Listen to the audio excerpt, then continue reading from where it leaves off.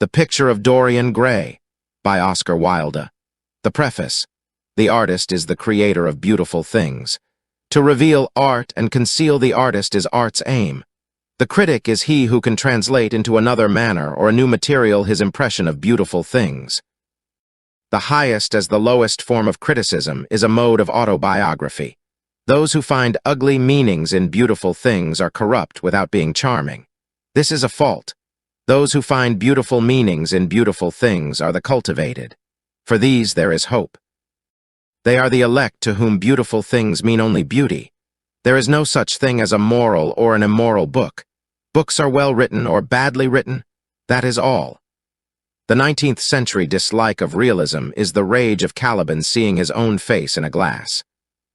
The 19th century dislike of romanticism is the rage of Caliban not seeing his own face in a glass. The moral life of man forms part of the subject matter of the artist, but the morality of art consists in the perfect use of an imperfect medium. No artist desires to prove anything. Even things that are true can be proved. No artist has ethical sympathies. An ethical sympathy in an artist is an unpardonable mannerism of style. No artist is ever morbid. The artist can express everything. Thought and language are to the artist instruments of an art. Vice and virtue are to the artist materials for an art.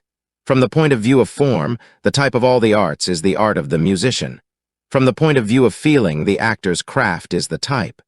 All art is at once surface and symbol. Those who go beneath the surface do so at their peril. Those who read the symbol do so at their peril. It is the spectator, and not life, that art really mirrors. Diversity of opinion about a work of art shows that the work is new, complex, and vital. When critics disagree, the artist is in accord with himself. We can forgive a man for making a useful thing as long as he does not admire it. The only excuse for making a useless thing is that one admires it intensely. All art is quite useless. Oscar Wilde. Chapter 1. The studio was filled with the rich odor of roses, and when the light summer wind stirred amidst the trees of the garden, there came through the open door the heavy scent of the lilac, or the more delicate perfume of the pink-flowering thorn. From the corner of the divan of Persian saddlebags on which he was lying, smoking, as was his custom, innumerable cigarettes, Lord Henry Wotton could just catch the gleam of the honey-sweet and honey-colored blossoms of a laburnum, whose tremulous branches seemed hardly able to bear the burden of a beauty so flame-like as theirs. And now and then, the fantastic shadows of birds in flight flitted across the long tussore silk curtains that were stretched in front of the huge window, producing a kind of momentary Japanese effect, and making him think of those pallid, jade-faced painters of Tokyo, who, through the medium of an art that is necessarily immobile, seek to convey the sense of swiftness and motion. The sullen murmur of the bees shouldering their way through the long, unmown grass, or circling with monotonous insistence round the dusty gilt horns of the straggling woodbine, seemed to make the stillness more oppressive. The dim roar of London was like the burdened note of a distant organ. In the center of the room, clamped to an upright easel, stood the full-length portrait of a young man of extraordinary personal beauty, and in front of it, some little distance away, was sitting the artist himself, Basil Hallward, whose sudden disappearance some years ago caused, at the time, such public excitement and gave rise to so many strange conjectures. As the painter looked at the gracious and comely form he had so skillfully mirrored in his art, a smile of pleasure passed across his face and seemed about to linger there. But he suddenly started up, and closing his eyes, placed his fingers upon the lids, as though he sought to imprison within his brain some curious dream from which he feared he might awake. "It is your best work, Basil, the best thing you have ever done," said Lord Henry languidly. "You must certainly send it next year to the Grosvenor.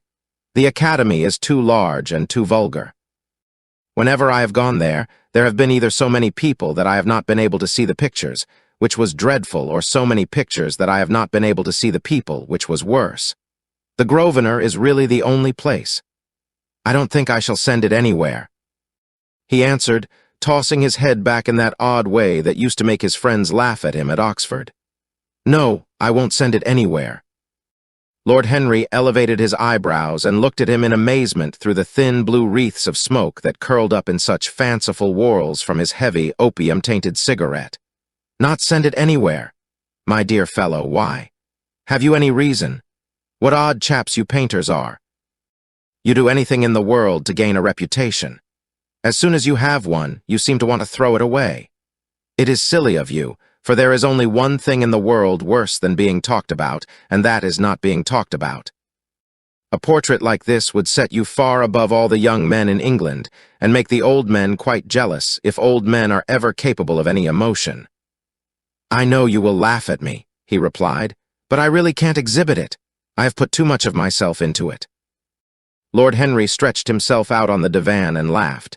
"Yes, I knew you would, but it is quite true all the same. Too much of yourself in it. Upon my word, Basil, I didn't know you were so vain.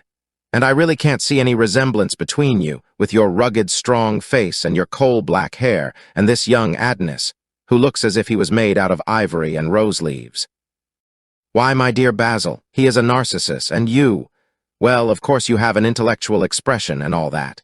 But beauty, real beauty, ends where an intellectual expression begins.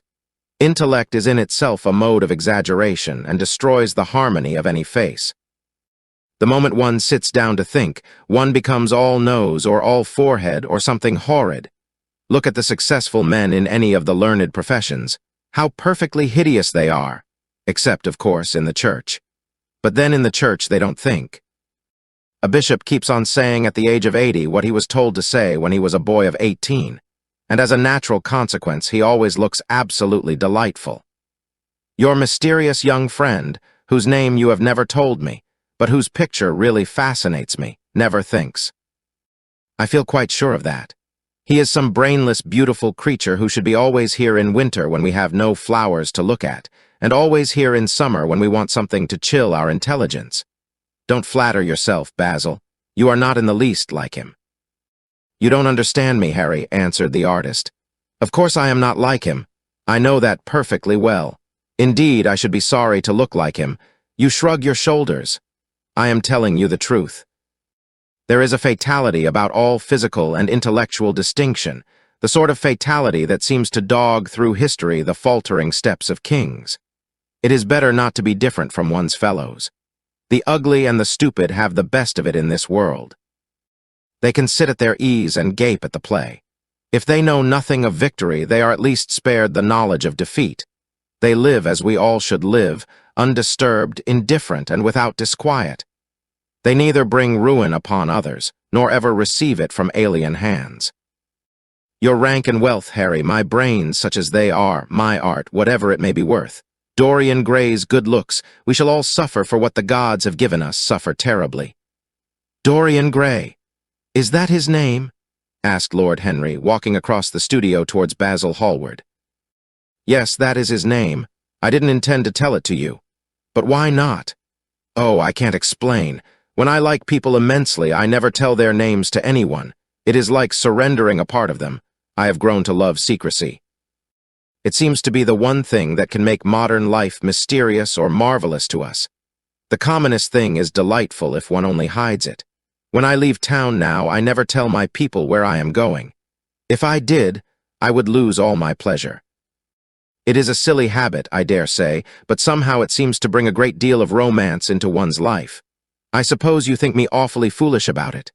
Not at all, answered Lord Henry. Not at all, my dear Basil. You seem to forget that I am married, and the one charm of marriage is that it makes a life of deception absolutely necessary for both parties. I never know where my wife is, and my wife never knows what I am doing. When we do meet occasionally when we dine out together or go down to the Duke's. We tell each other the most absurd stories with the most serious faces. My wife is very good at it, much better, in fact, than I am. She never gets confused over her dates, and I always do. But when she does find me out, she makes no row at all. I sometimes wish she would, but she merely laughs at me. I hate the way you talk about your married life, Harry, said Basil Hallward, strolling towards the door that led into the garden. I believe that you are really a very good husband, but that you are thoroughly ashamed of your own virtues. You are an extraordinary fellow. You never say a moral thing, and you never do a wrong thing. Your cynicism is simply a pose. Being natural is simply a pose, and the most irritating pose I know," cried Lord Henry, laughing. And the two young men went out into the garden together and ensconced themselves on a long bamboo seat that stood in the shade of a tall laurel bush. The sunlight slipped over the polished leaves. In the grass, white daisies were tremulous. After a pause, Lord Henry pulled out his watch.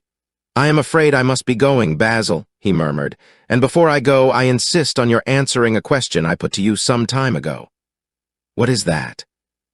said the painter, keeping his eyes fixed on the ground. "You know quite well."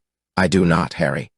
"Well, I will tell you what it is. I want you to explain to me why you won't exhibit Dorian Gray's picture. I want the real reason."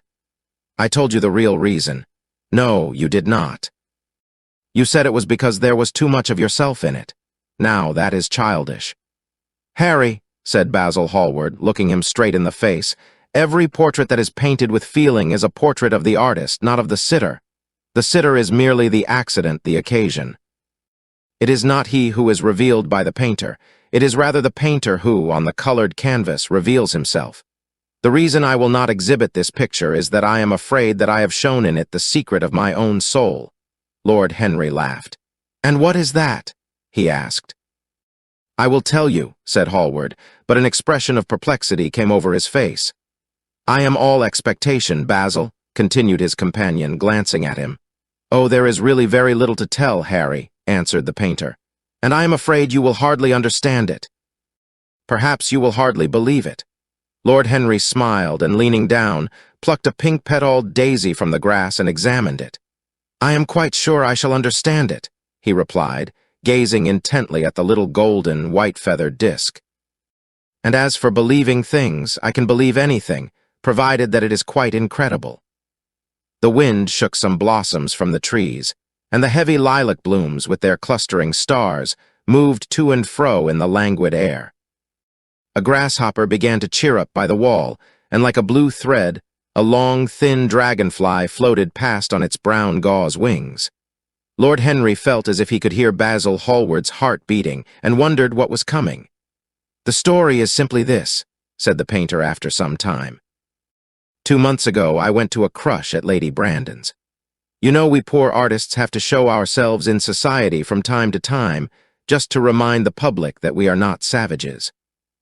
With an evening coat and a white tie, as you told me once, anybody, even a stockbroker, can gain a reputation for being civilized.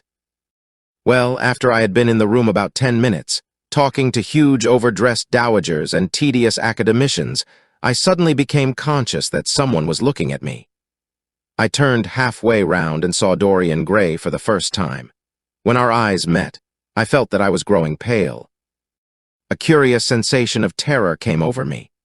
I knew that I had come face to face with someone whose mere personality was so fascinating that, if I allowed it to do so, it would absorb my whole nature, my whole soul, my very art itself.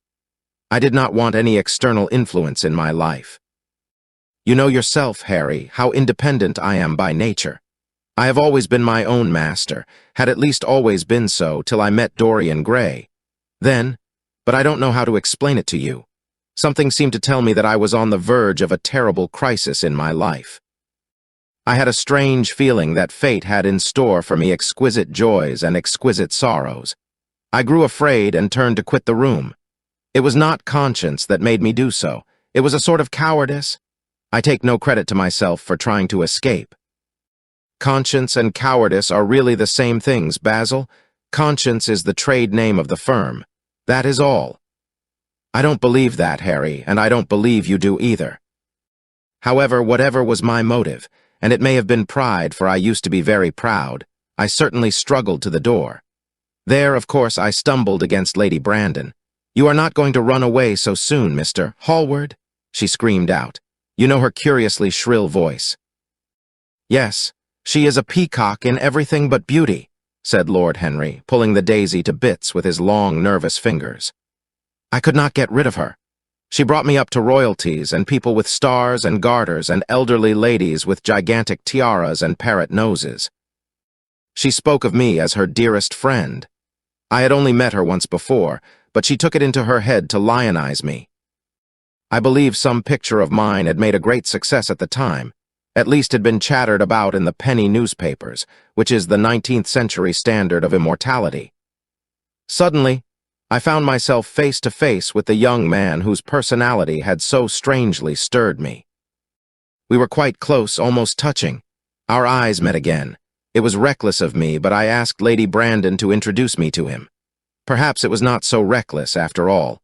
It was simply inevitable. We would have spoken to each other without any introduction. I am sure of that. Dorian told me so afterwards. He, too, felt that we were destined to know each other.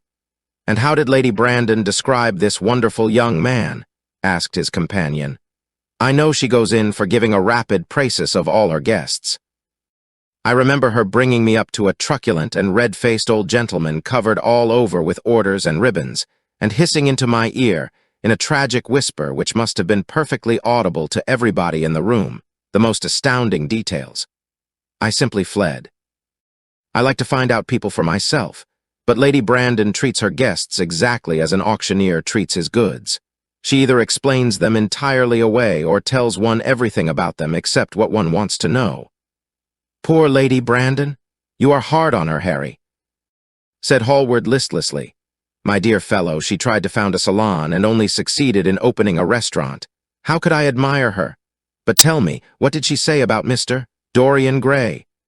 "Oh, something like, charming boy, poor dear mother, and I absolutely inseparable. Quite forget what he does, afraid he doesn't do anything. Oh yes, plays the piano, or is it the violin, dear Mr. Gray?" Neither of us could help laughing, and we became friends at once. Laughter is not at all a bad beginning for a friendship, and it is far the best ending for one, said the young lord, plucking another daisy. Hallward shook his head. "You don't understand what friendship is, Harry," he murmured, "or what enmity is, for that matter. You like everyone, that is to say, you are indifferent to everyone." "How horribly unjust of you!" cried Lord Henry, tilting his hat back and looking up at the little clouds that, like raveled skeins of glossy white silk, were drifting across the hollowed turquoise of the summer sky. "Yes, horribly unjust of you. I make a great difference between people. I choose my friends for their good looks, my acquaintances for their good characters, and my enemies for their good intellects. A man cannot be too careful in the choice of his enemies.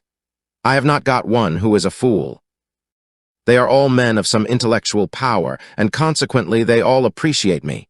Is that very vain of me? I think it is rather vain."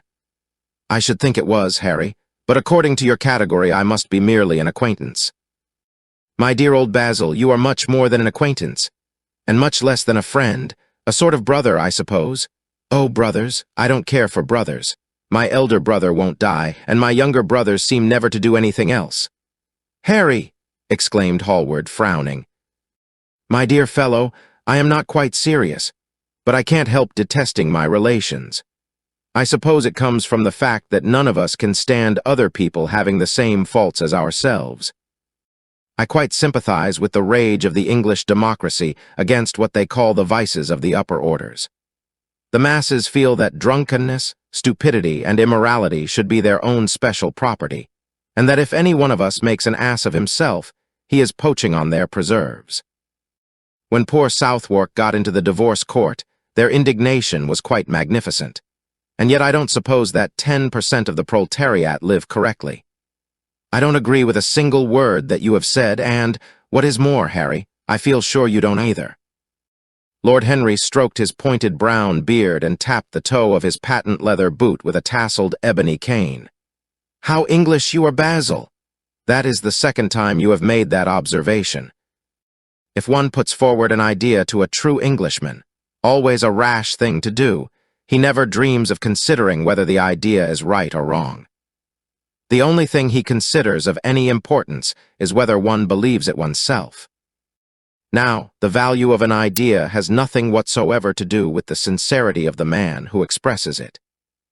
Indeed, the probabilities are that the more insincere the man is, the more purely intellectual will the idea be, as in that case it will not be colored by either his wants, his desires, or his prejudices.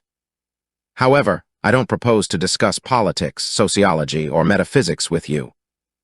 I like persons better than principles, and I like persons with no principles better than anything else in the world. Tell me more about Mr. Dorian Gray.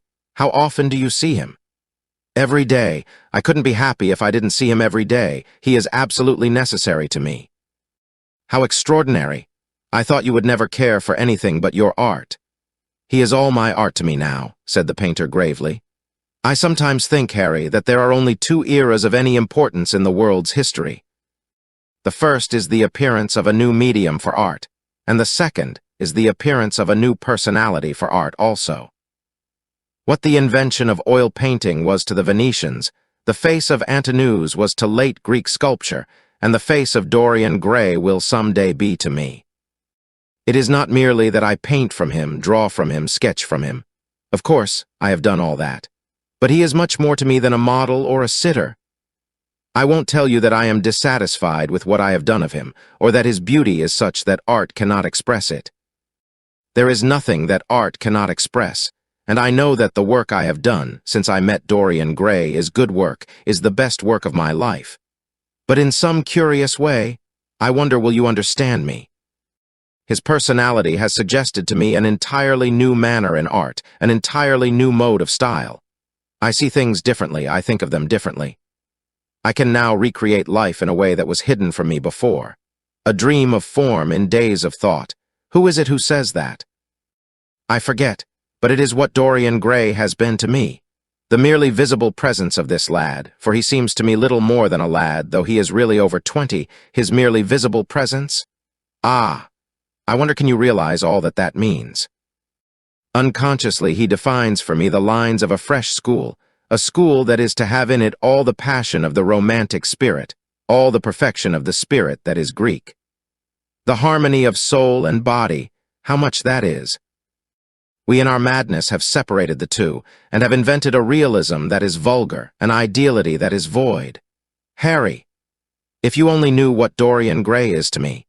You remember that landscape of mine, for which Agnew offered me such a huge price, but which I would not part with. It is one of the best things I have ever done. And why is it so? Because while I was painting it, Dorian Gray sat beside me. Some subtle influence passed from him to me, and for the first time in my life I saw in the plain woodland the wonder I had always looked for and always missed.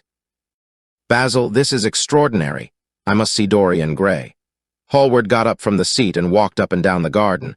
After some time he came back. Harry, he said, Dorian Gray is to me simply a motive in art. You might see nothing in him. I see everything in him. He is never more present in my work than when no image of him is there. He is a suggestion, as I have said, of a new manner. I find him in the curves of certain lines, in the loveliness and subtleties of certain colors. That is all. Then why won't you exhibit his portrait? Asked Lord Henry. Because, without intending it, I have put into it some expression of all this curious artistic idolatry, of which, of course, I have never cared to speak to him. He knows nothing about it. He shall never know anything about it. But the world might guess it, and I will not bare my soul to their shallow, prying eyes. My heart shall never be put under their microscope. There is too much of myself in the thing, Harry, too much of myself. Poets are not so scrupulous as you are. They know how useful passion is for publication. Nowadays a broken heart will run to many editions. I hate them for it, cried Hallward. An artist should create beautiful things, but should put nothing of his own life into them. We live in an age when men treat art as if it were meant to be a form of autobiography. We have lost the abstract sense of beauty. Someday I will show the world what it is, and for that reason the world shall never see my portrait of Dorian Gray. I think you are wrong, Basil, but I won't argue with you. It is only the intellectually lost who ever argue. Tell me, is Dorian Gray very fond of you? The painter considered for a few moments. He likes me, he answered after a pause. I know he likes me. Of course I flatter him dreadfully. I find a strange pleasure in saying things to him that I know I shall be sorry for having said. As a rule, he is charming to me, and we sit in the studio and talk of 1,000 things. Now and then, however, he is horribly thoughtless, and seems to take a real delight in giving me pain. Then I feel, Harry, that I have given away my whole soul to someone who treats it as if it were a flower to put in his coat, a bit of decoration to charm his vanity, an ornament for a summer's day. Days in summer, Basil, are apt to linger, murmured Lord Henry. Perhaps you will tire sooner than he will. It is a sad thing to think of, but there is no doubt that genius lasts longer than beauty. That accounts for the fact that we all take such pains to overeducate ourselves. In the wild struggle for existence, we want to have something that endures, and so we fill our minds with rubbish and facts in the silly hope of keeping our place. The thoroughly well-informed man, that is the modern ideal. And the mind of the thoroughly well-informed man is a dreadful thing. It is like a bric-a-brac shop, all monsters and dust, with everything priced above its proper value. I think you will tire first, all the same. Some day you will look at your friend, and he will seem to you to be a little out of drawing, or you won't like his tone of color or something. You will bitterly reproach him in your own heart, and seriously think that he has behaved very badly to you. The next time he calls, you will be perfectly cold and indifferent. It will be a great pity, for it will alter you. What you have told me is quite a romance of art one might call it, and the worst of having a romance of any kind is that it leaves one so unromantic. Harry, don't talk like that. As long as I live, the personality of Dorian Gray will dominate me. You can't feel what I feel. You change too often. Ah, my dear Basil, that is exactly why I can feel it. Those who are faithful know only the trivial side of love. It is the faithless who know love's tragedies. And Lord Henry struck a light on a dainty silver case and began to smoke a cigarette with a self-conscious and satisfied air, as if he had summed up the world in a phrase. There was a rustle of chirruping sparrows in the green lacquer leaves of the ivy, and the blue cloud shadows chased themselves across the grass like swallows. How pleasant it was in the garden, and how delightful other people's emotions were. Much more delightful than their ideas, it seemed to him. One's own soul and the passions of one's friends, those were the fascinating things in life. He pictured to himself with silent amusement the tedious luncheon that he had missed by staying so long with Basil Hallward. Had he gone to his aunt's, he would have been sure to have met Lord Goodbody there, and the whole conversation would have been about the feeding of the poor and the necessity for model lodging-houses. Each class would have preached the importance of those virtues, for whose exercise there was no necessity in their own lives. The rich would have spoken on the value of thrift, and the idle grown eloquent over the dignity of labor. It was charming to have escaped all that. As he thought of his aunt, an idea seemed to strike him. He turned to Hallward and said, "My dear fellow, I have just remembered." "Remembered what, Harry?" "Where I heard the name of Dorian Gray." "Where was it?" asked Hallward with a slight frown. "Don't look so angry, Basil." "It was at my aunt, Lady Agatha's. She told me she had discovered a wonderful young man who was going to help her in the East End, and that his name was Dorian Gray. I am bound to state that she never told me he was good-looking.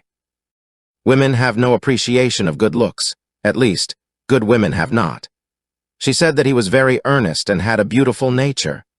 I at once pictured to myself a creature with spectacles and lank hair, horribly freckled and tramping about on huge feet. I wish I had known it was your friend. I am very glad you didn't, Harry. Why? I don't want you to meet him. You don't want me to meet him? No, Mr. Dorian Gray is in the studio, sir, said the butler, coming into the garden. You must introduce me now. Cried Lord Henry, laughing. The painter turned to his servant, who stood blinking in the sunlight. Ask Mr. Gray to wait, Parker. I shall be in a few moments. The man bowed and went up the walk. Then he looked at Lord Henry. Dorian Gray is my dearest friend, he said. He has a simple and a beautiful nature. Your aunt was quite right in what she said of him. Don't spoil him. Don't try to influence him. Your influence would be bad. The world is wide and has many marvelous people in it. Don't take away from me the one person who gives to my art whatever charm it possesses. My life as an artist depends on him. Mind, Harry, I trust you. He spoke very slowly, and the words seemed wrung out of him almost against his will. What nonsense you talk, said Lord Henry, smiling, and taking Hallward by the arm, he almost led him into the house. Chapter 2. As they entered, they saw Dorian Gray. He was seated at the piano with his back to them, turning over the pages of a volume of Schumann's Forest Scenes.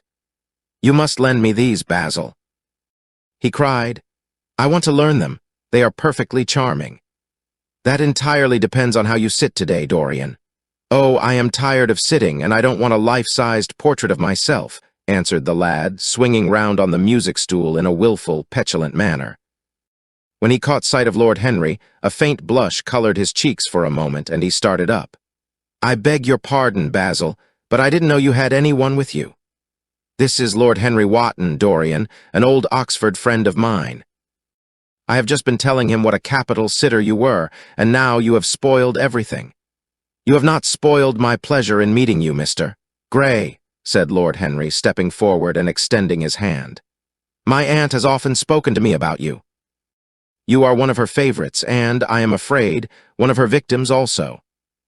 "I am in Lady Agatha's black books at present," answered Dorian with a funny look of penitence. "I promised to go to a club in Whitechapel with her last Tuesday, and I really forgot all about it. We were to have played a duet together, 3 duets, I believe. I don't know what she will say to me. I am far too frightened to call."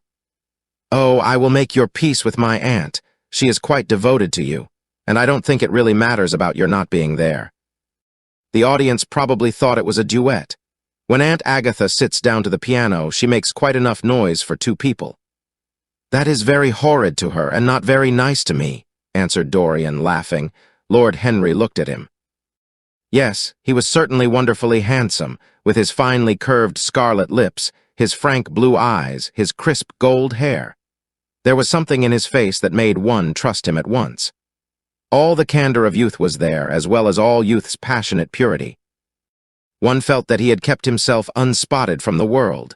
No wonder Basil Hallward worshipped him. "You are too charming to go in for philanthropy, Mr. Gray, far too charming." And Lord Henry flung himself down on the divan and opened his cigarette case.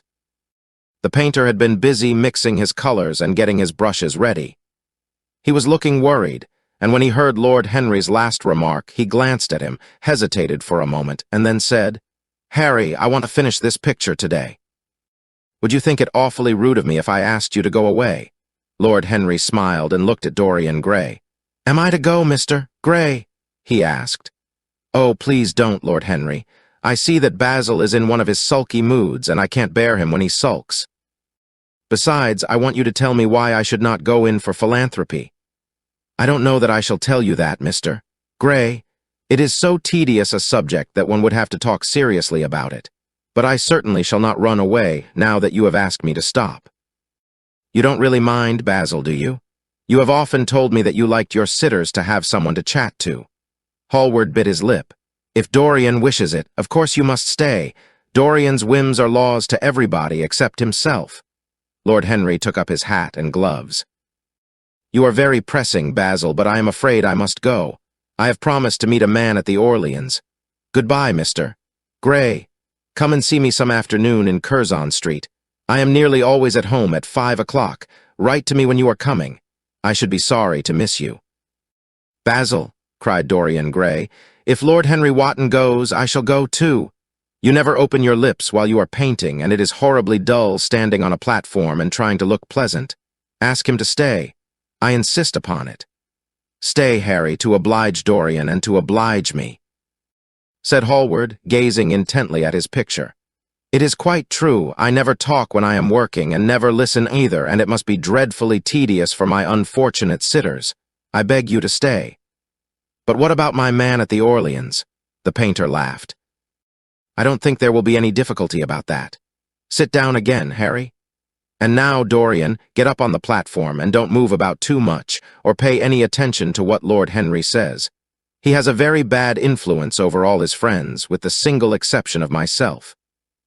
Dorian Gray stepped up on the dais with the air of a young Greek martyr, and made a little mow of discontent to Lord Henry, to whom he had rather taken a fancy. He was so unlike Basil. They made a delightful contrast, and he had such a beautiful voice. After a few moments he said to him, "Have you really a very bad influence, Lord Henry? As bad as Basil says. There is no such thing as a good influence, Mr. Gray. All influence is immoral from the scientific point of view." "Why?" "Because to influence a person is to give him one's own soul. He does not think his natural thoughts or burn with his natural passions. His virtues are not real to him. His sins, if there are such things as sins, are borrowed.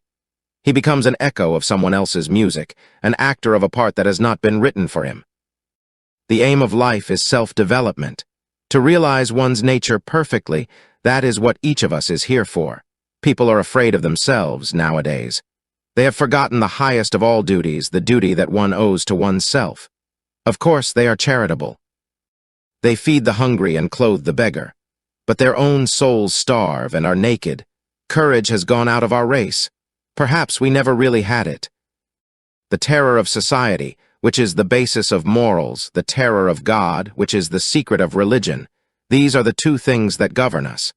And yet, just turn your head a little more to the right, Dorian, like a good boy, said the painter, deep in his work and conscious only that a look had come into the lad's face that he had never seen there before. And yet, continued Lord Henry, in his low, musical voice, and with that graceful wave of the hand that was always so characteristic of him, and that he had even in his Eton days.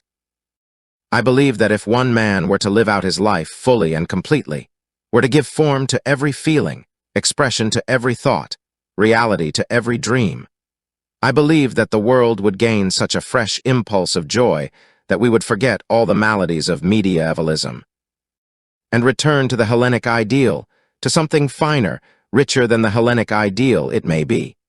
But the bravest man amongst us is afraid of himself. The mutilation of the savage has its tragic survival in the self-denial that mars our lives. We are punished for our refusals. Every impulse that we strive to strangle broods in the mind and poisons us. The body sins once, and has done with its sin, for action is a mode of purification. Nothing remains then but the recollection of a pleasure or the luxury of a regret. The only way to get rid of a temptation is to yield to it. Resist it, and your soul grows sick with longing for the things it has forbidden to itself, with desire for what its monstrous laws have made monstrous and unlawful. It has been said that the great events of the world take place in the brain. It is in the brain, and the brain only, that the great sins of the world take place also. You, Mr. Gray, you yourself, with your rose-red youth and your rose-white boyhood, you have had passions that have made you afraid, thoughts that have filled you with terror, daydreams and sleeping dreams whose mere memory might stain your cheek with shame. Stop, faltered Dorian Gray, stop. You bewilder me. I don't know what to say. There is some answer to you, but I cannot find it. Don't speak. Let me think. Or, rather, let me try not to think. For nearly 10 minutes he stood there, motionless, with parted lips and eyes strangely bright. He was dimly conscious that entirely fresh influences were at work within him. Yet they seemed to him to have come really from himself.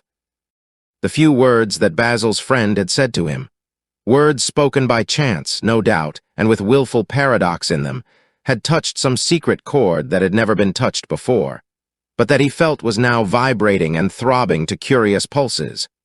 Music had stirred him like that. Music had troubled him many times, but music was not articulate. It was not a new world, but rather another chaos that it created in us. Words, mere words, how terrible they were, how clear and vivid and cruel. One could not escape from them. And yet what a subtle magic there was in them. They seemed to be able to give a plastic form to formless things, and to have a music of their own as sweet as that of viol or of lute. Mere words? Was there anything so real as words? Yes, there had been things in his boyhood that he had not understood. He understood them now. Life suddenly became fiery-colored to him. It seemed to him that he had been walking in fire. Why had he not known it? With his subtle smile, Lord Henry watched him. He knew the precise psychological moment when to say nothing. He felt intensely interested.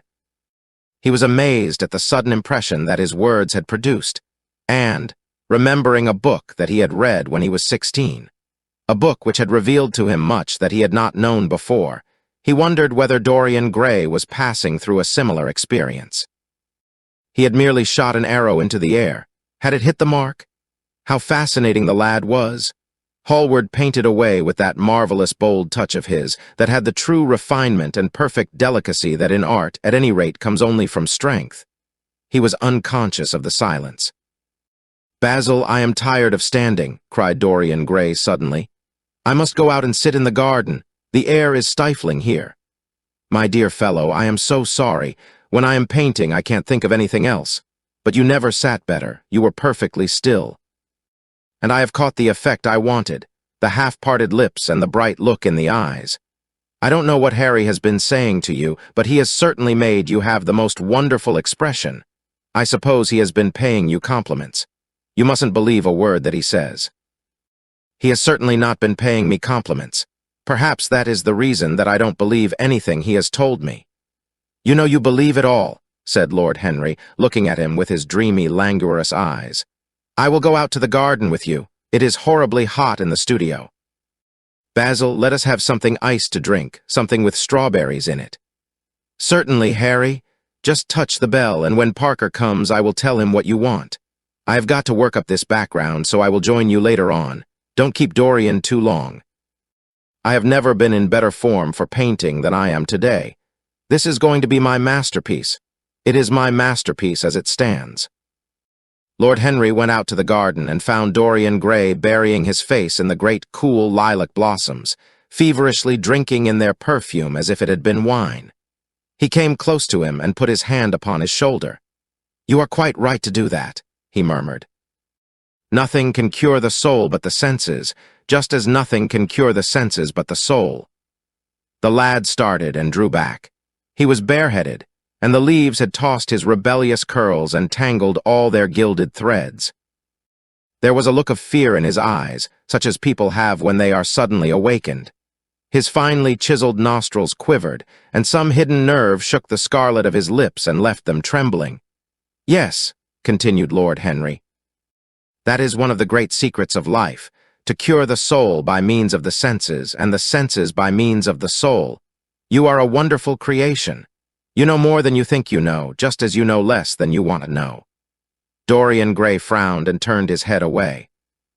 He could not help liking the tall, graceful young man who was standing by him. His romantic, olive-colored face and worn expression interested him. There was something in his low, languid voice that was absolutely fascinating. His cool, white, flower-like hands, even, had a curious charm. They moved, as he spoke, like music, and seemed to have a language of their own. But he felt afraid of him and ashamed of being afraid. Why had it been left for a stranger to reveal him to himself? He had known Basil Hallward for months, but the friendship between them had never altered him. Suddenly, there had come someone across his life who seemed to have disclosed to him life's mystery. And yet, what was there to be afraid of?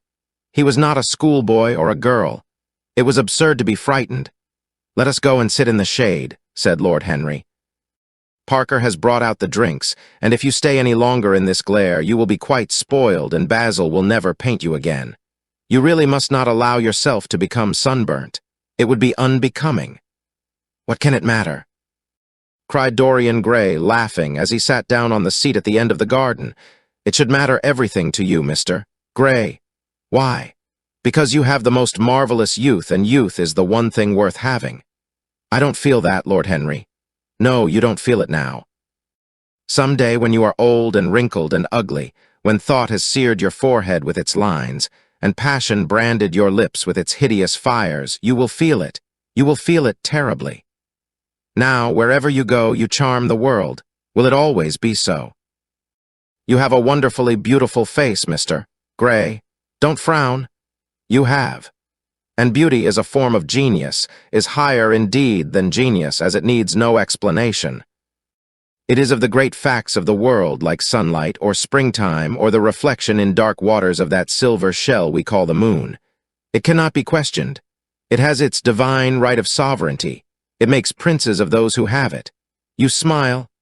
Ah. When you have lost it, you won't smile. People say sometimes that beauty is only superficial. That may be so, but at least it is not so superficial as thought is. To me, beauty is the wonder of wonders. It is only shallow people who do not judge by appearances. The true mystery of the world is the visible, not the invisible. Yes, Mr. Gray, the gods have been good to you, but what the gods give they quickly take away. You have only a few years in which to live really, perfectly, and fully. When your youth goes, your beauty will go with it, And then you will suddenly discover that there are no triumphs left for you, or have to content yourself with those mean triumphs that the memory of your past will make more bitter than defeats. Every month as it wanes brings you nearer to something dreadful. Time is jealous of you and wars against your lilies and your roses. You will become sallow and hollow-cheeked and dull-eyed. You will suffer horribly. Ah, realize your youth while you have it. Don't squander the gold of your days listening to the tedious, trying to improve the hopeless failure, or giving away your life to the ignorant, the common, and the vulgar. These are the sickly aims, the false ideals of our age. Live the wonderful life that is in you. Let nothing be lost upon you. Be always searching for new sensations. Be afraid of nothing. A new hedonism, that is what our century wants. You might be its visible symbol. With your personality, there is nothing you could not do. The world belongs to you for a season. The moment I met you, I saw that you were quite unconscious of what you really are, of what you really might be. There was so much in you that charmed me that I felt I must tell you something about yourself. I thought how tragic it would be if you were wasted. For there is such a little time that your youth will last, such a little time. The common hill flowers wither, but they blossom again. The laburnum will be as yellow next June as it is now. In a month there will be purple stars on the clematis, and year after year the green night of its leaves will hold its purple stars. But we never get back our youth. The pulse of joy that beats in us at 20 becomes sluggish. Our limbs fail, our senses rot. We degenerate into hideous puppets, haunted by the memory of the passions of which we were too much afraid, and the exquisite temptations that we had not the courage to yield to. Youth, youth. There is absolutely nothing in the world but youth. Dorian Gray listened, open-eyed and wondering. The spray of lilac fell from his hand upon the gravel. A furry bee came and buzzed round it for a moment. Then it began to scramble all over the oval, stellated globe of the tiny blossoms. He watched it with that strange interest in trivial things that we try to develop when things of high import make us afraid, or when we are stirred by some new emotion for which we cannot find expression, or when some thought that terrifies us lays sudden siege to the brain and calls on us to yield. After a time, the bee flew away. He saw it creeping into the stained trumpet of a Tyrian convolvulus. The flower seemed to quiver and then swayed gently to and fro. Suddenly, the painter appeared at the door of the studio and made staccato signs for them to come in. They turned to each other and smiled. "I am waiting," he cried. "Do come in. The light is quite perfect and you can bring your drinks." They rose up and sauntered down the walk together. Two green and white butterflies fluttered past them, and in the pear tree at the corner of the garden a thrush began to sing. "You are glad you have met me, Mr. Gray," said Lord Henry, looking at him. "Yes, I am glad now. I wonder shall I always be glad? Always. That is a dreadful word. It makes me shudder when I hear it. Women are so fond of using it. They spoil every romance by trying to make it last forever. It is a meaningless word, too. The only difference between a caprice and a lifelong passion is that the caprice lasts a little longer." As they entered the studio, Dorian Gray put his hand upon Lord Henry's arm.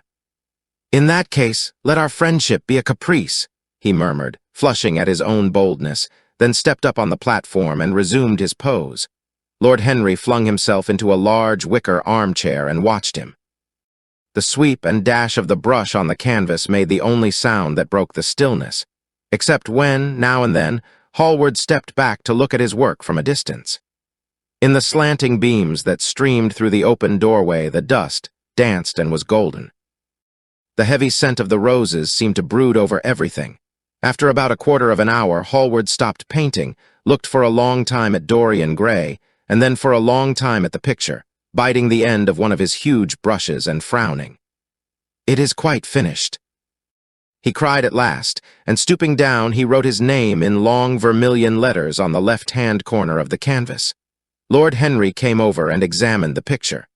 It was certainly a wonderful work of art, and a wonderful likeness as well. "My dear fellow, I congratulate you most warmly," he said. "It is the finest portrait of modern times. Mr. Gray, come over and look at yourself." The lad started as if awakened from some dream. "Is it really finished?" he murmured, stepping down from the platform. "Quite finished," said the painter. "And you have sat splendidly today. I am awfully obliged to you." "That is entirely due to me," broke in Lord Henry. "Isn't it, Mr. Gray?" Dorian made no answer, but passed listlessly in front of his picture and turned towards it. When he saw it, he drew back, and his cheeks flushed for a moment with pleasure. A look of joy came into his eyes, as if he had recognized himself for the first time. He stood there motionless and in wonder, dimly conscious that Hallward was speaking to him, but not catching the meaning of his words. The sense of his own beauty came on him like a revelation. He had never felt it before. Basil Hallward's compliments had seemed to him to be merely the charming exaggeration of friendship. He had listened to them, laughed at them, forgotten them. They had not influenced his nature. Then had come Lord Henry Wotton with his strange panegyric on youth, his terrible warning of its brevity. That had stirred him at the time, and now, as he stood gazing at the shadow of his own loveliness, the full reality of the description flashed across him.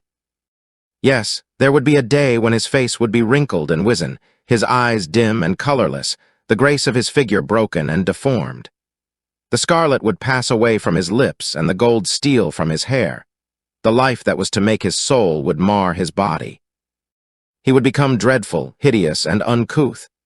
As he thought of it, a sharp pang of pain struck through him like a knife and made each delicate fiber of his nature quiver. His eyes deepened into amethyst, and across them came a mist of tears. He felt as if a hand of ice had been laid upon his heart.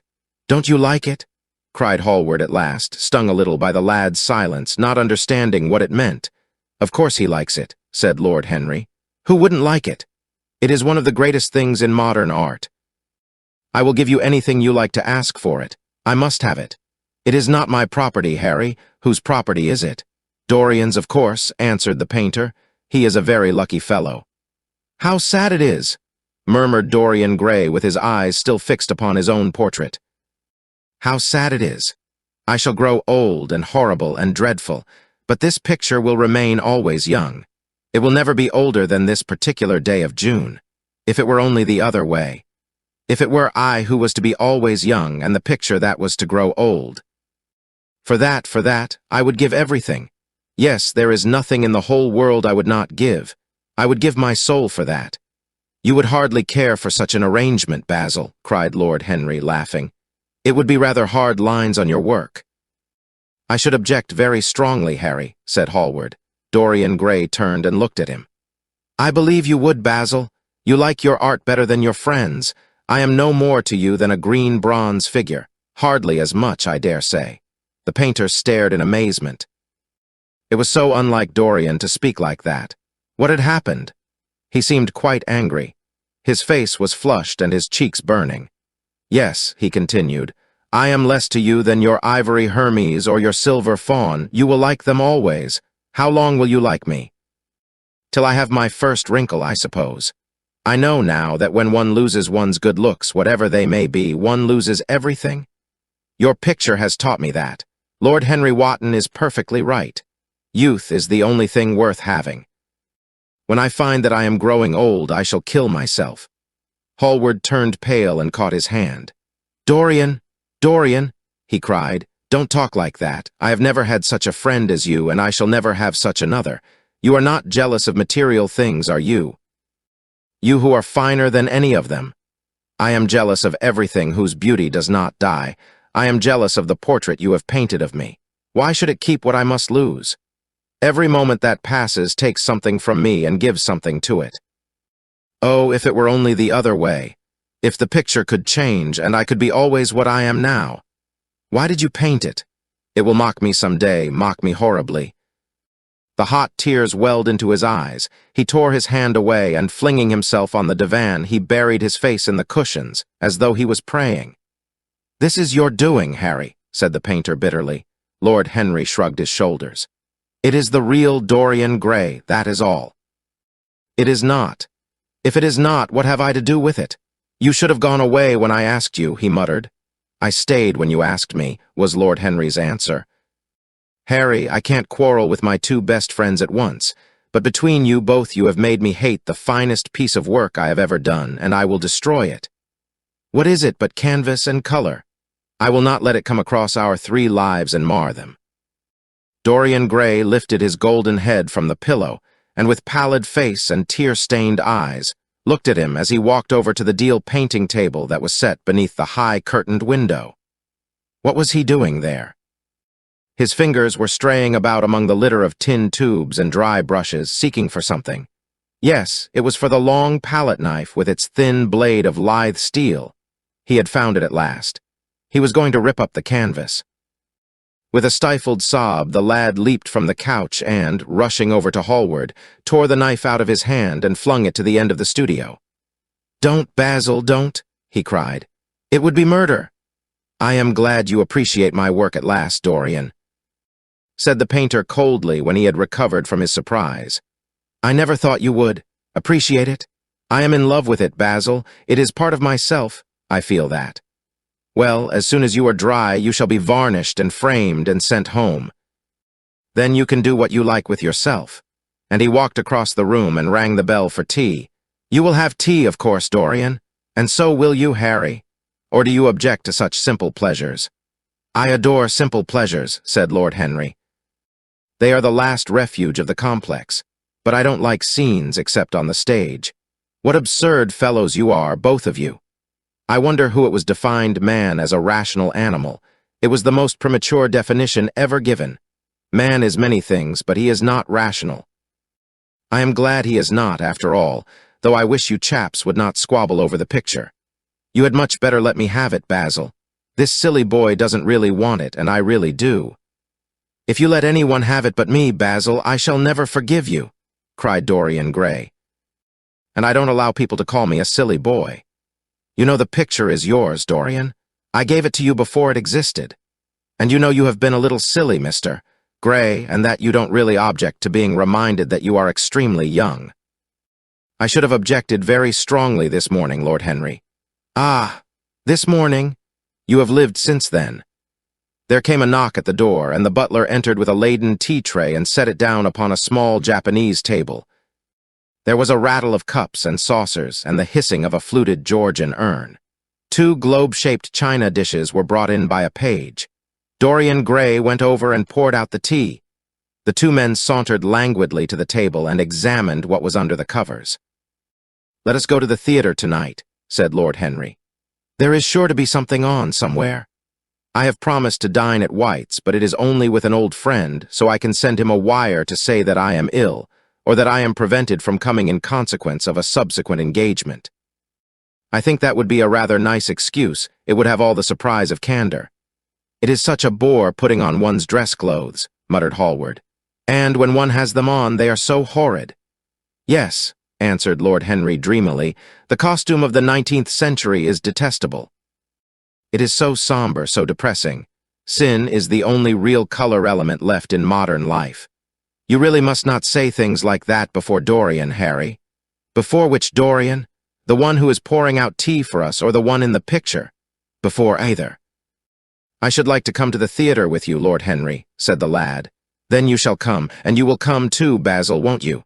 "I can't really. I would sooner not. I have a lot of work to do." "Well then, you and I will go alone, Mr. Gray. I should like that awfully." The painter bit his lip and walked over, cup in hand, to the picture. "I shall stay with the real Dorian," he said sadly. "Is it the real Dorian?" cried the original of the portrait, strolling across to him. "Am I really like that?" "Yes, you are just like that." "How wonderful, Basil." "At least you are like it in appearance. But it will never alter," sighed Hallward. "That is something." "What a fuss people make about fidelity," exclaimed Lord Henry. "Why, even in love, it is purely a question for physiology. It has nothing to do with our own will. Young men want to be faithful and are not. Old men want to be faithless and cannot. That is all one can say." "Don't go to the theater tonight, Dorian," said Hallward. "Stop and dine with me." "I can't, Basil." "Why?" "Because I have promised Lord Henry Wotton to go with him." "He won't like you the better for keeping your promises. He always breaks his own. I beg you not to go." Dorian Gray laughed and shook his head. "I entreat you." The lad hesitated and looked over at Lord Henry, who was watching them from the tea-table with an amused smile. "I must go, Basil," he answered. "Very well," said Hallward, and he went over and laid down his cup on the tray. "It is rather late, and, as you have to dress, you had better lose no time. Goodbye, Harry. Goodbye, Dorian. Come and see me soon. Come tomorrow." "Certainly. You won't forget." "No, of course not," cried Dorian. "And, Harry—" "Yes, Basil. Remember what I asked you when we were in the garden this morning." "I have forgotten it. I trust you." "I wish I could trust myself," said Lord Henry, laughing. "Come, Mr. Gray, my hansom is outside, and I can drop you at your own place. Goodbye, Basil. It has been a most interesting afternoon." As the door closed behind them, the painter flung himself down on a sofa, and a look of pain came into his face. Chapter 3. At 12:30.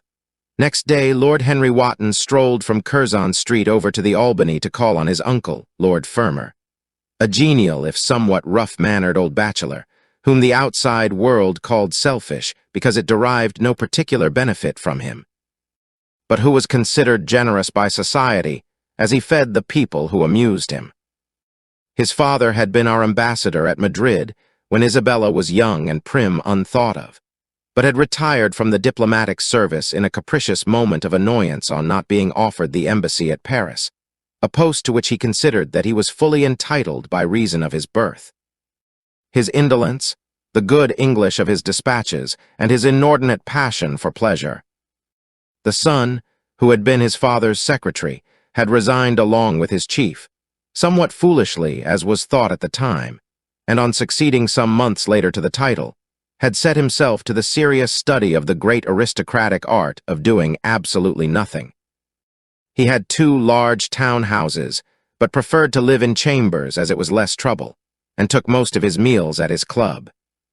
He paid some attention to the management of his collieries in the Midland counties, excusing himself for this taint of industry on the ground that the one advantage of having coal was that it enabled a gentleman to afford the decency of burning wood on his own hearth. In politics, he was a Tory, except when the Tories were in office, during which period he roundly abused them for being a pack of radicals. He was a hero to his valet, who bullied him, and a terror to most of his relations, whom he bullied in turn. Only England could have produced him, and he always said that the country was going to the dogs. His principles were out of date, but there was a good deal to be said for his prejudices. When Lord Henry entered the room, he found his uncle sitting in a rough shooting coat, smoking a cheroot and grumbling over the Times. "Well, Harry," said the old gentleman, "what brings you out so early? I thought you dandies never got up till 2 and were not visible till 5. "Pure family affection, I assure you, Uncle George. I want to get something out of you." "Money, I suppose," said Lord Fermor, making a wry face. "Well, sit down and tell me all about it. Young people nowadays imagine that money is everything." "Yes," murmured Lord Henry, settling his buttonhole in his coat, "and when they grow older they know it. But I don't want money. It is only people who pay their bills who want that, Uncle George, and I never pay mine. Credit is the capital of a younger son, and one lives charmingly upon it. Besides, I always deal with Dartmoor's tradesmen, and consequently they never bother me. What I want is information. Not useful information, of course. Useless information. Well, I can tell you anything that is in an English blue book, Harry, although those fellows nowadays write a lot of nonsense. When I was in the diplomatic, things were much better. But I hear they let them in now by examination. What can you expect? Examinations, sir, are pure humbug from beginning to end. If a man is a gentleman, he knows quite enough, and if he is not a gentleman, whatever he knows is bad for him. Mr. Dorian Gray does not belong to blue books, Uncle George, said Lord Henry languidly. Mr. Dorian Gray. Who is he? Asked Lord Fermor, knitting his bushy white eyebrows. That is what I have come to learn, Uncle George, or rather I know who he is. He is the last Lord Kelso's grandson. His mother was a Devereux, Lady Margaret Devereux. I want you to tell me about his mother. What was she like? Whom did she marry? You have known nearly everybody in your time, so you might have known her. I am very much interested in Mr. Gray at present. I have only just met him. Kelso's grandson, echoed the old gentleman. Kelso's grandson? Of course. I knew his mother intimately. I believe I was at her christening.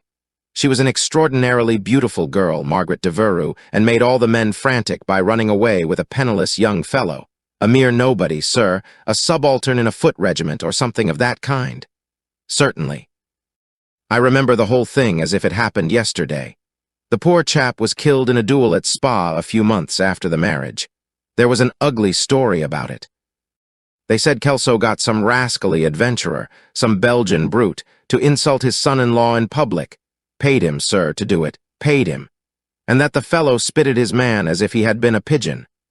The thing was hushed up, but egad, Kelso ate his chop alone at the club for some time afterwards. He brought his daughter back with him, I was told, and she never spoke to him again.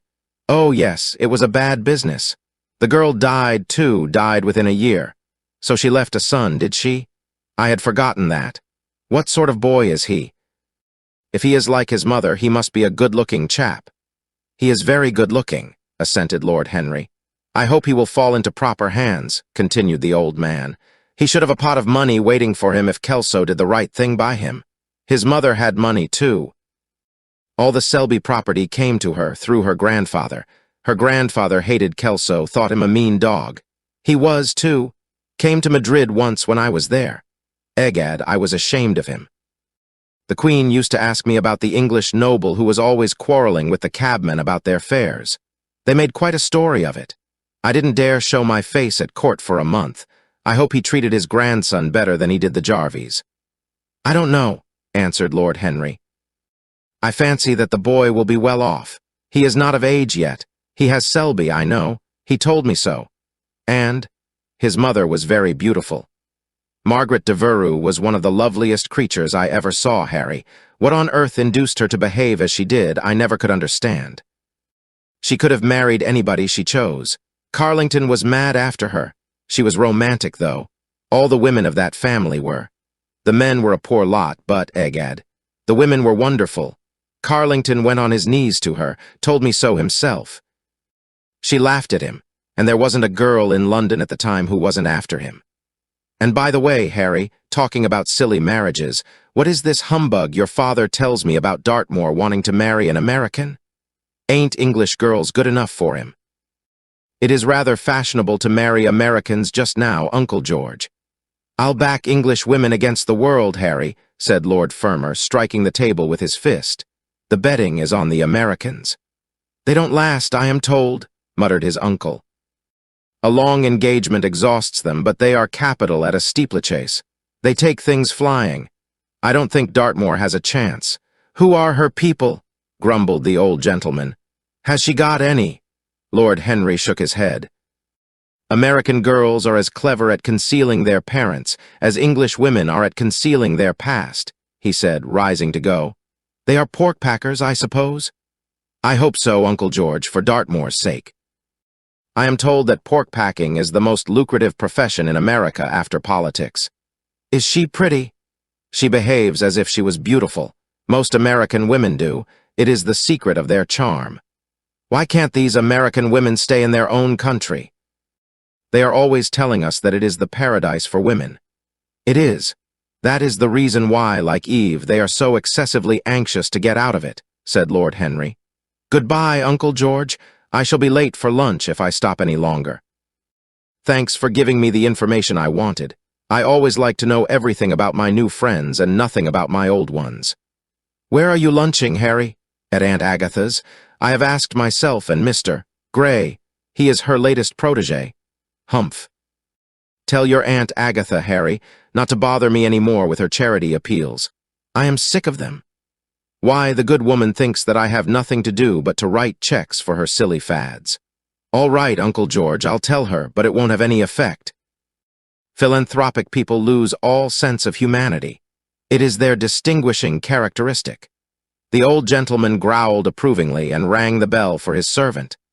Lord Henry passed up the low arcade into Burlington Street and turned his steps in the direction of Berkeley Square. So that was the story of Dorian Gray's parentage. Crudely as it had been told to him, it had yet stirred him by its suggestion of a strange, almost modern romance. A beautiful woman risking everything for a mad passion. A few wild weeks of happiness cut short by a hideous, treacherous crime. Months of voiceless agony and then a child born in pain. The mother snatched away by death, the boy left to solitude and the tyranny of an old and loveless man. Yes, it was an interesting background. It posed the lad, made him more perfect, as it were. Behind every exquisite thing that existed, there was something tragic. Worlds had to be in travail that the meanest flower might blow.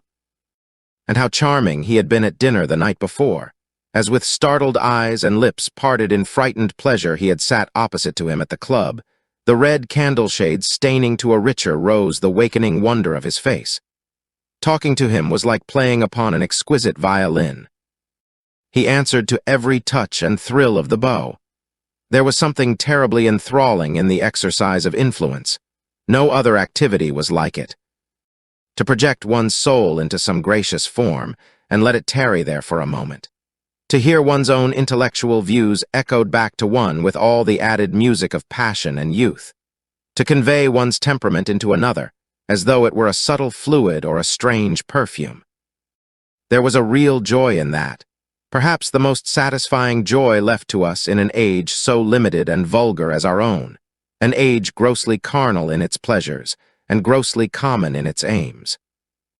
He was a marvelous type, too, this lad, whom by so curious a chance he had met in Basil's studio, or could be fashioned into a marvelous type at any rate. Grace was his, and the white purity of boyhood and beauty such as old Greek marbles kept for us. There was nothing that one could not do with him. He could be made a titan or a toy. What a pity it was that such beauty was destined to fade. And Basil, from a psychological point of view, how interesting he was. The new manner in art, the fresh mode of looking at life, suggested so strangely by the merely visible presence of one who was unconscious of it all. The silent spirit that dwelt in dim woodland and walked unseen in open field, suddenly showing herself, dryad-like and not afraid. Because in his soul who sought for her there had been wakened that wonderful vision to which alone are wonderful things revealed. The mere shapes and patterns of things becoming, as it were, refined, and gaining a kind of symbolical value, as though they were themselves patterns of some other and more perfect form whose shadow they made real. How strange it all was! He remembered something like it in history. Was it not Plato, that artist in thought, who had first analyzed it? Was it not Buonarroti who had carved it in the colored marbles of a sonnet sequence? But in our own century it was strange. Yes, he would try to be to Dorian Gray what, without knowing it, the lad was to the painter who had fashioned the wonderful portrait. He would seek to dominate him, had already, indeed, half done so. He would make that wonderful spirit his own.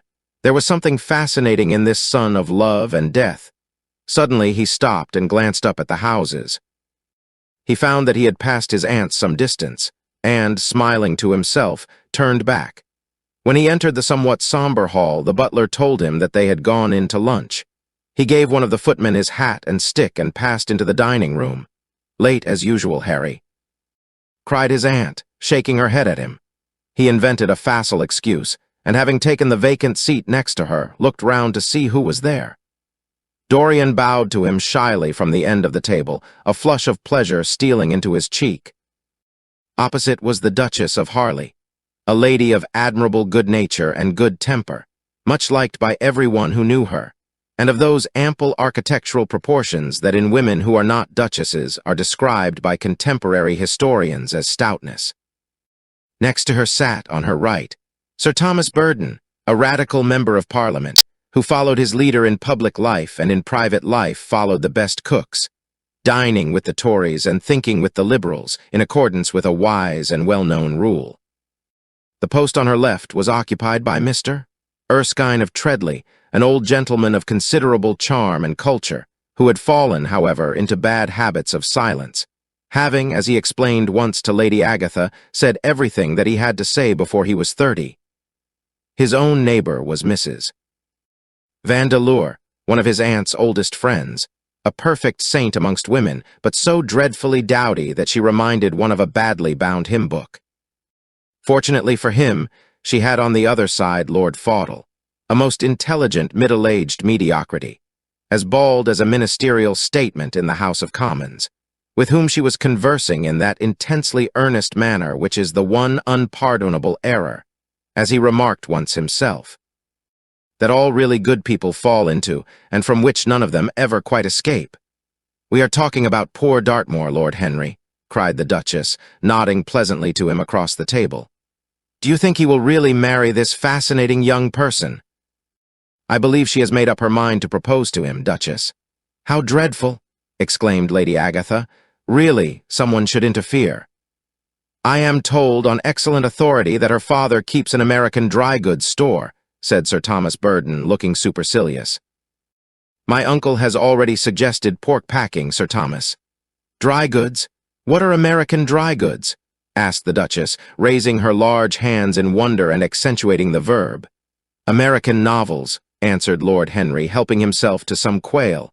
The Duchess looked puzzled. "Don't mind him, my dear," whispered Lady Agatha. "He never means anything that he says." "When America was discovered," said the Radical member, and he began to give some wearisome facts. Like all people who try to exhaust a subject, he exhausted his listeners. The Duchess sighed and exercised her privilege of interruption. "I wish to goodness it never had been discovered at all," she exclaimed. "Really, our girls have no chance nowadays. It is most unfair." "Perhaps, after all, America never has been discovered," said Mr. Erskine. "I myself would say that it had merely been detected." "Oh, but I have seen specimens of the inhabitants," answered the Duchess vaguely. "I must confess that most of them are extremely pretty, and they dress well, too. They get all their dresses in Paris. I wish I could afford to do the same." "They say that when good Americans die, they go to Paris," chuckled Sir Thomas, who had a large wardrobe of humor's cast-off clothes. "Really? And where do bad Americans go to when they die?" inquired the Duchess. "They go to America," murmured Lord Henry. Sir Thomas frowned. "I am afraid that your nephew is prejudiced against that great country," he said to Lady Agatha. "I have traveled all over it in cars provided by the directors, who, in such matters, are extremely civil. I assure you that it is an education to visit it. But must we really see Chicago in order to be educated?"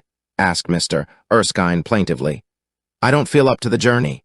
Sir Thomas waved his hand. "Mr. Erskine of Treadley has the world on his shelves. We practical men like to see things, not to read about them.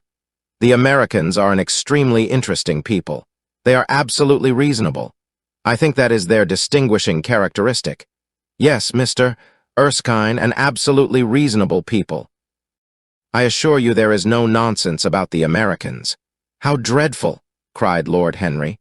"I can stand brute force, but brute reason is quite unbearable. There is something unfair about its use. It is hitting below the intellect." "I do not understand you," said Sir Thomas, growing rather red. "I do, Lord Henry," murmured Mr. Erskine with a smile. "Paradoxes are all very well in their way," rejoined the baronet. "Was that a paradox?" asked Mr. Erskine. "I did not think so. Perhaps it was." "Well, the way of paradoxes is the way of truth. To test reality, we must see it on the tight rope. When the verities become acrobats, we can judge them." "Dear me," said Lady Agatha, "how you men argue. I am sure I never can make out what you are talking about." "Oh, Harry, I am quite vexed with you. Why do you try to persuade our nice Mr. Dorian Gray to give up the East End? I assure you he would be quite invaluable. They would love his playing." "I want him to play to me," cried Lord Henry, smiling, and he looked down the table and caught a bright answering glance. "But they are so unhappy in Whitechapel," continued Lady Agatha. "I can sympathize with everything except suffering," said Lord Henry, shrugging his shoulders. "I cannot sympathize with that. It is too ugly, too horrible, too distressing. There is something terribly morbid in the modern sympathy with pain. One should sympathize with the color, the beauty, the joy of life. The less said about life's sores, the better. Still, the East End is a very important problem," remarked Sir Thomas with a grave shake of the head. "Quite so," answered the young lord. "It is the problem of slavery, and we try to solve it by amusing the slaves." The politician looked at him keenly. "What change do you propose, then?" he asked. Lord Henry laughed. "I don't desire to change anything in England except the weather," he answered. I am quite content with philosophic contemplation.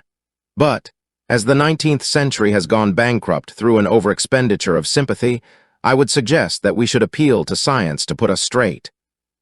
The advantage of the emotions is that they lead us astray, and the advantage of science is that it is not emotional. But we have such grave responsibilities, ventured Mrs. Vandeleur timidly. Terribly grave, echoed Lady Agatha.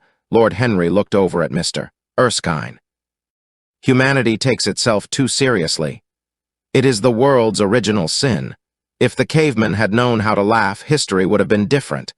You are really very comforting, warbled the Duchess. I have always felt rather guilty when I came to see your dear aunt, for I take no interest at all in the East End. For the future I shall be able to look her in the face without a blush. A blush is very becoming, Duchess, remarked Lord Henry. Only when one is young, she answered. When an old woman like myself blushes, it is a very bad sign. Ah, Lord Henry, I wish you would tell me how to become young again. He thought for a moment. Can you remember any great error that you committed in your early days, Duchess? He asked, looking at her across the table. A great many, I fear, she cried. Then commit them over again, he said gravely. To get back one's youth, one has merely to repeat one's follies. A delightful theory, she exclaimed. I must put it into practice. A dangerous theory? Came from Sir Thomas's tight lips. Lady Agatha shook her head but could not help being amused. Mr. Erskine listened. Yes, he continued, that is one of the great secrets of life. Nowadays most people die of a sort of creeping common sense, and discover when it is too late that the only things one never regrets are one's mistakes. A laugh ran round the table. He played with the idea and grew willful, tossed it into the air and transformed it, let it escape and recaptured it, made it iridescent with fancy and winged it with paradox. The praise of folly, as he went on, soared into a philosophy, and philosophy herself became young, and catching the mad music of pleasure, wearing, one might fancy, her wine-stained robe and wreath of ivy, danced like a bacchante over the hills of life, and mocked the slow silence for being sober. Facts fled before her like frightened forest things. Her white feet trod the huge press at which wise Omar sits, till the seething grape juice rose round her bare limbs in waves of purple bubbles, or crawled in red foam over the vat's black, dripping, sloping sides. It was an extraordinary improvisation. He felt that the eyes of Dorian Gray were fixed on him, and the consciousness that amongst his audience there was one whose temperament he wished to fascinate seemed to give his wit keenness and to lend color to his imagination. He was brilliant, fantastic, irresponsible. He charmed his listeners out of themselves, and they followed his pipe, laughing. Dorian Gray never took his gaze off him, but sat like one under a spell, smiles chasing each other over his lips and wonder growing grave in his darkening eyes. At last, liveried in the costume of the age, reality entered the room in the shape of a servant to tell the Duchess that her carriage was waiting. She wrung her hands in mock despair. "How annoying!" she cried. "I must go. I have to call for my husband at the club to take him to some absurd meeting at Willis's rooms where he is going to be in the chair. If I am late, he is sure to be furious, and I couldn't have a scene in this bonnet. It is far too fragile. A harsh word would ruin it. No, I must go, dear Agatha. Goodbye, Lord Henry. You are quite delightful and dreadfully demoralizing. I am sure I don't know what to say about your views. You must come and dine with us some night. Tuesday. Are you disengaged Tuesday?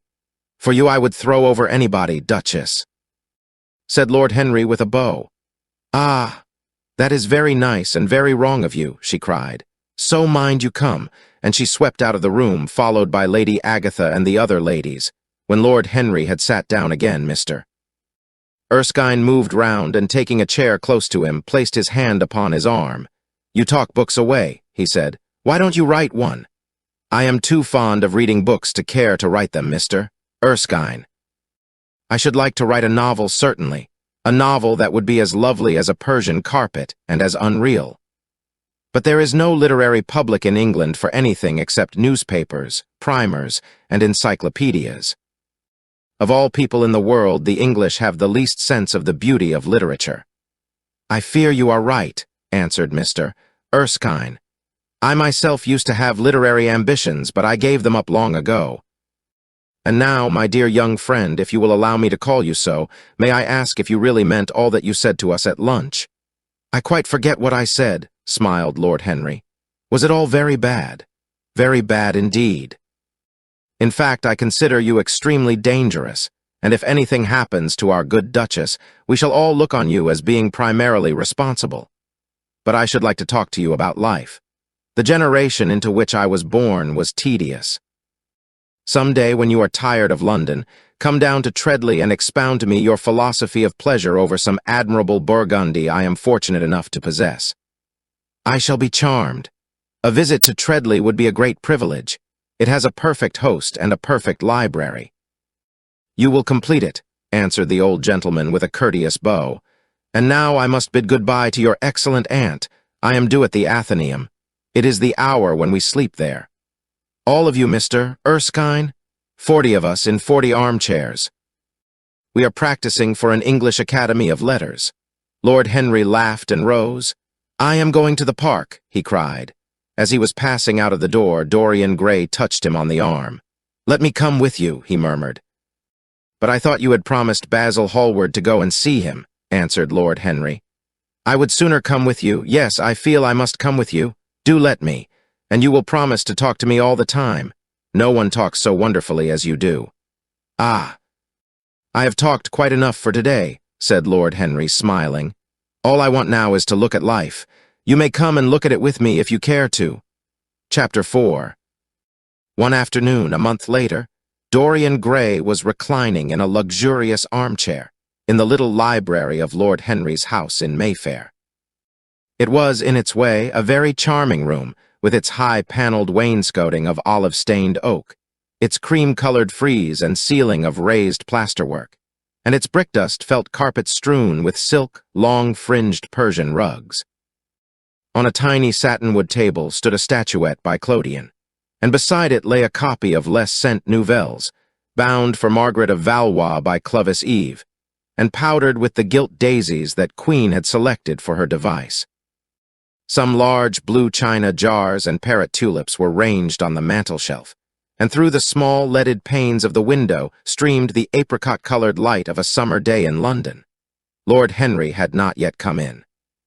He was always late on principle, his principle being that punctuality is the thief of time. So the lad was looking rather sulky, as with listless fingers he turned over the pages of an elaborately illustrated edition of Manon Lescaut that he had found in one of the bookcases.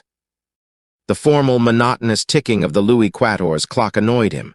Once or twice he thought of going away. At last he heard a step outside, and the door opened. "How late you are, Harry," he murmured.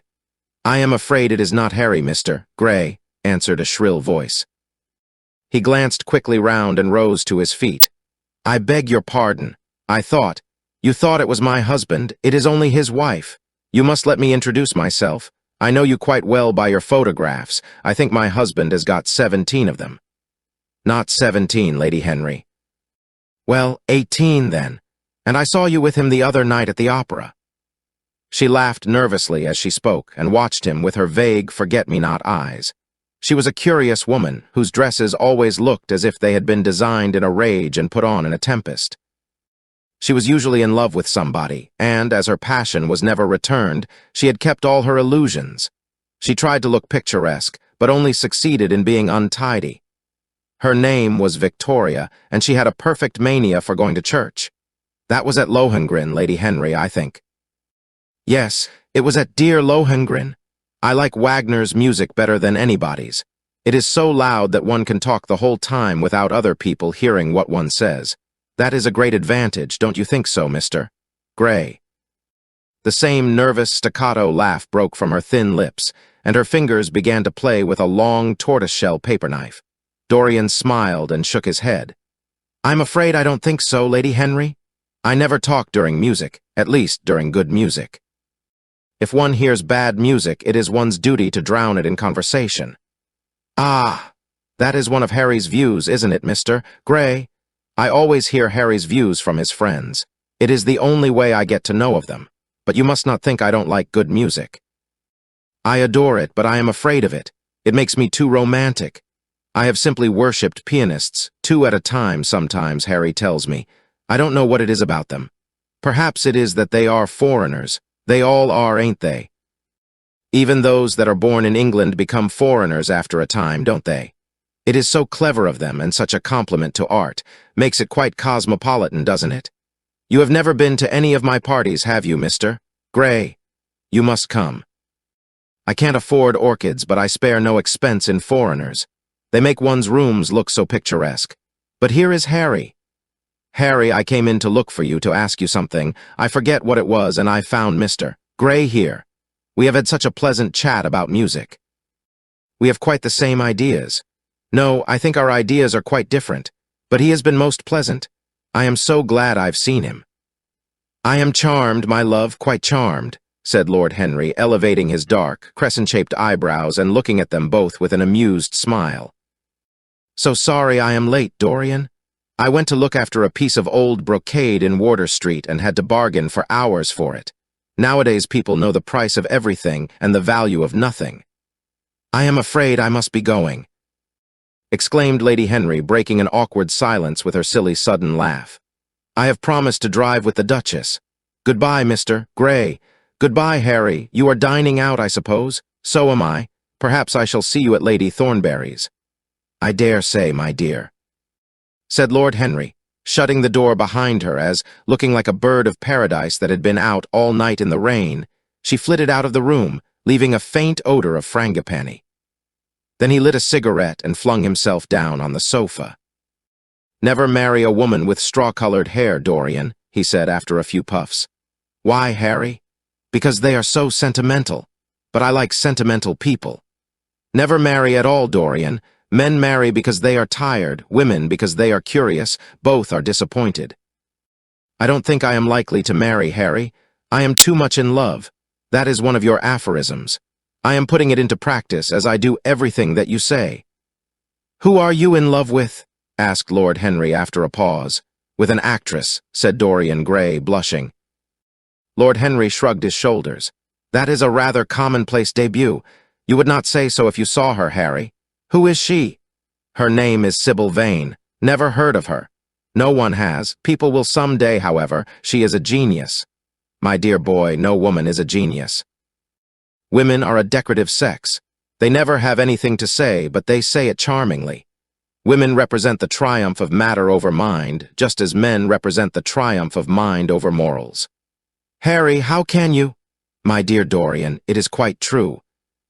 I am analyzing women at present, so I ought to know. The subject is not so abstruse as I thought it was. I find that, ultimately, there are only 2 kinds of women, the plain and the colored. The plain women are very useful. If you want to gain a reputation for respectability, you have merely to take them down to supper. The other women are very charming. They commit one mistake, however. They paint in order to try and look young. Our grandmothers painted in order to try and talk brilliantly. Rouge and esprit used to go together. That is all over now. As long as a woman can look 10 years younger than her own daughter, she is perfectly satisfied. As for conversation, there are only 5 women in London worth talking to, and 2 of these can't be admitted into decent society. However, tell me about your genius. How long have you known her? Ah, Harry, your views terrify me. Never mind that. How long have you known her? About 3 weeks. And where did you come across her? I will tell you, Harry, but you mustn't be unsympathetic about it. After all, it never would have happened if I had not met you. You filled me with a wild desire to know everything about life. For days after I met you, something seemed to throb in my veins. As I lounged in the park or strolled down Piccadilly, I used to look at everyone who passed me and wonder with a mad curiosity what sort of lives they led. Some of them fascinated me. Others filled me with terror. There was an exquisite poison in the air. I had a passion for sensations. Well, one evening about 7 o'clock, I determined to go out in search of some adventure. I felt that this gray, monstrous London of ours, with its myriads of people, its sordid sinners, and its splendid sins, as you once phrased it, must have something in store for me. I fancied 1,000 things. The mere danger gave me a sense of delight. I remembered what you had said to me on that wonderful evening when we first dined together. about the search for beauty being the real secret of life. I don't know what I expected, but I went out and wandered eastward, soon losing my way in a labyrinth of grimy streets and black grassless squares. About 8:30, I passed by an absurd little theater, with great flaring gas jets and gaudy playbills. A hideous Jew, in the most amazing waistcoat I ever beheld in my life, was standing at the entrance, smoking a vile cigar. He had greasy ringlets and an enormous diamond blazed in the center of a soiled shirt. "Have a box, my lord," he said when he saw me, and he took off his hat with an air of gorgeous servility. There was something about him, Harry, that amused me. He was such a monster. You will laugh at me, I know, but I really went in and paid a whole guinea for the stage box. To the present day, I can't make out why I did so, and yet if I hadn't, my dear Harry, if I hadn't, I should have missed the greatest romance of my life. I see you are laughing. It is horrid of you. I am not laughing, Dorian, at least I am not laughing at you. But you should not say the greatest romance of your life. You should say the first romance of your life. You will always be loved, and you will always be in love with love. A grand passion is the privilege of people who have nothing to do. That is the one use of the idle classes of a country. Don't be afraid. There are exquisite things in store for you. This is merely the beginning. Do you think my nature so shallow? Cried Dorian Gray angrily. No, I think your nature so deep. How do you mean? My dear boy, the people who love only once in their lives are really the shallow people. What they call their loyalty and their fidelity, I call either the lethargy of custom or their lack of imagination. Faithfulness is to the emotional life what consistency is to the life of the intellect, simply a confession of failure.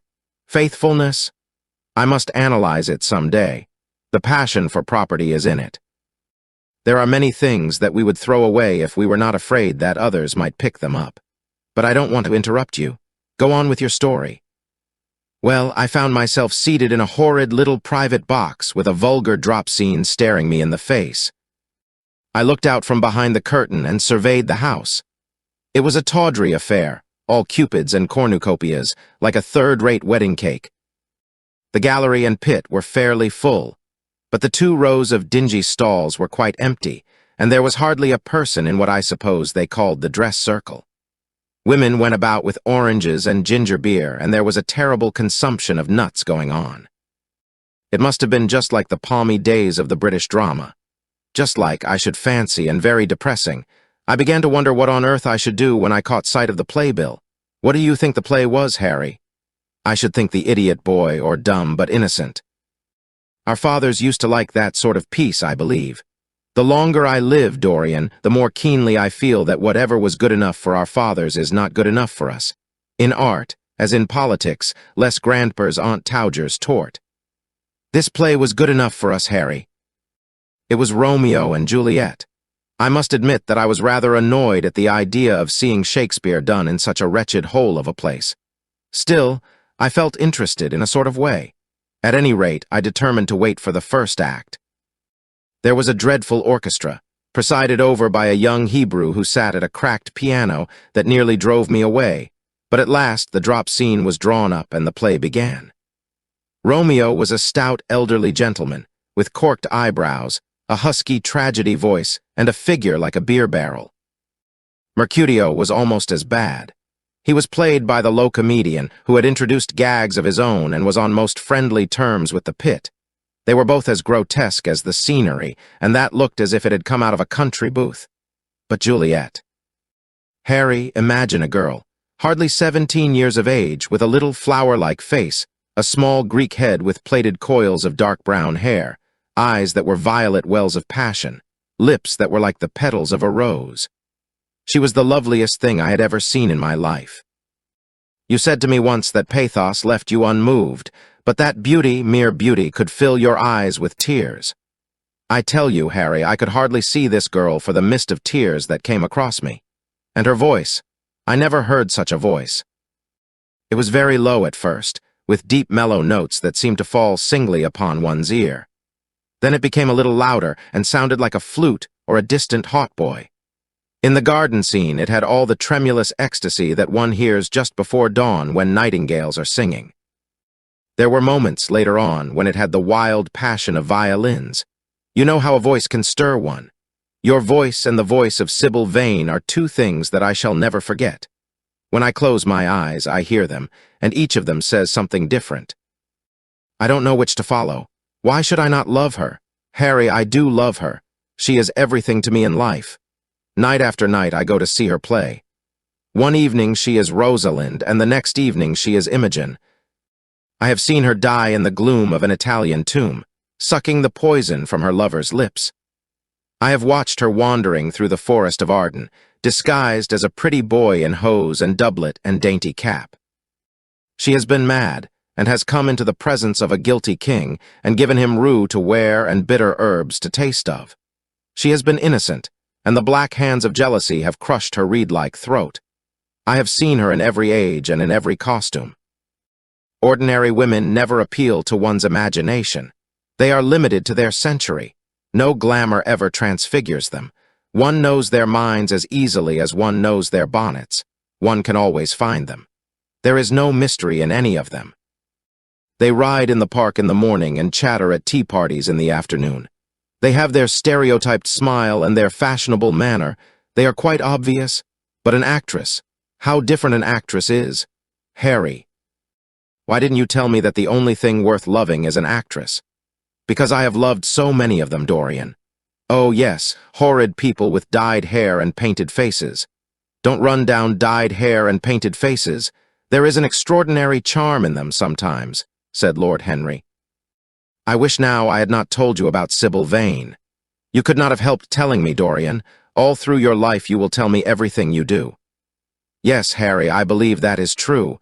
I cannot help telling you things. You have a curious influence over me. If I ever did a crime, I would come and confess it to you. You would understand me. People like you, the willful sunbeams of life, don't commit crimes, Dorian. But I am much obliged for the compliment, all the same. And now tell me, reach me the matches like a good boy, thanks. What are your actual relations with Sybil Vane? Dorian Gray leaped to his feet with flushed cheeks and burning eyes. Harry, Sybil Vane is sacred? It is only the sacred things that are worth touching, Dorian, said Lord Henry with a strange touch of pathos in his voice. But why should you be annoyed? I suppose she will belong to you some day. When one is in love, one always begins by deceiving oneself, and one always ends by deceiving others. That is what the world calls a romance. You know her, at any rate, I suppose? Of course I know her. On the first night I was at the theater, the horrid old Jew came round to the box after the performance was over and offered to take me behind the scenes and introduce me to her. I was furious with him and told him that Juliet had been dead for hundreds of years and that her body was lying in a marble tomb in Verona. I think, from his blank look of amazement, that he was under the impression that I had taken too much champagne or something. I am not surprised. Then he asked me if I wrote for any of the newspapers. I told him I never even read them. He seemed terribly disappointed at that, and confided to me that all the dramatic critics were in a conspiracy against him, and that they were every one of them to be bought. I should not wonder if he was quite right there. But, on the other hand, judging from their appearance, most of them cannot be at all expensive. Well, he seemed to think they were beyond his means, laughed Dorian. By this time, however, the lights were being put out in the theater and I had to go. He wanted me to try some cigars that he strongly recommended. I declined. The next night, of course, I arrived at the place again. When he saw me, he made me a low bow and assured me that I was a munificent patron of art. He was a most offensive brute, though he had an extraordinary passion for Shakespeare. He told me once, with an air of pride, that his 5 bankruptcies were entirely due to the bard, as he insisted on calling him. He seemed to think it a distinction. It was a distinction, my dear Dorian, a great distinction. Most people become bankrupt through having invested too heavily in the prose of life. To have ruined oneself over poetry is an honor. But when did you first speak to Miss Sybil Vane? The 3rd night. She had been playing Rosalind. I could not help going round. I had thrown her some flowers, and she had looked at me. At least I fancied that she had. The old Jew was persistent. He seemed determined to take me behind, so I consented. It was curious my not wanting to know her, wasn't it? No, I don't think so. My dear Harry, why? I will tell you some other time. Now I want to know about the girl. Sybil? Oh, she was so shy and so gentle. There is something of a child about her. Her eyes opened wide in exquisite wonder when I told her what I thought of her performance, and she seemed quite unconscious of her power. I think we were both rather nervous. The old Jew stood grinning at the doorway of the dusty green room, making elaborate speeches about us both, while we stood looking at each other like children. He would insist on calling me my lord, so I had to assure Sybil that I was not anything of the kind. She said quite simply to me, "You look more like a prince. I must call you Prince Charming." Upon my word, Dorian, Miss Sybil knows how to pay compliments. You don't understand her, Harry. She regarded me merely as a person in a play. She knows nothing of life. She lives with her mother, a faded, tired woman who played Lady Capulet in a sort of magenta dressing wrapper on the first night and looks as if she had seen better days. I know that look. It depresses me, murmured Lord Henry, examining his rings. The Jew wanted to tell me her history, but I said it did not interest me. You were quite right. There is always something infinitely mean about other people's tragedies. Sybil is the only thing I care about. What is it to me where she came from? From her little head to her little feet, she is absolutely and entirely divine. Every night of my life I go to see her act, and every night she is more marvelous. That is the reason, I suppose, that you never dine with me now. I thought you must have some curious romance on hand. You have, but it is not quite what I expected. My dear Harry, we either lunch or sup together every day, and I have been to the opera with you several times, said Dorian, opening his blue eyes in wonder. You always come dreadfully late. Well, I can't help going to see Sybil play. He cried, even if it is only for a single act. I get hungry for her presence, and when I think of the wonderful soul that is hidden away in that little ivory body, I am filled with awe. You can dine with me tonight, Dorian, can't you? He shook his head. Tonight she is Imogen. He answered, and tomorrow night she will be Juliet. When is she Sybil Vane? Never, I congratulate you. How horrid you are. She is all the great heroines of the world in one. She is more than an individual. You laugh, but I tell you she has genius. I love her, and I must make her love me. You, who know all the secrets of life, tell me how to charm Sybil Vane to love me. I want to make Romeo jealous. I want the dead lovers of the world to hear our laughter and grow sad. I want a breath of our passion to stir their dust into consciousness, to wake their ashes into pain. My God, Harry, how I worship her! He was walking up and down the room as he spoke. Hectic spots of red burned on his cheeks. He was terribly excited. Lord Henry watched him with a subtle sense of pleasure. How different he was now from the shy, frightened boy he had met in Basil Hallward's studio. His nature had developed like a flower, had borne blossoms of scarlet flame. Out of its secret hiding place had crept his soul, and desire had come to meet it on the way. "And what do you propose to do?" said Lord Henry at last. "I want you and Basil to come with me some night and see her act. I have not the slightest fear of the result. You are certain to acknowledge her genius. Then we must get her out of the Jew's hands. She is bound to him for 3 years, at least for 2 years and 8 months, from the present time. I shall have to pay him something, of course. When all that is settled, I shall take a West End theater and bring her out properly. She will make the world as mad as she has made me. That would be impossible, my dear boy. Yes, she will. She has not merely consummate art instinct in her, but she has personality also, and you have often told me that it is personalities, not principles, that move the age. Well, what night shall we go? Let me see. Today is Tuesday. Let us fix tomorrow. She plays Juliet tomorrow. All right, the Bristol at 8 o'clock, and I will get Basil. Not 8, Harry, please. 6:30. We must be there before the curtain rises. You must see her in the first act, where she meets Romeo. 6:30. What an hour. It will be like having a meat tea or reading an English novel. It must be 7. No gentleman dines before 7. Shall you see Basil between this and then? Or shall I write to him? Dear Basil, I have not laid eyes on him for a week. It is rather horrid of me, as he has sent me my portrait in the most wonderful frame, specially designed by himself, and, though I am a little jealous of the picture for being a whole month younger than I am, I must admit that I delight in it. Perhaps you had better write to him." "I don't want to see him alone. He says things that annoy me. He gives me good advice." Lord Henry smiled. "People are very fond of giving away what they need most themselves. It is what I call the depth of generosity. Oh, Basil is the best of fellows, but he seems to me to be just a bit of a Philistine. Since I have known you, Harry, I have discovered that. Basil, my dear boy, puts everything that is charming in him into his work. The consequence is that he has nothing left for life but his prejudices, his principles, and his common sense. The only artists I have ever known who are personally delightful are bad artists. Good artists exist simply in what they make and consequently are perfectly uninteresting in what they are. A great poet, a really great poet, is the most unpoetical of all creatures. But inferior poets are absolutely fascinating. The worse their rhymes are, the more picturesque they look. The mere fact of having published a book of second-rate sonnets makes a man quite irresistible. He lives the poetry that he cannot write. The others write the poetry that they dare not realize. I wonder, is that really so, Harry?" said Dorian Gray, putting some perfume on his handkerchief out of a large, gold-topped bottle that stood on the table. "It must be if you say it. And now I am off. Imogen is waiting for me. Don't forget about tomorrow.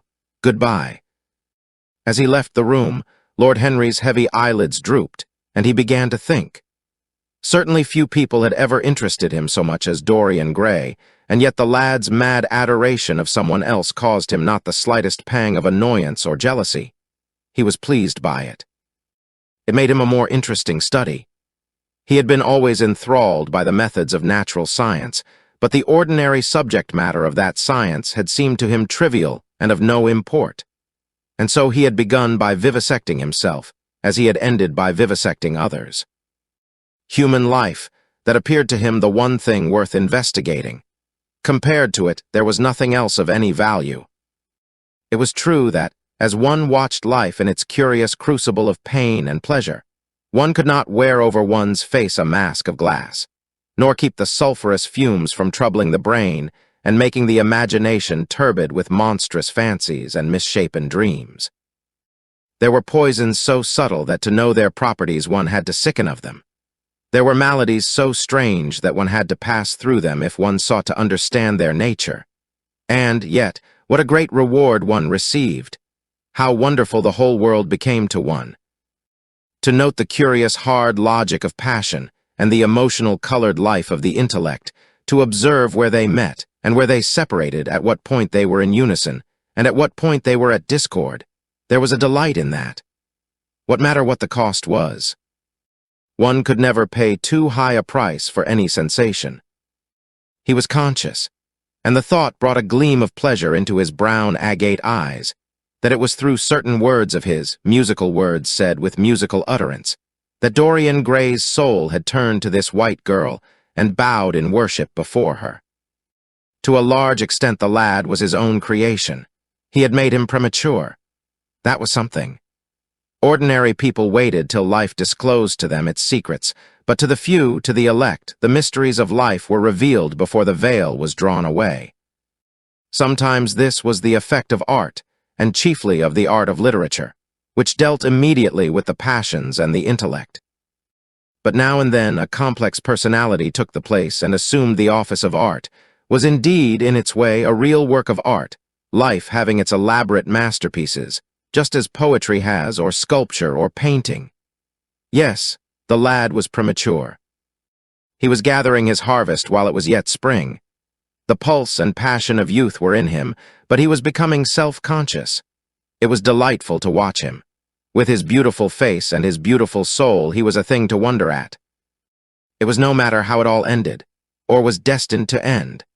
He was like one of those gracious figures in a pageant or a play whose joys seem to be remote from one, but whose sorrows stir one's sense of beauty, and whose wounds are like red roses. Soul and body, body and soul, how mysterious they were. There was animalism in the soul, and the body had its moments of spirituality. The senses could refine, and the intellect could degrade. Who could say where the fleshly impulse ceased or the psychical impulse began? How shallow were the arbitrary definitions of ordinary psychologists. And yet how difficult to decide between the claims of the various schools. Was the soul a shadow seated in the house of sin?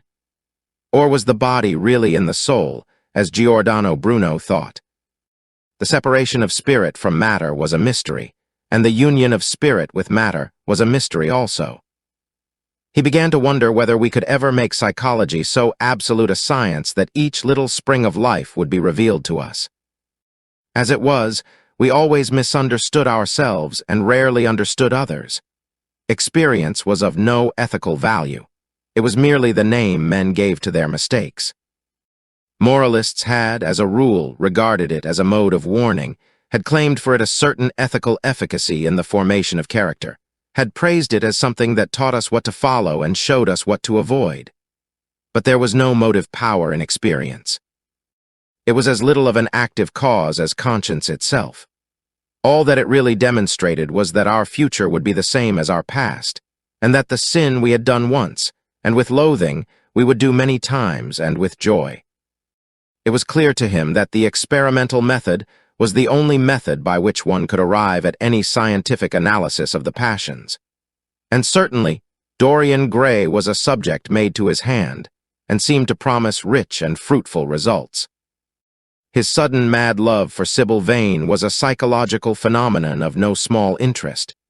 There was no doubt that curiosity had much to do with it, curiosity and the desire for new experiences, yet it was not a simple, but rather a very complex passion.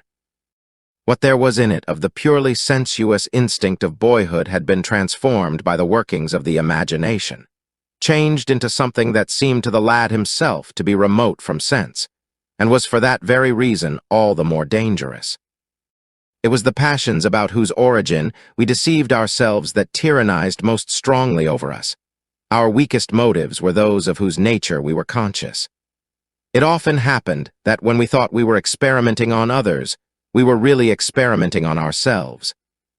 While Lord Henry sat dreaming on these things, a knock came to the door, and his valet entered and reminded him it was time to dress for dinner. He got up and looked out into the street. The sunset had smitten into scarlet gold the upper windows of the houses opposite. The panes glowed like plates of heated metal. The sky above was like a faded rose. He thought of his friend's young, fiery-colored life and wondered how it was all going to end. When he arrived home about 12:30, he saw a telegram lying on the hall table. He opened it and found it was from Dorian Gray. It was to tell him that he was engaged to be married to Sybil Vane. Chapter 5. "Mother, mother, I am so happy," whispered the girl, burying her face in the lap of the faded, tired-looking woman who, with back turned to the shrill, intrusive light, was sitting in the one armchair that their dingy sitting room contained. "I am so happy," she repeated, "and you must be happy too, Mrs." Vane winced and put her thin, bismuth-whitened hands on her daughter's head. "Happy," she echoed. "I am only happy, Sybil, when I see you act. You must not think of anything but your acting. Mr. Isaacs has been very good to us, and we owe him money." The girl looked up and pouted. "Money, mother?" she cried. "What does money matter? Love is more than money. Mr. Isaacs has advanced us £50 to pay off our debts and to get a proper outfit for James. You must not forget that, Sybil. £50 is a very large sum. Mr. Isaacs has been most considerate." "He is not a gentleman, mother, and I hate the way he talks to me," said the girl, rising to her feet and going over to the window. "I don't know how we could manage without him," answered the elder woman querulously. Sybil Vane tossed her head and laughed. "We don't want him any more, mother. Prince Charming rules life for us now." Then she paused. A rose shook in her blood and shadowed her cheeks. Quick breath parted the petals of her lips. They trembled. Some southern wind of passion swept over her and stirred the dainty folds of her dress. "I love him," she said simply.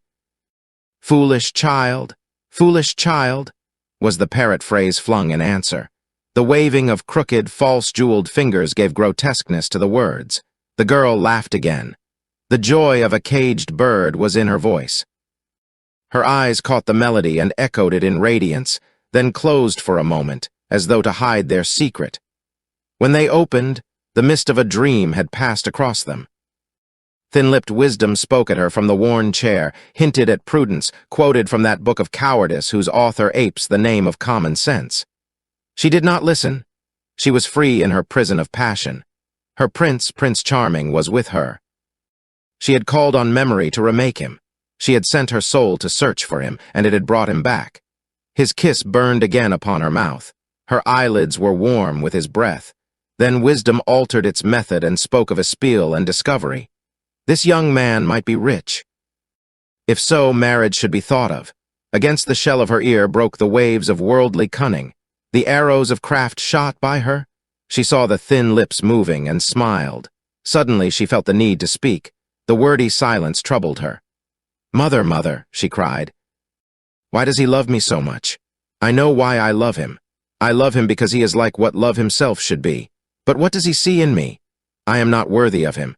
And yet, why I cannot tell, though I feel so much beneath him. I don't feel humble. I feel proud, terribly proud. Mother, did you love my father as I love Prince Charming?" The elder woman grew pale beneath the coarse powder that daubed her cheeks, and her dry lips twitched with a spasm of pain. Sybil rushed to her, flung her arms round her neck, and kissed her. "Forgive me, mother. I know it pains you to talk about our father, but it only pains you because you loved him so much. Don't look so sad. I am as happy today as you were 20 years ago. Ah, let me be happy forever. My child, you are far too young to think of falling in love. Besides, what do you know of this young man? You don't even know his name.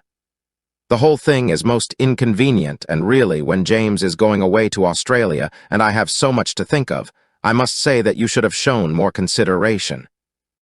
However, as I said before, if he is rich— Ah, mother, let me be happy. Mrs. Vane glanced at her, and with one of those false theatrical gestures that so often become a mode of second nature to a stage player, clasped her in her arms. At this moment, the door opened, and a young lad with rough brown hair came into the room. He was thick-set of figure, and his hands and feet were large and somewhat clumsy in movement. He was not so finely bred as his sister. One would hardly have guessed the close relationship that existed between them. Mrs. Vane fixed her eyes on him and intensified her smile. She mentally elevated her son to the dignity of an audience. She felt sure that the tableau was interesting. "You might keep some of your kisses for me, Sybil, I think," said the lad with a good-natured grumble. "Ah, but you don't like being kissed, Jim," she cried. "You are a dreadful old bear." And she ran across the room and hugged him. James Vane looked into his sister's face with tenderness. "I want you to come out with me for a walk, Sybil. I don't suppose I shall ever see this horrid London again. I am sure I don't want to." "My son, don't say such dreadful things," murmured Mrs. Vane, taking up a tawdry theatrical dress with a sigh and beginning to patch it. She felt a little disappointed that he had not joined the group. It would have increased the theatrical picturesqueness of the situation. "Why not, mother? I mean it. You pain me, my son. I trust you will return from Australia in a position of affluence. I believe there is no society of any kind in the colonies, nothing that I would call society, so when you have made your fortune, you must come back and assert yourself in London." "Society?" muttered the lad. "I don't want to know anything about that. I should like to make some money to take you and Sybil off the stage. I hate it." "Oh, Jim," said Sybil, laughing, "how unkind of you. But are you really going for a walk with me? That will be nice. I was afraid you were going to say goodbye to some of your friends, to Tom Hardy, who gave you that hideous pipe, or Ned Langton, who makes fun of you for smoking it. It is very sweet of you to let me have your last afternoon. Where shall we go? Let us go to the park." "I am too shabby," he answered, frowning. "Only swell people go to the park." "Nonsense, Jim," she whispered, stroking the sleeve of his coat. He hesitated for a moment. "Very well," he said at last, "but don't be too long dressing." She danced out of the door. One could hear her singing as she ran upstairs. Her little feet pattered overhead. He walked up and down the room 2 or 3 times. Then he turned to the still figure in the chair. "Mother, are my things ready?" he asked. "Quite ready, James," she answered, keeping her eyes on her work. For some months past, she had felt ill at ease when she was alone with this rough, stern son of hers. Her shallow, secret nature was troubled when their eyes met. She used to wonder if he suspected anything. The silence, for he made no other observation, became intolerable to her. She began to complain. Women defend themselves by attacking just as they attack by sudden and strange surrenders. "I hope you will be contented, James, with your seafaring life," she said. "You must remember that it is your own choice. You might have entered a solicitor's office. Solicitors are a very respectable class and in the country often dine with the best families." "I hate offices and I hate clerks," he replied. "But you are quite right. I have chosen my own life. All I say is watch over Sybil. Don't let her come to any harm." "Mother, you must watch over her." "James, you really talk very strangely. Of course I watch over Sybil. I hear a gentleman comes every night to the theater and goes behind to talk to her. Is that right? What about that? You are speaking about things you don't understand, James. In the profession, we are accustomed to receive a great deal of most gratifying attention. I myself used to receive many bouquets at one time. That was when acting was really understood. As for Sybil, I do not know at present whether her attachment is serious or not. But there is no doubt that the young man in question is a perfect gentleman. He is always most polite to me. Besides, he has the appearance of being rich, and the flowers he sends are lovely." "You don't know his name, though," said the lad harshly. "No," answered his mother with a placid expression in her face. "He has not yet revealed his real name. I think it is quite romantic of him. He is probably a member of the aristocracy." James Vane bit his lip. "Watch over Sybil, mother," he cried. "Watch over her." "My son, you distress me very much. Sybil is always under my special care. Of course, if this gentleman is wealthy, there is no reason why she should not contract an alliance with him. I trust he is one of the aristocracy. He has all the appearance of it, I must say. It might be a most brilliant marriage for Sybil. They would make a charming couple. His good looks are really quite remarkable. Everybody notices them." The lad muttered something to himself and drummed on the window pane with his coarse fingers. He had just turned round to say something when the door opened and Sybil ran in. "How serious you both are," she cried. "What is the matter?" "Nothing," he answered. "I suppose one must be serious sometimes. Goodbye, mother. I will have my dinner at 5 o'clock. Everything is packed except my shirts, so you need not trouble." "Goodbye, my son," she answered with a bow of strained stateliness. She was extremely annoyed at the tone he had adopted with her, and there was something in his look that had made her feel afraid. "Kiss me, mother," said the girl. Her flower-like lips touched the withered cheek and warmed its frost.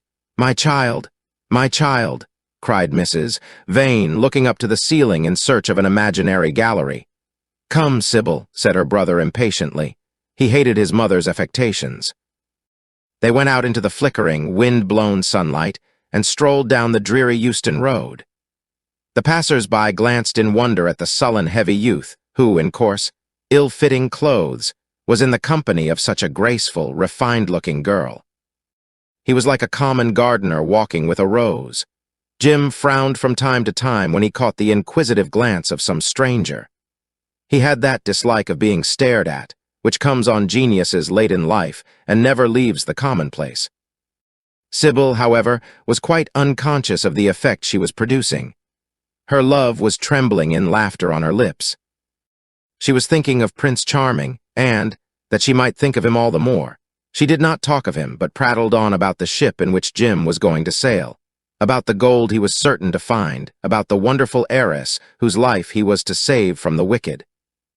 Red-shirted bushrangers, for he was not to remain a sailor or a supercargo or whatever he was going to be.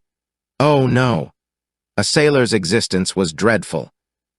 Fancy being cooped up in a horrid ship, with the hoarse, hump-backed waves trying to get in, and a black wind blowing the masts down and tearing the sails into long, screaming ribands. He was to leave the vessel at Melbourne, bid a polite goodbye to the captain, and go off at once to the gold fields. Before a week was over, he was to come across a large nugget of pure gold, the largest nugget that had ever been discovered, and bring it down to the coast in a wagon guarded by 6 mounted policemen. The bushrangers were to attack them 3 times and be defeated with immense slaughter. Or, no, he was not to go to the gold fields at all. They were horrid places where men got intoxicated and shot each other in bar rooms and used bad language. He was to be a nice sheep farmer, and one evening, as he was riding home, he was to see the beautiful heiress being carried off by a robber on a black horse, and give chase and rescue her. Of course, she would fall in love with him, and he with her, and they would get married and come home and live in an immense house in London. Yes, there were delightful things in store for him. But he must be very good and not lose his temper or spend his money foolishly. She was only a year older than he was, but she knew so much more of life. He must be sure also to write to her by every mail and to say his prayers each night before he went to sleep. God was very good and would watch over him. She would pray for him too, and in a few years he would come back quite rich and happy. The lad listened sulkily to her and made no answer. He was heartsick at leaving home. Yet it was not this alone that made him gloomy and morose. Inexperienced though he was, he had still a strong sense of the danger of Sybil's position. This young dandy who was making love to her could mean her no good. He was a gentleman, and he hated him for that, hated him through some curious race instinct for which he could not account, and which for that reason was all the more dominant within him. He was conscious also of the shallowness and vanity of his mother's nature, and in that saw infinite peril for Sybil and Sybil's happiness. Children begin by loving their parents. As they grow older, they judge them. Sometimes they forgive them. His mother. He had something on his mind to ask of her, something that he had brooded on for many months of silence. A chance phrase that he had heard at the theater, a whispered sneer that had reached his ears one night as he waited at the stage door, had set loose a train of horrible thoughts. He remembered it as if it had been the lash of a hunting crop across his face. His brows knit together into a wedge-like furrow, and with a twitch of pain he bit his under lip. "You are not listening to a word I am saying, Jim," cried Sybil. "And I am making the most delightful plans for your future. Do say something. What do you want me to say?" "Oh, that you will be a good boy and not forget us," she answered, smiling at him. He shrugged his shoulders. "You are more likely to forget me than I am to forget you, Sybil." She flushed. "What do you mean, Jim?" she asked. "You have a new friend, I hear. Who is he? Why have you not told me about him? He means you no good." "Stop, Jim," she exclaimed. "You must not say anything against him. I love him." "Why, you don't even know his name," answered the lad. "Who is he? I have a right to know." "He is called Prince Charming. Don't you like the name?" "Oh, you silly boy. You should never forget it. If you only saw him, you would think him the most wonderful person in the world. Some day you will meet him when you come back from Australia. You will like him so much. Everybody likes him, and I love him. I wish you could come to the theater tonight. He is going to be there, and I am to play Juliet. Oh, how I shall play it. Fancy, Jim, to be in love and play Juliet. To have him sitting there, to play for his delight. I am afraid I may frighten the company, frighten or enthrall them. To be in love is to surpass oneself. Poor dreadful mister. Isaacs will be shouting genius to his loafers at the bar. He has preached me as a dogma. Tonight he will announce me as a revelation. I feel it. And it is all his only Prince Charming, my wonderful lover, my god of graces. But I am poor beside him. Poor. What does that matter? When poverty creeps in at the door, love flies in through the window. Our proverbs want rewriting. They were made in winter, and it is summer now. Springtime for me, I think, a very dance of blossoms in blue skies. He is a gentleman, said the lad sullenly. A prince. She cried musically. What more do you want? He wants to enslave you. I shudder at the thought of being free. I want you to beware of him. To see him is to worship him. To know him is to trust him. Sybil, you are mad about him. She laughed and took his arm. You dear old Jim, you talk as if you were 100. Some day you will be in love yourself. Then you will know what it is. Don't look so sulky. Surely you should be glad to think that, though you are going away, you leave me happier than I have ever been before. Life has been hard for us both, terribly hard and difficult. But it will be different now. You are going to a new world, and I have found one. Here are 2 chairs. Let us sit down and see the smart people go by. They took their seats amidst a crowd of watchers. The tulip beds across the road flamed like throbbing rings of fire. A white dust, tremulous cloud of orris root it seemed, hung in the panting air. The brightly colored parasols danced and dipped like monstrous butterflies. She made her brother talk of himself, his hopes, his prospects. He spoke slowly and with effort. They passed words to each other as players at a game pass counters. Sybil felt oppressed. She could not communicate her joy. A faint smile curving that sullen mouth was all the echo she could win. After some time, she became silent. Suddenly, she caught a glimpse of golden hair and laughing lips, and in an open carriage with two ladies Dorian Gray drove past. She started to her feet. "There he is!" she cried. "Who?" said Jim Vane. "Prince Charming," she answered, looking after the Victoria. He jumped up and seized her roughly by the arm. "Show him to me. Which is he? Point him out. I must see him," he exclaimed. But at that moment the Duke of Berwick's foreign hand came between, and when it had left the space clear, the carriage had swept out of the park. "He is gone," murmured Sybil sadly. "I wish you had seen him." "I wish I had, for as sure as there is a God in heaven, if he ever does you any wrong, I shall kill him." She looked at him in horror. He repeated his words. They cut the air like a dagger. The people round began to gape. A lady standing close to her tittered. "Come away, Jim, come away," she whispered. He followed her doggedly as she passed through the crowd. He felt glad at what he had said. When they reached the Achilles statue, she turned round. There was pity in her eyes that became laughter on her lips. She shook her head at him. "You are foolish, Jim, utterly foolish, a bad-tempered boy, that is all. How can you say such horrible things? You don't know what you are talking about. You are simply jealous and unkind. Ah. I wish you would fall in love. Love makes people good, and what you said was wicked." "I am 16, he answered, "and I know what I am about. Mother is no help to you. She doesn't understand how to look after you. I wish now that I was not going to Australia at all. I have a great mind to chuck the whole thing up. I would if my articles hadn't been signed." "Oh, don't be so serious, Jim. You are like one of the heroes of those silly melodramas Mother used to be so fond of acting in. I am not going to quarrel with you. I have seen him, and oh, to see him is perfect happiness. We won't quarrel. I know you would never harm anyone I love, would you?" "Not as long as you love him, I suppose," was the sullen answer.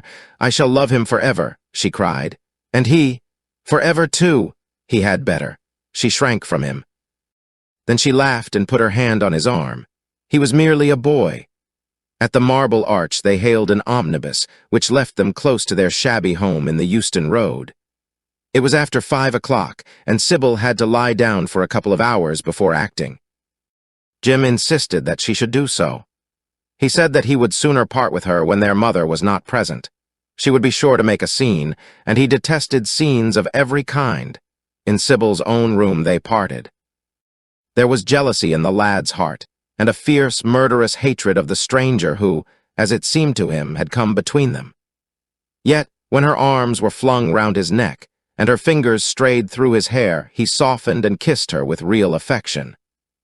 There were tears in his eyes as he went downstairs. His mother was waiting for him below.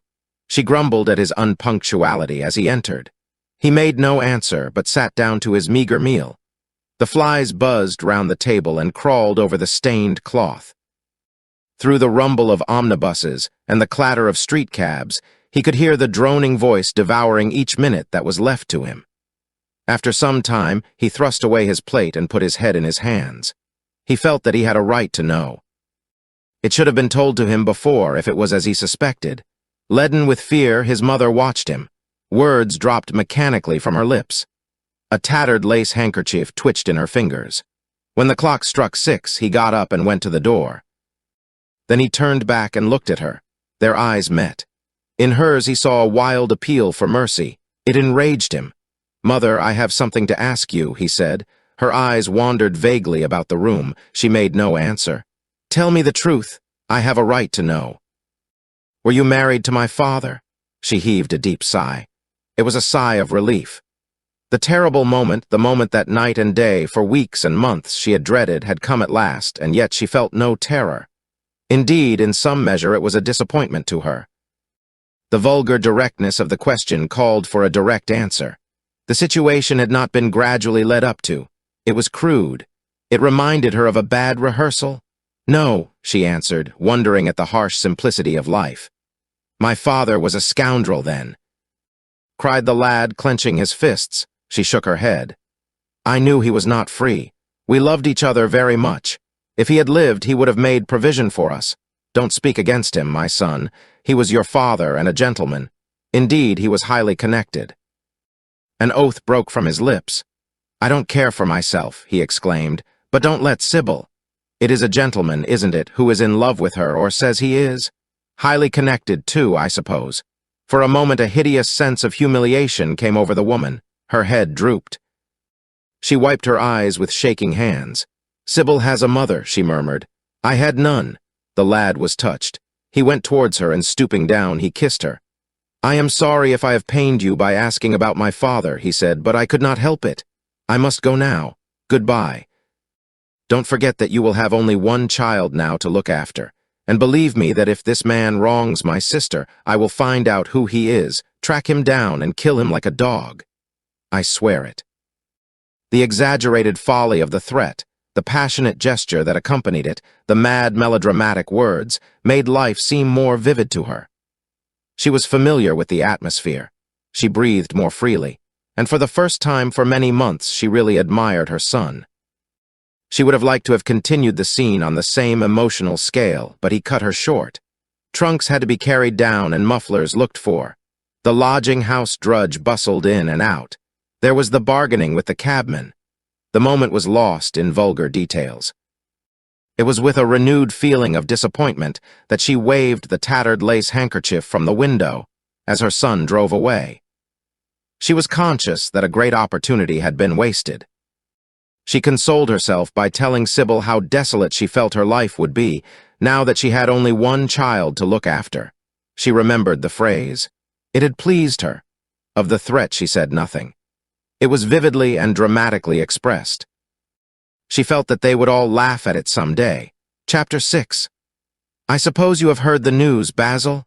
Said Lord Henry that evening as Hallward was shown into a little private room at the Bristol where dinner had been laid for 3.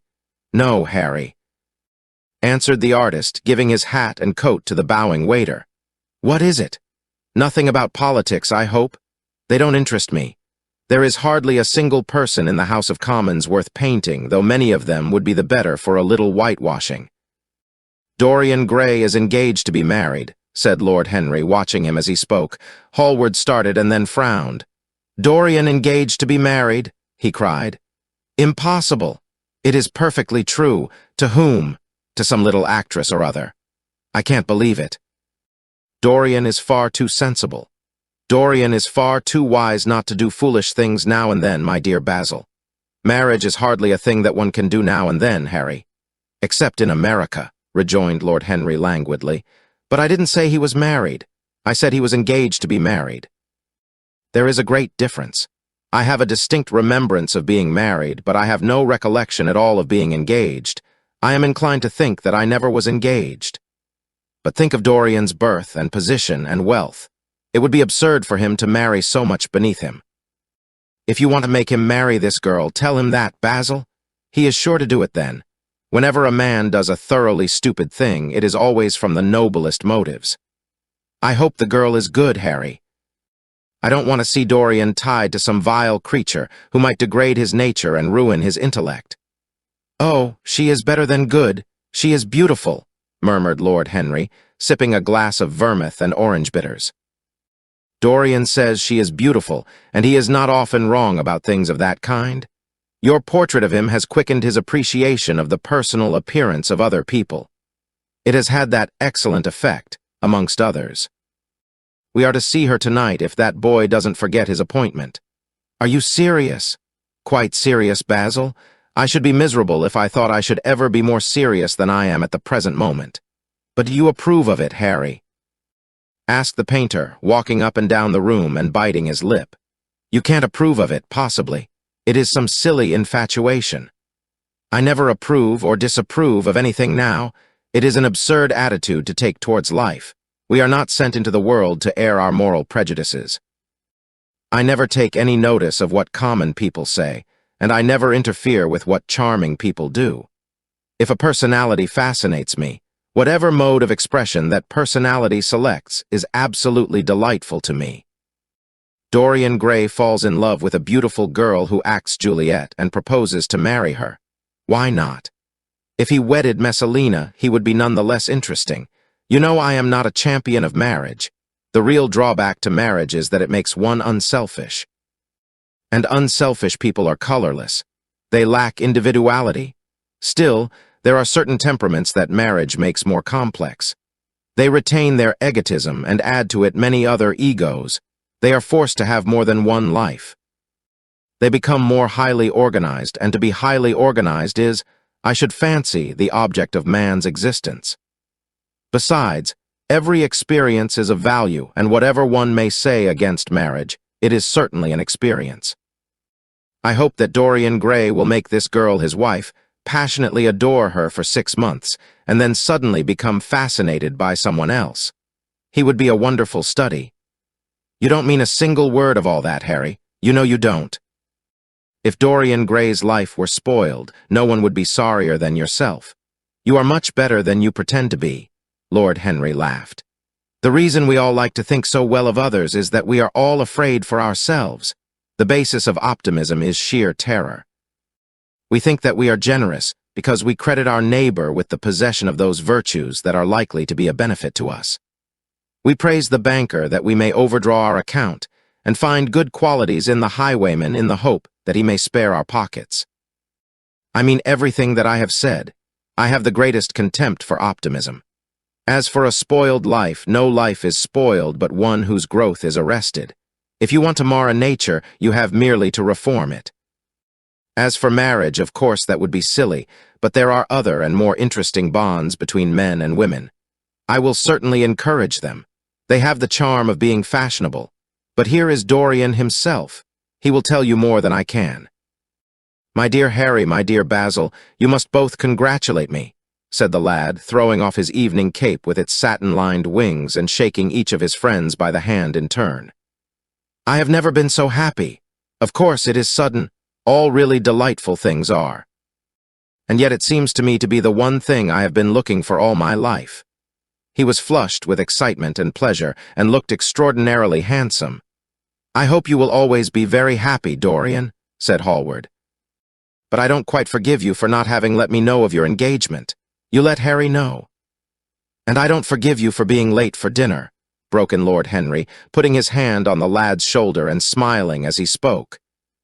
Come, let us sit down and try what the new chef here is like, and then you will tell us how it all came about.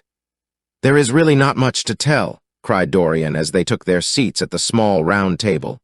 What happened was simply this.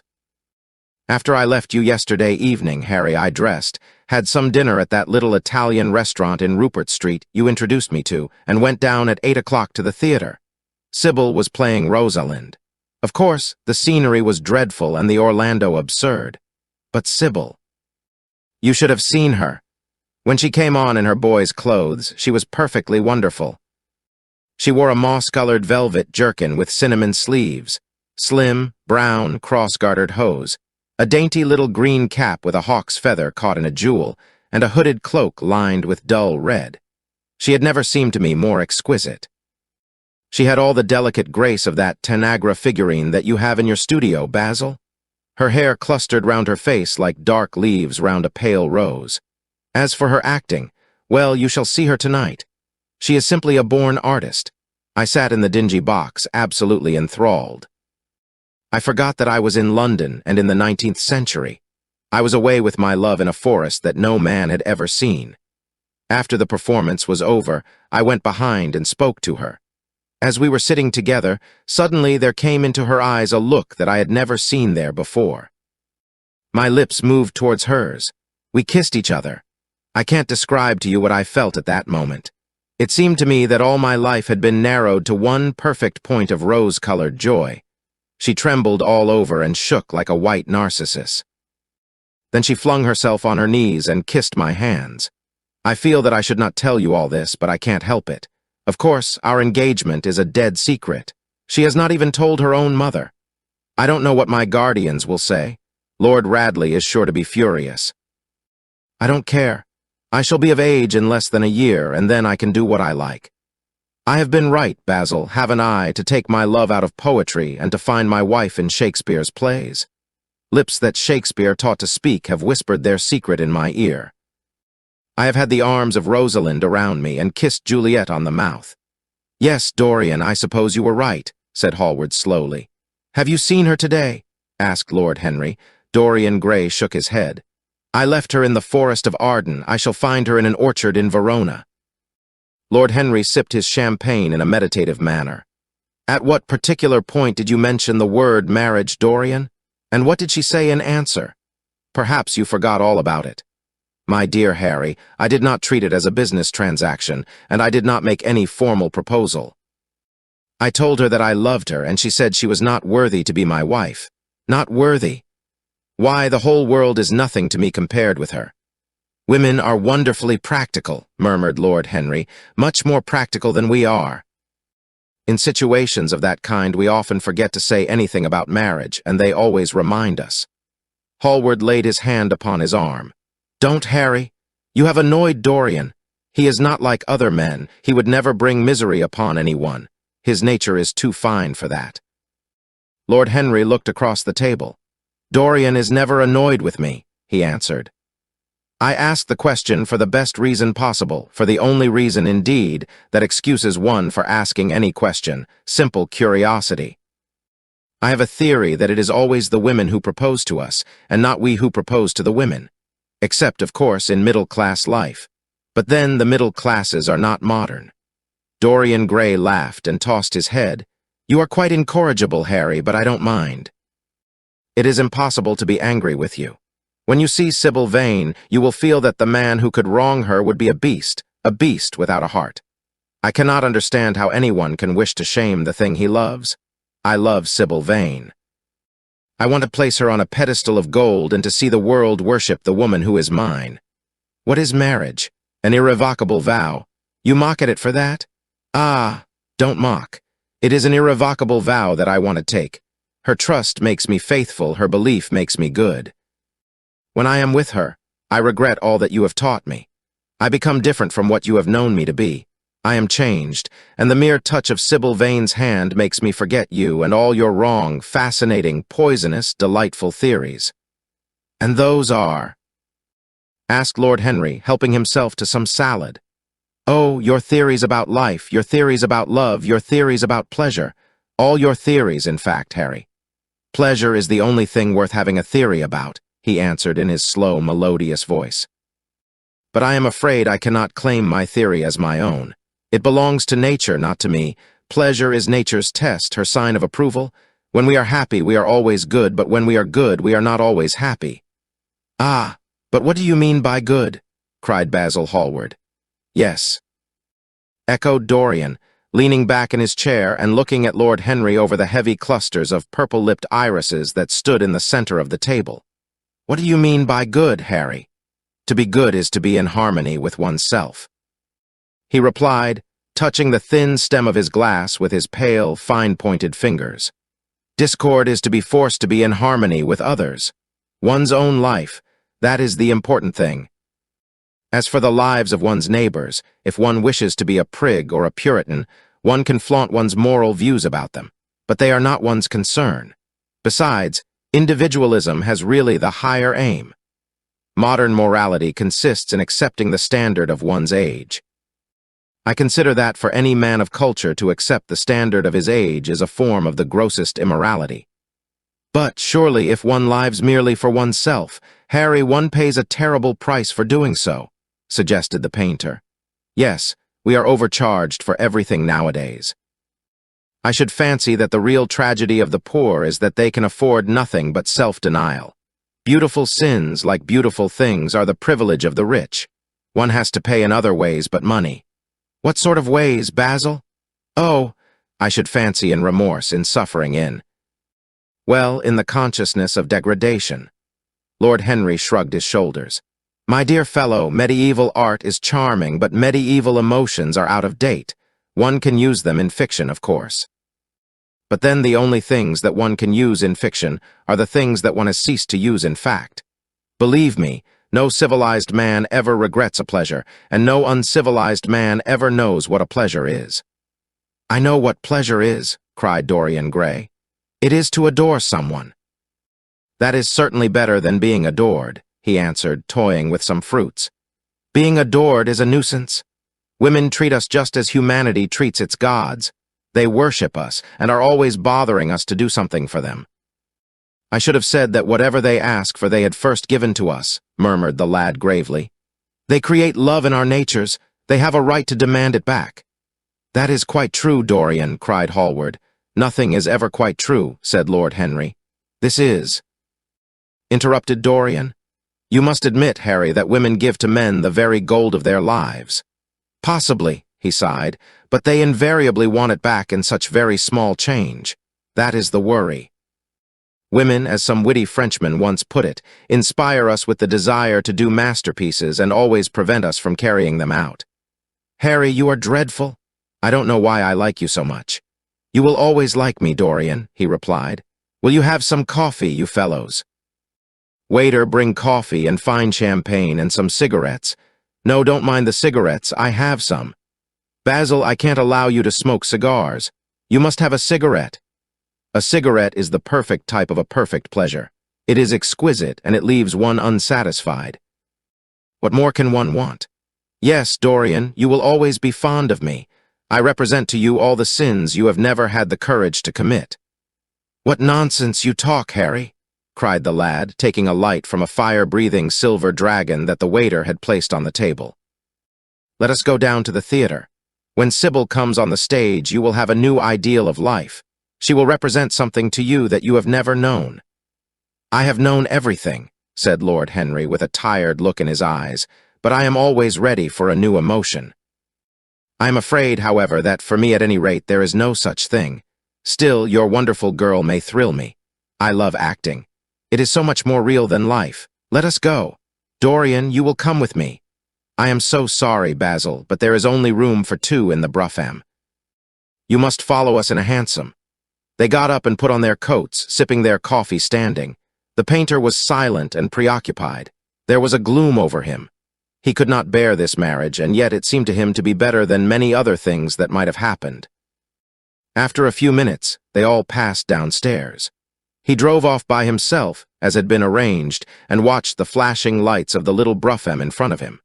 A strange sense of loss came over him. He felt that Dorian Gray would never again be to him all that he had been in the past. Life had come between them. His eyes darkened, and the crowded, flaring streets became blurred to his eyes. When the cab drew up at the theater, it seemed to him that he had grown years older. Chapter 7. For some reason or other, the house was crowded that night, and the fat Jew manager who met them at the door was beaming from ear to ear with an oily, tremulous smile. He escorted them to their box with a sort of pompous humility, waving his fat, jeweled hands and talking at the top of his voice. Dorian Gray loathed him more than ever. He felt as if he had come to look for Miranda and had been met by Caliban. Lord Henry, upon the other hand, rather liked him. At least he declared he did, and insisted on shaking him by the hand and assuring him that he was proud to meet a man who had discovered a real genius and gone bankrupt over a poet. Hallward amused himself with watching the faces in the pit. The heat was terribly oppressive, and the huge sunlight flamed like a monstrous dahlia with petals of yellow fire. The youths in the gallery had taken off their coats and waistcoats and hung them over the side. They talked to each other across the theater and shared their oranges with the tawdry girls who sat beside them. Some women were laughing in the pit. Their voices were horribly shrill and discordant. The sound of the popping of corks came from the bar. "What a place to find one's divinity in," said Lord Henry. "Yes," answered Dorian Gray. "It was here I found her, and she is divine beyond all living things. When she acts, you will forget everything. These common rough people, with their coarse faces and brutal gestures, become quite different when she is on the stage. They sit silently and watch her. They weep and laugh as she wills them to do. She makes them as responsive as a violin. She spiritualizes them, and one feels that they are of the same flesh and blood as oneself. The same flesh and blood as oneself. Oh, I hope not," exclaimed Lord Henry, who was scanning the occupants of the gallery through his opera glass. "Don't pay any attention to him, Dorian. said the painter. "I understand what you mean, and I believe in this girl. Anyone you love must be marvelous, and any girl who has the effect you describe must be fine and noble. To spiritualize one's age, that is something worth doing. If this girl can give a soul to those who have lived without one, if she can create the sense of beauty in people whose lives have been sordid and ugly, if she can strip them of their selfishness and lend them tears for sorrows that are not their own, she is worthy of all your adoration. Worthy of the adoration of the world. This marriage is quite right. I did not think so at first, but I admit it now. The gods made Sybil Vane for you. Without her, you would have been incomplete." "Thanks, Basil," answered Dorian Gray, pressing his hand.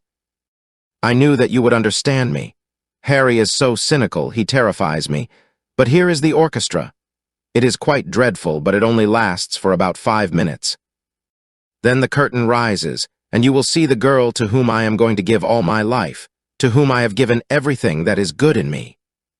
A quarter of an hour afterwards, amidst an extraordinary turmoil of applause, Sybil Vane stepped onto the stage. Yes, she was certainly lovely to look at, one of the loveliest creatures, Lord Henry thought, that he had ever seen. There was something of the fawn in her shy grace and startled eyes. A faint blush, like the shadow of a rose in a mirror of silver, came to her cheeks as she glanced at the crowded, enthusiastic house. She stepped back a few paces, and her lips seemed to tremble. Basil Hallward leaped to his feet and began to applaud. Motionless, and as one in a dream, sat Dorian Gray gazing at her. Lord Henry peered through his glasses, murmuring, "Charming! Charming!" The scene was the hall of Capulet's house, and Romeo in his pilgrim's dress had entered with Mercutio and his other friends. The band, such as it was, struck up a few bars of music, and the dance began. Through the crowd of ungainly, shabbily dressed actors, Sybil Vane moved like a creature from a finer world. Her body swayed while she danced, as a plant sways in the water. The curves of her throat were the curves of a white lily. Her hands seemed to be made of cool ivory. Yet she was curiously listless. She showed no sign of joy when her eyes rested on Romeo. The few words she had to speak, "Good pilgrim, you do wrong your hand too much," which mannerly devotion shows in this. For saints have hands that pilgrims' hands do touch, and palm to palm is holy palmer's kiss, with the brief dialogue that follows, were spoken in a thoroughly artificial manner. The voice was exquisite, but from the point of view of tone it was absolutely false. It was wrong in color. It took away all the life from the verse. It made the passion unreal. Dorian Gray grew pale as he watched her. He was puzzled and anxious. Neither of his friends dared to say anything to him. She seemed to them to be absolutely incompetent. They were horribly disappointed. Yet they felt that the true test of any Juliet is the balcony scene of the second act. They waited for that. If she failed there was nothing in her. She looked charming as she came out in the moonlight. That could not be denied. But the staginess of her acting was unbearable and grew worse as she went on. Her gestures became absurdly artificial. She overemphasized everything that she had to say. The beautiful passage, "Thou knowest the mask of night is on my face, else would a maiden blush bepaint my cheek, for that which thou hast heard me speak tonight," was declaimed with the painful precision of a schoolgirl who has been taught to recite by some second-rate professor of elocution. When she leaned over the balcony and came to those wonderful lines, "Although I joy in thee, I have no joy of this contract tonight. It is too rash, too unadvised, too sudden, too like the lightning which doth cease to be ere one can say, it lightens. Sweet good night. This bud of love by summer's ripening breath may prove a beauteous flower when next we meet." She spoke the words as though they conveyed no meaning to her. It was not nervousness. Indeed, so far from being nervous, she was absolutely self-contained. It was simply bad art. She was a complete failure. Even the common, uneducated audience of the pit and gallery lost their interest in the play. They got restless and began to talk loudly and to whistle. The Jew manager, who was standing at the back of the dress circle, stamped and swore with rage. The only person unmoved was the girl herself. When the second act was over, there came a storm of hisses, and Lord Henry got up from his chair and put on his coat. "She is quite beautiful, Dorian," he said, "but she can't act. Let us go. I am going to see the play through. answered the lad in a hard, bitter voice. "I am awfully sorry that I have made you waste an evening, Harry. I apologize to you both." "My dear Dorian, I should think Miss Vane was ill," interrupted Hallward. "We will come some other night." "I wish she were ill," he rejoined. "But she seems to me to be simply callous and cold. She has entirely altered. Last night she was a great artist. This evening she is merely a commonplace, mediocre actress. Don't talk like that about anyone you love, Dorian. Love is a more wonderful thing than art." "They are both simply forms of imitation," remarked Lord Henry. "But do let us go. Dorian, you must not stay here any longer. It is not good for one's morals to see bad acting. Besides, I don't suppose you will want your wife to act, so what does it matter if she plays Juliet like a wooden doll? She is very lovely, and if she knows as little about life as she does about acting, she will be a delightful experience. There are only two kinds of people who are really fascinating: people who know absolutely everything, and people who know absolutely nothing. Good heavens, my dear boy, don't look so tragic. The secret of remaining young is never to have an emotion that is unbecoming. Come to the club with Basil and myself. We will smoke cigarettes and drink to the beauty of Sybil Vane. She is beautiful. What more can you want?" "Go away, Harry," cried the lad. "I want to be alone. Basil, you must go. Ah, can't you see that my heart is breaking?" The hot tears came to his eyes. His lips trembled, and rushing to the back of the box, he leaned up against the wall, hiding his face in his hands. "Let us go, Basil," said Lord Henry with a strange tenderness in his voice, and the two young men passed out together. A few moments afterwards, the footlights flared up and the curtain rose on the third act. Dorian Gray went back to his seat. He looked pale and proud and indifferent. The play dragged on and seemed interminable. Half of the audience went out, tramping in heavy boots and laughing. The whole thing was a fiasco. The last act was played to almost empty benches. The curtain went down on a titter and some groans. As soon as it was over, Dorian Gray rushed behind the scenes into the green room. The girl was standing there alone with a look of triumph on her face. Her eyes were lit with an exquisite fire. There was a radiance about her. Her parted lips were smiling over some secret of their own. When he entered, she looked at him, and an expression of infinite joy came over her. "How badly I acted tonight, Dorian," she cried. "Horribly." He answered, gazing at her in amazement. "Horribly. It was dreadful. Are you ill? You have no idea what it was. You have no idea what I suffered." The girl smiled. "Dorian."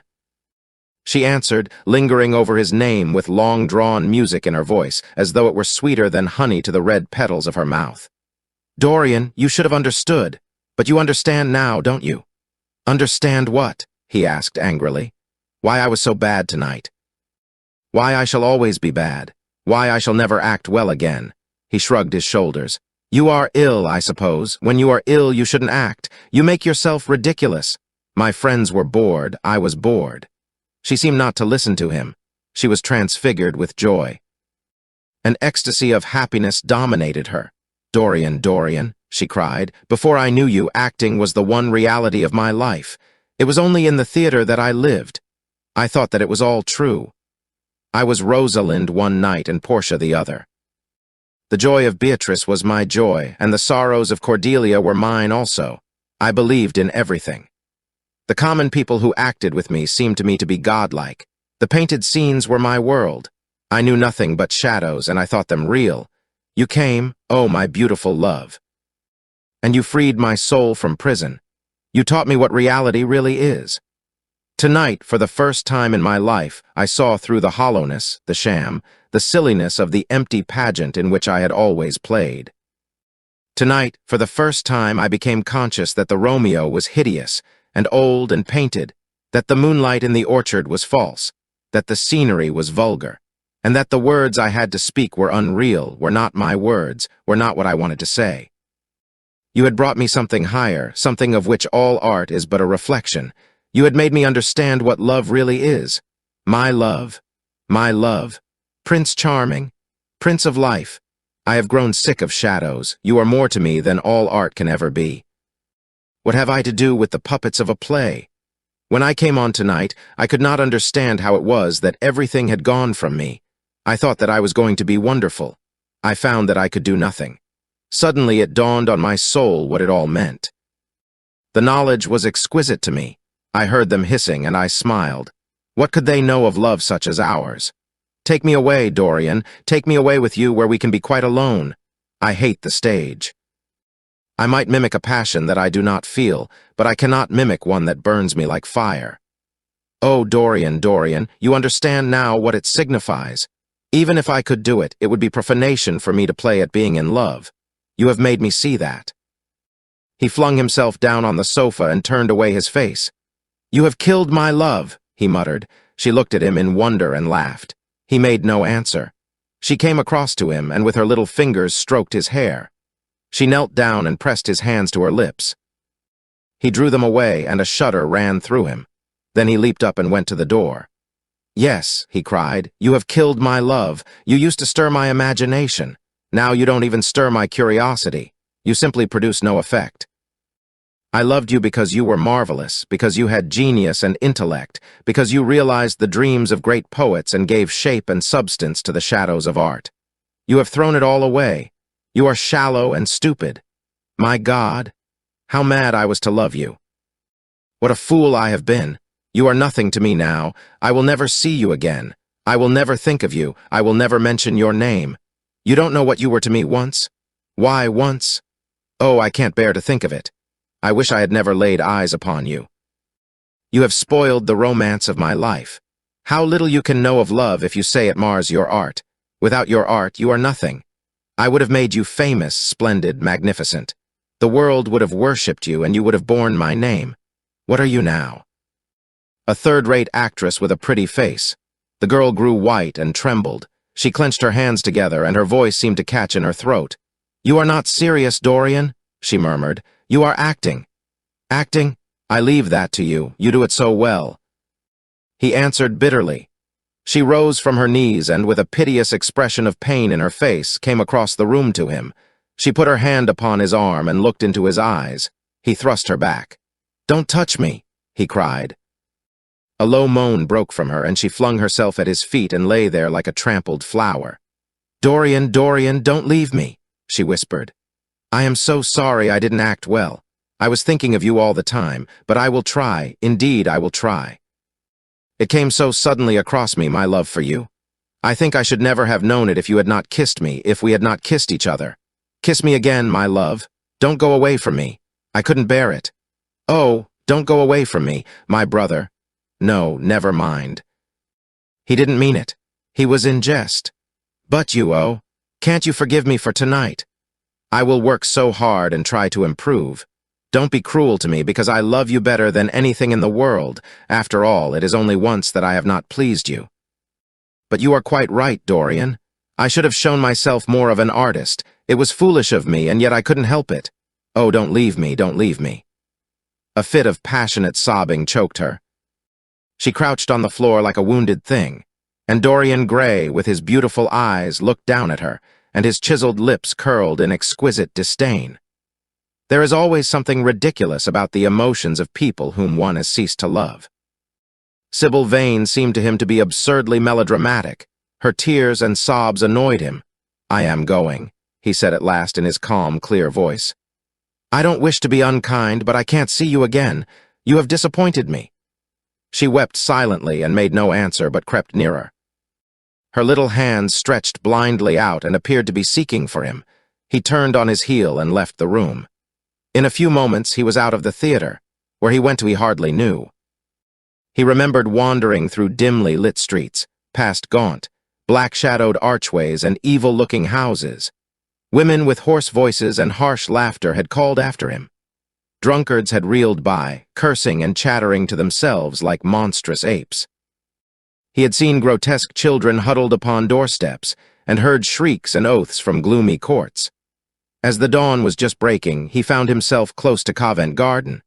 The darkness lifted, and, flushed with faint fires, the sky hollowed itself into a perfect pearl. Huge carts filled with nodding lilies rumbled slowly down the polished, empty street. The air was heavy with the perfume of the flowers, and their beauty seemed to bring him an anodyne for his pain. He followed into the market and watched the men unloading their wagons. A white-smocked carter offered him some cherries. He thanked him, wondered why he refused to accept any money for them, and began to eat them listlessly. They had been plucked at midnight, and the coldness of the moon had entered into them. A long line of boys carrying crates of striped tulips and of yellow and red roses defiled in front of him, threading their way through the huge, jade-green piles of vegetables. Under the portico, with its gray, sun-bleached pillars, loitered a troop of draggled, bare-headed girls waiting for the auction to be over. Others crowded round the swinging doors of the coffee house in the piazza. The heavy cart horses slipped and stamped upon the rough stones, shaking their bells and trappings. Some of the drivers were lying asleep on a pile of sacks. Iris-necked and pink-footed, the pigeons ran about picking up seeds. After a little while, he hailed a hansom and drove home. For a few moments he loitered upon the doorstep, looking round at the silent square with its blank, close-shuttered windows and its staring blinds. The sky was pure opal now, and the roofs of the houses glistened like silver against it. From some chimney opposite a thin wreath of smoke was rising. It curled, a violet riband, through the nacre-colored air. In the huge gilt Venetian lantern, spoil of some doge's barge, that hung from the ceiling of the great oak-paneled hall of entrance, lights were still burning from 3 flickering jets. Thin blue petals of flame they seemed, rimmed with white fire. He turned them out and, having thrown his hat and cape on the table, passed through the library towards the door of his bedroom, a large octagonal chamber on the ground floor that, in his newborn feeling for luxury, he had just had decorated for himself and hung with some curious Renaissance tapestries that had been discovered stored in a disused attic at Selby Royal. As he was turning the handle of the door, his eye fell upon the portrait Basil Hallward had painted of him. He started back as if in surprise. Then he went on into his own room, looking somewhat puzzled.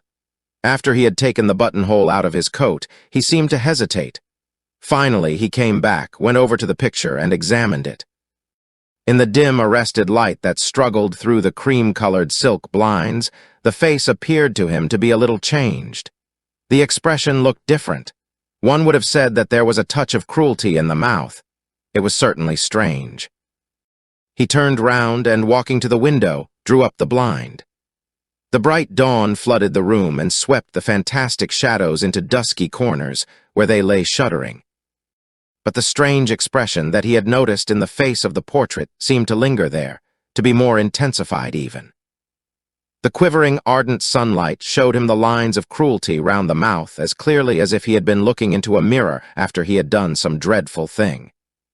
He winced and, taking up from the table an oval glass framed in ivory cupids, one of Lord Henry's many presents to him, glanced hurriedly into its polished depths.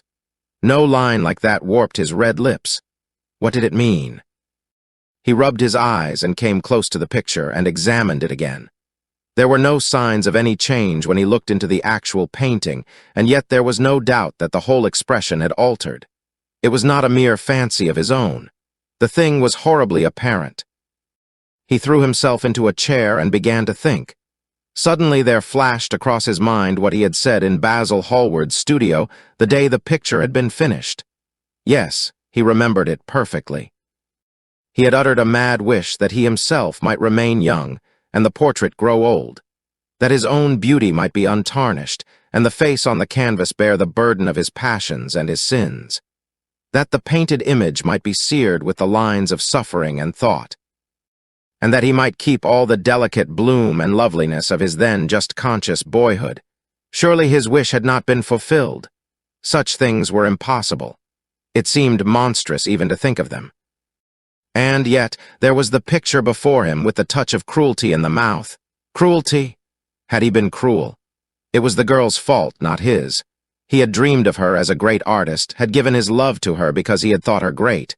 Then she had disappointed him. She had been shallow and unworthy. And yet, a feeling of infinite regret came over him as he thought of her lying at his feet sobbing like a little child. He remembered with what callousness he had watched her.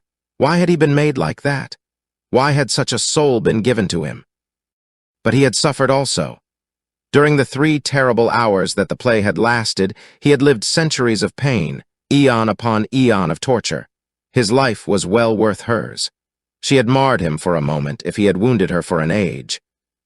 Besides, women were better suited to bear sorrow than men. They lived on their emotions. They only thought of their emotions. When they took lovers, it was merely to have someone with whom they could have scenes. Lord Henry had told him that, and Lord Henry knew what women were. Why should he trouble about Sybil Vane? She was nothing to him now. But the picture, what was he to say of that? It held the secret of his life and told his story. It had taught him to love his own beauty. Would it teach him to loathe his own soul? Would he ever look at it again? No, it was merely an illusion wrought on the troubled senses. The horrible night that he had passed had left phantoms behind it. Suddenly there had fallen upon his brain that tiny scarlet speck that makes men mad. The picture had not changed. It was folly to think so. Yet it was watching him with its beautiful marred face and its cruel smile. Its bright hair gleamed in the early sunlight. Its blue eyes met his own. A sense of infinite pity, not for himself, but for the painted image of himself, came over him.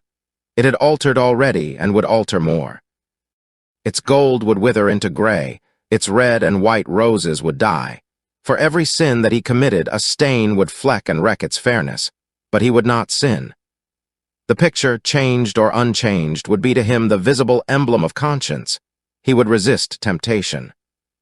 He would not see Lord Henry any more, would not, at any rate, listen to those subtle poisonous theories that in Basil Hallward's garden had first stirred within him the passion for impossible things. He would go back to Sybil Vane, make her amends, marry her, try to love her again. Yes, it was his duty to do so. She must have suffered more than he had. Poor child! He had been selfish and cruel to her. The fascination that she had exercised over him would return. They would be happy together. His life with her would be beautiful and pure. He got up from his chair and drew a large screen right in front of the portrait, shuddering as he glanced at it. "How horrible!" he murmured to himself, and he walked across to the window and opened it. When he stepped out onto the grass, he drew a deep breath. The fresh morning air seemed to drive away all his somber passions. He thought only of Sybil. A faint echo of his love came back to him. He repeated her name over and over again. The birds that were singing in the dew-drenched garden seemed to be telling the flowers about her. Chapter 8. It was long past noon when he awoke. His valet had crept several times on tiptoe into the room to see if he was stirring, and had wondered what made his young master sleep so late. Finally, his bell sounded, and Victor came in softly with a cup of tea and a pile of letters on a small tray of old Sevres china, and drew back the olive satin curtains with their shimmering blue lining that hung in front of the 3 tall windows. "Monsieur has well slept this morning," he said, smiling. "What o'clock is it, Victor?" asked Dorian Gray drowsily. "1 hour and a quarter, monsieur. How late it was." He sat up and, having sipped some tea, turned over his letters. One of them was from Lord Henry and had been brought by hand that morning. He hesitated for a moment and then put it aside. The others he opened listlessly. They contained the usual collection of cards, invitations to dinner, tickets for private views, programs of charity concerts, and the like that are showered on fashionable young men every morning during the season. There was a rather heavy bill for a chaste silver Louis Quinze toilet set that he had not yet had the courage to send on to his guardians, who were extremely old-fashioned people, and did not realize that we live in an age when unnecessary things are our only necessities. And there were several very courteously worded communications from German street moneylenders, offering to advance any sum of money at a moment's notice, and at the most reasonable rates of interest. After about 10 minutes he got up, and throwing on an elaborate dressing gown of silk-embroidered cashmere wool, passed into the onyx-paved bathroom. The cool water refreshed him after his long sleep. He seemed to have forgotten all that he had gone through. A dim sense of having taken part in some strange tragedy came to him once or twice, but there was the unreality of a dream about it. As soon as he was dressed, he went into the library and sat down to a light French breakfast that had been laid out for him on a small round table close to the open window. It was an exquisite day. The warm air seemed laden with spices. A bee flew in and buzzed round the blue dragon bowl that, filled with sulphur-yellow roses, stood before him. He felt perfectly happy. Suddenly, his eye fell on the screen that he had placed in front of the portrait, and he started. "Too cold for monsieur?" asked his valet, putting an omelette on the table. "I shut the window." Dorian shook his head. "I am not cold," he murmured. Was it all true? Had the portrait really changed? Or had it been simply his own imagination that had made him see a look of evil where there had been a look of joy? Surely a painted canvas could not alter? The thing was absurd. It would serve as a tale to tell Basil some day. It would make him smile. And yet, how vivid was his recollection of the whole thing? First in the dim twilight, and then in the bright dawn, he had seen the touch of cruelty round the warped lips. He almost dreaded his valet leaving the room. He knew that, when he was alone, he would have to examine the portrait. He was afraid of certainty. When the coffee and cigarettes had been brought and the man turned to go, he felt a wild desire to tell him to remain. As the door was closing behind him, he called him back. The man stood waiting for his orders. Dorian looked at him for a moment. "I am not at home to anyone, Victor," he said with a sigh. The man bowed and retired. Then he rose from the table, lit a cigarette, and flung himself down on a luxuriously cushioned couch that stood facing the screen. The screen was an old one, of gilt Spanish leather, stamped and wrought with a rather florid Louis XIV's pattern. He scanned it curiously, wondering if ever before it had concealed the secret of a man's life. Should he move it aside, after all? Why not let it stay there? What was the use of knowing? If the thing was true, it was terrible. If it was not true, why trouble about it? But what if, by some fate or deadlier chance, eyes other than his spied behind and saw the horrible change? What should he do if Basil Hallward came and asked to look at his own picture? Basil would be sure to do that. No, the thing had to be examined, and at once. Anything would be better than this dreadful state of doubt. He got up and locked both doors. At least he would be alone when he looked upon the mask of his shame. Then he drew the screen aside and saw himself face to face. It was perfectly true. The portrait had altered. As he often remembered afterwards, and always with no small wonder, he found himself at first gazing at the portrait with a feeling of almost scientific interest. That such a change should have taken place was incredible to him, and yet it was a fact. Was there some subtle affinity between the chemical atoms that shaped themselves into form and color on the canvas and the soul that was within him? Could it be that what that soul thought, they realized? That what it dreamed, they made true? Or was there some other, more terrible reason? He shuddered and felt afraid and, going back to the couch, lay there, gazing at the picture in sickened horror. One thing, however, he felt that it had done for him. It had made him conscious how unjust, how cruel he had been to Sybil Vane. It was not too late to make reparation for that. She could still be his wife. His unreal and selfish love would yield to some higher influence, would be transformed into some nobler passion, and the portrait that Basil Hallward had painted of him would be a guide to him through life, would be to him what holiness is to some, and conscience to others, and the fear of God to us all. There were opiates for remorse, drugs that could lull the moral sense to sleep. But here was a visible symbol of the degradation of sin. Here was an ever-present sign of the ruin men brought upon their souls. 3 o'clock struck, and 4 and the half-hour rang its double chime, but Dorian Gray did not stir. He was trying to gather up the scarlet threads of life and to weave them into a pattern, to find his way through the sanguine labyrinth of passion through which he was wandering. He did not know what to do or what to think. Finally, he went over to the table and wrote a passionate letter to the girl he had loved, imploring her forgiveness and accusing himself of madness. He covered page after page with wild words of sorrow and wilder words of pain. There is a luxury in self-reproach. When we blame ourselves, we feel that no one else has a right to blame us. It is the confession, not the priest, that gives us absolution. When Dorian had finished the letter, he felt that he had been forgiven. Suddenly there came a knock to the door, and he heard Lord Henry's voice outside. "My dear boy, I must see you. Let me in at once. I can't bear your shutting yourself up like this." He made no answer at first, but remained quite still. The knocking still continued and grew louder. Yes, it was better to let Lord Henry in and to explain to him the new life he was going to lead, to quarrel with him if it became necessary to quarrel, to part if parting was inevitable. He jumped up, drew the screen hastily across the picture, and unlocked the door. "I am so sorry for it all, Dorian," said Lord Henry as he entered, "but you must not think too much about it." "Do you mean about Sybil Vane?" asked the lad. "Yes, of course," answered Lord Henry, sinking into a chair and slowly pulling off his yellow gloves. "It is dreadful from one point of view, but it was not your fault.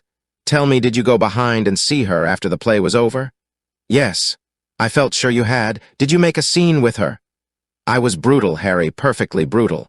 But it is all right now. I am not sorry for anything that has happened. It has taught me to know myself better." "Ah, Dorian, I am so glad you take it in that way. I was afraid I would find you plunged in remorse and tearing that nice curly hair of yours. I have got through all that," said Dorian, shaking his head and smiling. "I am perfectly happy now. I know what conscience is to begin with. It is not what you told me it was. It is the divinest thing in us. Don't sneer at it, Harry, anymore, at least not before me. I want to be good. I can't bear the idea of my soul being hideous. A very charming artistic basis for ethics, Dorian. I congratulate you on it. But how are you going to begin?" "By marrying Sybil Vane." "Marrying Sybil Vane," cried Lord Henry, standing up and looking at him in perplexed amazement. "But, my dear Dorian—" "Yes, Harry, I know what you are going to say, something dreadful about marriage. Don't say it. Don't ever say things of that kind to me again. 2 days ago I asked Sybil to marry me. I am not going to break my word to her. She is to be my wife." "Your wife." "Dorian, didn't you get my letter? I wrote to you this morning and sent the note down by my own man." "Your letter? Oh, yes, I remember. I have not read it yet, Harry. I was afraid there might be something in it that I wouldn't like. You cut life to pieces with your epigrams." "You know nothing, then?" "What do you mean?" Lord Henry walked across the room and, sitting down by Dorian Gray, took both his hands in his own and held them tightly. "Dorian," he said, "my letter, don't be frightened, was to tell you that Sybil Vane is dead." A cry of pain broke from the lad's lips, and he leaped to his feet, tearing his hands away from Lord Henry's grasp. "Dead? Sybil dead? It is not true. It is a horrible lie. How dare you say it?" "It is quite true, Dorian," said Lord Henry gravely. "It is in all the morning papers. I wrote down to you to ask you not to see anyone till I came. There will have to be an inquest, of course, and you must not be mixed up in it. Things like that make a man fashionable in Paris, but in London people are so prejudiced. Here one should never make one's debut with a scandal. One should reserve that to give an interest to one's old age. I suppose they don't know your name at the theater. If they don't, it is all right. Did anyone see you going round to her room? That is an important point." Dorian did not answer for a few moments. He was dazed with horror. Finally he stammered in a stifled voice, "Harry, did you say an inquest? What did you mean by that? Did Sybil—" "Oh, Harry, I can't bear it. But be quick. Tell me everything at once." "I have no doubt it was not an accident, Dorian, though it must be put in that way to the public. It seems that, as she was leaving the theater with her mother, about 12:30 or so, she said she had forgotten something upstairs. They waited some time for her, but she did not come down again. They ultimately found her lying dead on the floor of her dressing room. She had swallowed something by mistake, some dreadful thing they use at theaters. I don't know what it was, but it had either prussic acid or white lead in it. I should fancy it was prussic acid, as she seems to have died instantaneously." "Harry, Harry, it is terrible," cried the lad. "Yes, it is very tragic, of course, but you must not get yourself mixed up in it. I see by the Standard that she was 17. I should have thought she was almost younger than that. She looked such a child and seemed to know so little about acting. Dorian, you mustn't let this thing get on your nerves. You must come and dine with me, and afterwards we will look in at the opera. It is a Paddy night, and everybody will be there. You can come to my sister's box. She has got some smart women with her." "So I have murdered Sybil Vane," said Dorian Gray, half to himself. "Murdered her as surely as if I had cut her little throat with a knife. Yet the roses are not less lovely for all that. The birds sing just as happily in my garden. And tonight I am to dine with you, and then go on to the opera and sup somewhere, I suppose, afterwards. How extraordinarily dramatic life is. If I had read all this in a book, Harry, I think I would have wept over it. Somehow, now that it has happened actually, and to me, it seems far too wonderful for tears. Here is the first passionate love letter I have ever written in my life. Strange that my first passionate love letter should have been addressed to a dead girl. Can they feel, I wonder, those white silent people we call the dead? Sybil. Can she feel or know or listen? Oh, Harry, how I loved her once. It seems years ago to me now. She was everything to me. Then came that dreadful night, was it really only last night, when she played so badly and my heart almost broke. She explained it all to me. It was terribly pathetic. But I was not moved a bit. I thought her shallow. Suddenly something happened that made me afraid. I can't tell you what it was, but it was terrible. I said I would go back to her.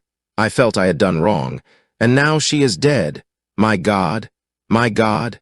Harry, what shall I do? You don't know the danger I am in, and there is nothing to keep me straight. She would have done that for me. She had no right to kill herself. It was selfish of her. My dear Dorian, answered Lord Henry, taking a cigarette from his case and producing a gold latten matchbox. The only way a woman can ever reform a man is by boring him so completely that he loses all possible interest in life. If you had married this girl, you would have been wretched. Of course, you would have treated her kindly. One can always be kind to people about whom one cares nothing. But she would have soon found out that you were absolutely indifferent to her. And when a woman finds that out about her husband, she either becomes dreadfully dowdy, or wears very smart bonnets that some other woman's husband has to pay for. I say nothing about the social mistake, which would have been abject, which, of course, I would not have allowed, but I assure you that in any case the whole thing would have been an absolute failure. I suppose it would, muttered the lad, walking up and down the room and looking horribly pale. But I thought it was my duty. It is not my fault that this terrible tragedy has prevented my doing what was right. I remember your saying once that there is a fatality about good resolutions, that they are always made too late. Mine certainly were. Good resolutions are useless attempts to interfere with scientific laws. Their origin is pure vanity. Their result is absolutely nil. They give us, now and then, some of those luxurious, sterile emotions that have a certain charm for the weak. That is all that can be said for them. They are simply checks that men draw on a bank where they have no account. Harry, cried Dorian Gray, coming over and sitting down beside him, why is it that I cannot feel this tragedy as much as I want to? I don't think I am heartless. Do you? You have done too many foolish things during the last fortnight to be entitled to give yourself that name, Dorian, answered Lord Henry with his sweet, melancholy smile. The lad frowned. I don't like that explanation, Harry, he rejoined, but I am glad you don't think I am heartless. I am nothing of the kind. I know I am not. And yet I must admit that this thing that has happened does not affect me as it should. It seems to me to be simply like a wonderful ending to a wonderful play. It has all the terrible beauty of a Greek tragedy, a tragedy in which I took a great part, but by which I have not been wounded. It is an interesting question, said Lord Henry, who found an exquisite pleasure in playing on the lad's unconscious egotism. An extremely interesting question. I fancy that the true explanation is this. It often happens that the real tragedies of life occur in such an inartistic manner that they hurt us by their crude violence, their absolute incoherence, their absurd want of meaning, their entire lack of style. They affect us just as vulgarity affects us. They give us an impression of sheer brute force, and we revolt against that. Sometimes, however, a tragedy that possesses artistic elements of beauty crosses our lives. If these elements of beauty are real, the whole thing simply appeals to our sense of dramatic effect. Suddenly, we find that we are no longer the actors, but the spectators of the play. Or rather, we are both. We watch ourselves, and the mere wonder of the spectacle enthralls us. In the present case, what is it that has really happened? Someone has killed herself for love of you. I wish that I had ever had such an experience. It would have made me in love with love for the rest of my life. The people who have adored me, there have not been very many, but there have been some. have always insisted on living on long after I had ceased to care for them or they to care for me. They have become stout and tedious, and when I meet them, they go in at once for reminiscences. That awful memory of woman, what a fearful thing it is, and what an utter intellectual stagnation it reveals. One should absorb the color of life, but one should never remember its details. Details are always vulgar. I must sow poppies in my garden, sighed Dorian. There is no necessity, rejoined his companion. Life has always poppies in her hands. Of course, now and then things linger. I once wore nothing but violets all through one season as a form of artistic mourning for a romance that would not die. Ultimately, however, it did die. I forget what killed it. I think it was her proposing to sacrifice the whole world for me. That is always a dreadful moment. It fills one with the terror of eternity. Well, would you believe it? A week ago at Lady Hampshire's, I found myself seated at dinner next the lady in question, and she insisted on going over the whole thing again and digging up the past and raking up the future. I had buried my romance in a bed of asphodel. She dragged it out again and assured me that I had spoiled her life. I am bound to state that she ate an enormous dinner, so I did not feel any anxiety, but what a lack of taste she showed. The one charm of the past is that it is the past, but women never know when the curtain has fallen. They always want a sixth act, and as soon as the interest of the play is entirely over, they propose to continue it. If they were allowed their own way, every comedy would have a tragic ending, and every tragedy would culminate in a farce. They are charmingly artificial, but they have no sense of art. You are more fortunate than I am. I assure you, Dorian, that not one of the women I have known would have done for me what Sybil Vane did for you. Ordinary women always console themselves. Some of them do it by going in for sentimental colors. Never trust a woman who wears mauve, whatever her age may be, or a woman over 35 who is fond of pink ribbons. It always means that they have a history. Others find a great consolation in suddenly discovering the good qualities of their husbands. They flaunt their conjugal felicity in one's face, as if it were the most fascinating of sins. Religion consoles some. Its mysteries have all the charm of a flirtation, a woman once told me, and I can quite understand it. Besides, nothing makes one so vain as being told that one is a sinner. Conscience makes egotists of us all. Yes, there is really no end to the consolations that women find in modern life. Indeed, I have not mentioned the most important one. "What is that, Harry?" said the lad listlessly. "Oh, the obvious consolation. Taking someone else's admirer when one loses one's own. In good society that always whitewashes a woman." But really, Dorian, how different Sybil Vane must have been from all the women one meets. There is something to me quite beautiful about her death. I am glad I am living in a century when such wonders happen. They make one believe in the reality of the things we all play with, such as romance, passion, and love. I was terribly cruel to her. You forget that. I am afraid that women appreciate cruelty, downright cruelty, more than anything else. They have wonderfully primitive instincts. We have emancipated them, but they remain slaves looking for their masters all the same. They love being dominated. I am sure you were splendid. I have never seen you really and absolutely angry, but I can fancy how delightful you looked. And, after all, you said something to me the day before yesterday that seemed to me at the time to be merely fanciful, but that I see now was absolutely true, and it holds the key to everything. What was that, Harry? You said to me that Sybil Vane represented to you all the heroines of romance, that she was Desdemona one night and Ophelia the other, that if she died as Juliet, she came to life as Imogen. She will never come to life again now, muttered the lad, burying his face in his hands. No, she will never come to life. She has played her last part. But you must think of that lonely death in the tawdry dressing room simply as a strange, lurid fragment from some Jacobean tragedy, as a wonderful scene from Webster or Ford or Cyril Tourneur. The girl never really lived, and so she has never really died. To you, at least, she was always a dream, a phantom that flitted through Shakespeare's plays and left them lovelier for its presence, a reed through which Shakespeare's music sounded richer and more full of joy. The moment she touched actual life, she marred it, and it marred her, and so she passed away. Mourn for Ophelia if you like. Put ashes on your head because Cordelia was strangled. Cry out against heaven because the daughter of Brabantio died. But don't waste your tears over Sybil Vane. She was less real than they are. There was a silence. The evening darkened in the room. Noiselessly and with silver feet, the shadows crept in from the garden. The colors faded wearily out of things. After some time, Dorian Gray looked up. "You have explained me to myself, Harry." He murmured with something of a sigh of relief.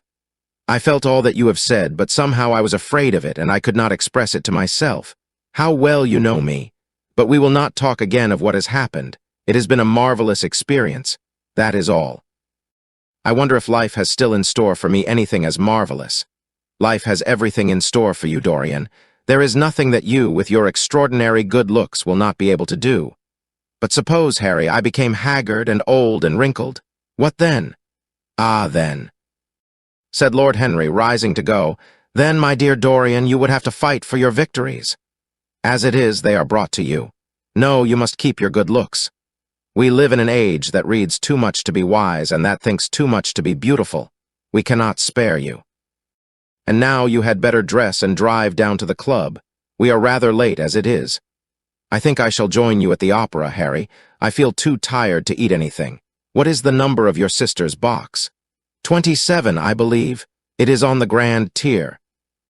You will see her name on the door, but I am sorry you won't come and dine."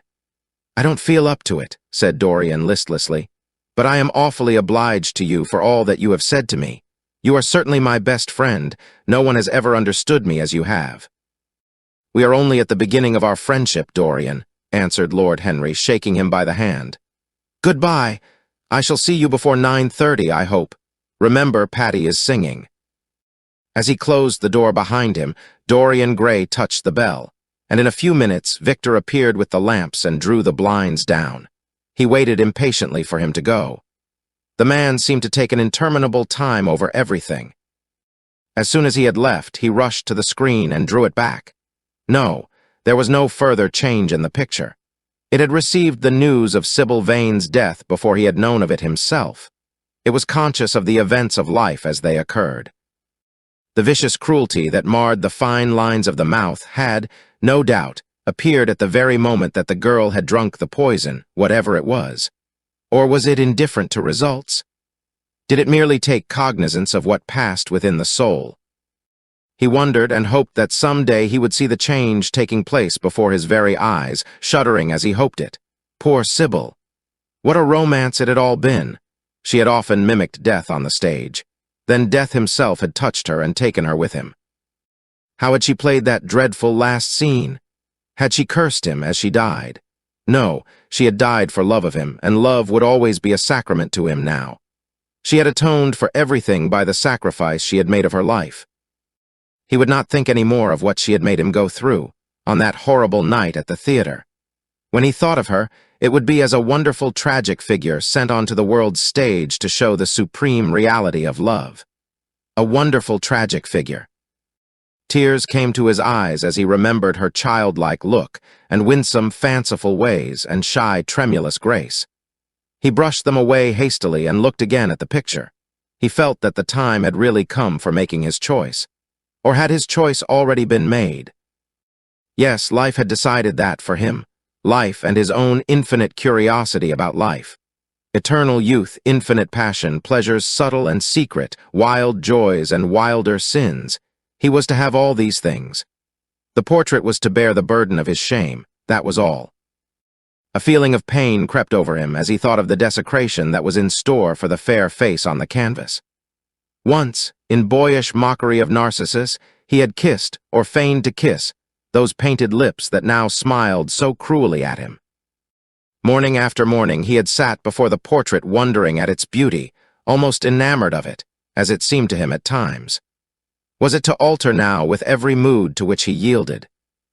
Was it to become a monstrous and loathsome thing, to be hidden away in a locked room, to be shut out from the sunlight that had so often touched to brighter gold the waving wonder of its hair? The pity of it! The pity of it! For a moment, he thought of praying that the horrible sympathy that existed between him and the picture might cease. It had changed in answer to a prayer. Perhaps in answer to a prayer it might remain unchanged. And yet, who that knew anything about life would surrender the chance of remaining always young, however fantastic that chance might be, or with what fateful consequences it might be fraught? Besides, was it really under his control? Had it indeed been prayer that had produced the substitution? Might there not be some curious scientific reason for it all? If thought could exercise its influence upon a living organism, might not thought exercise an influence upon dead and inorganic things?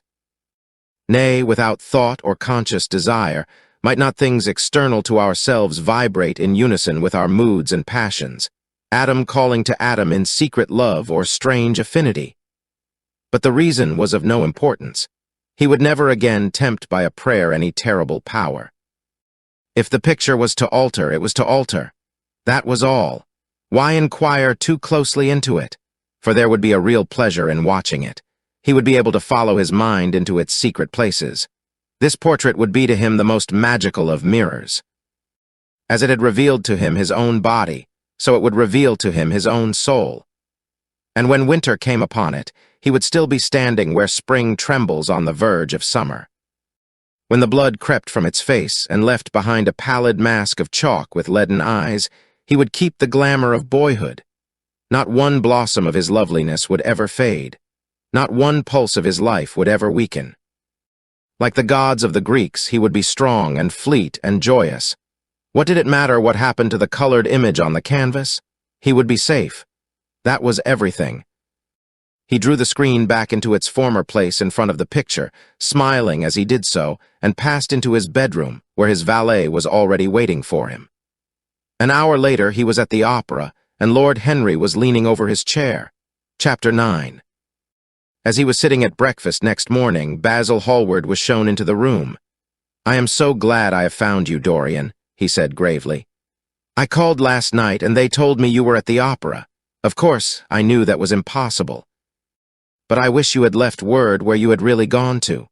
I passed a dreadful evening, half afraid that one tragedy might be followed by another. I think you might have telegraphed for me when you heard of it first. I read of it quite by chance in a late edition of the Globe that I picked up at the club. I came here at once and was miserable at not finding you. I can't tell you how heartbroken I am about the whole thing. I know what you must suffer. But where were you? Did you go down and see the girl's mother? For a moment I thought of following you there. They gave the address in the paper. Somewhere in the Euston Road, isn't it? But I was afraid of intruding upon a sorrow that I could not lighten. Poor woman. What a state she must be in. And her only child, too. What did she say about it all?" "My dear Basil, how do I know?" murmured Dorian Gray, sipping some pale yellow wine from a delicate, gold-beaded bubble of Venetian glass and looking dreadfully bored. "I was at the opera. You should have come on there. I met Lady Gwendolen, Harry's sister, for the first time. We were in her box. She is perfectly charming, and Patty sang divinely. Don't talk about horrid subjects. If one doesn't talk about a thing, it has never happened. It is simply expression, as Harry says, that gives reality to things. I may mention that she was not the woman's only child. There is a son, a charming fellow, I believe, but he is not on the stage. He is a sailor or something. And now tell me about yourself and what you are painting." "You went to the opera," said Hallward, speaking very slowly and with a strained touch of pain in his voice. "You went to the opera while Sybil Vane was lying dead in some sordid lodging. You can talk to me of other women being charming, and of Patty singing divinely, before the girl you loved has even the quiet of a grave to sleep in. Why, man, there are horrors in store for that little white body of hers." "Stop, Basil! I won't hear it," cried Dorian, leaping to his feet. "You must not tell me about things. What is done is done. What is past is past. You call yesterday the past? What has the actual lapse of time got to do with it? It is only shallow people who require years to get rid of an emotion. A man who is master of himself can end a sorrow as easily as he can invent a pleasure.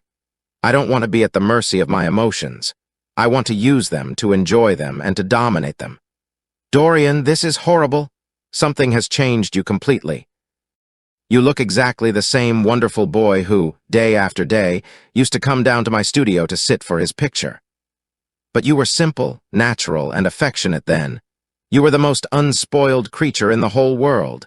Now I don't know what has come over you. You talk as if you had no heart, no pity in you. It is all Harry's influence. I see that." The lad flushed up and, going to the window, looked out for a few moments on the green, flickering, sun-lashed garden.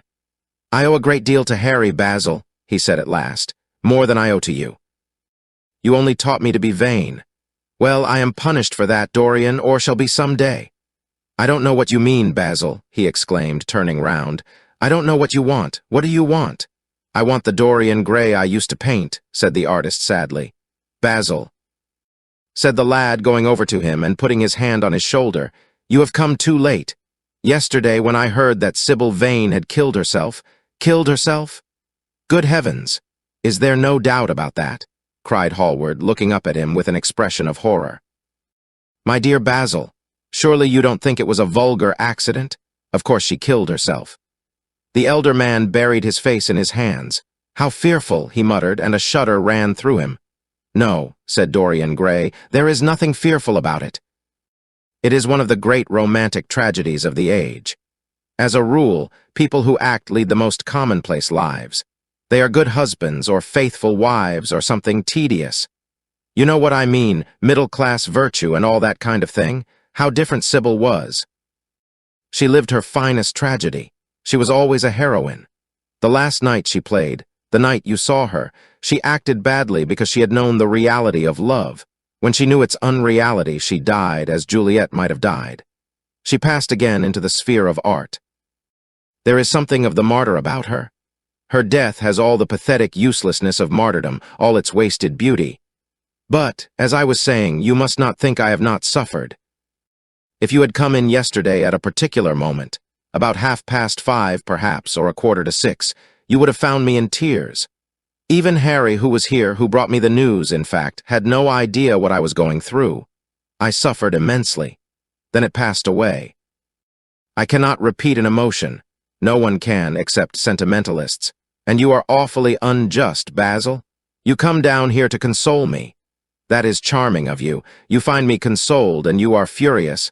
How like a sympathetic person.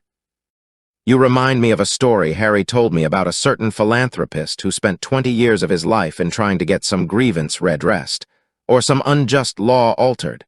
I forget exactly what it was. Finally, he succeeded, and nothing could exceed his disappointment. He had absolutely nothing to do, almost died of ennui, and became a confirmed misanthrope. And besides, my dear old Basil, if you really want to console me, teach me rather to forget what has happened or to see it from a proper artistic point of view. Was it not Gaudier who used to write about la consolation des arts? I remember picking up a little vellum-covered book in your studio one day and chancing on that delightful phrase. Well, I'm not like that young man you told me of when we were down at Marlow together, the young man who used to say that yellow satin could console one for all the miseries of life. I love beautiful things that one can touch and handle. Old brocades, green bronzes, lacquerwork, carved ivories, exquisite surroundings, luxury, pomp. There is much to be got from all these. But the artistic temperament that they create, or at any rate reveal, is still more to me. To become the spectator of one's own life, as Harry says, is to escape the suffering of life. I know you are surprised at my talking to you like this. You have not realized how I have developed. I was a schoolboy when you knew me. I am a man now. I have new passions, new thoughts, new ideas. I am different, but you must not like me less. I am changed, but you must always be my friend. Of course, I am very fond of Harry, but I know that you are better than he is. You are not stronger, you are too much afraid of life, but you are better. And how happy we used to be together. Don't leave me, Basil, and don't quarrel with me. I am what I am. There is nothing more to be said. The painter felt strangely moved. The lad was infinitely dear to him, and his personality had been the great turning point in his art. He could not bear the idea of reproaching him anymore. After all, his indifference was probably merely a mood that would pass away. There was so much in him that was good, so much in him that was noble. "Well, Dorian," he said at length, with a sad smile, "I won't speak to you again about this horrible thing after today. I only trust your name won't be mentioned in connection with it." The inquest is to take place this afternoon. Have they summoned you?" Dorian shook his head, and a look of annoyance passed over his face at the mention of the word inquest. There was something so crude and vulgar about everything of the kind. "They don't know my name," he answered. But surely she did. "Only my Christian name, and that I am quite sure she never mentioned to anyone. She told me once that they were all rather curious to learn who I was, and that she invariably told them my name was Prince Charming. It was pretty of her. You must do me a drawing of Sybil, Basil. I should like to have something more of her than the memory of a few kisses and some broken, pathetic words.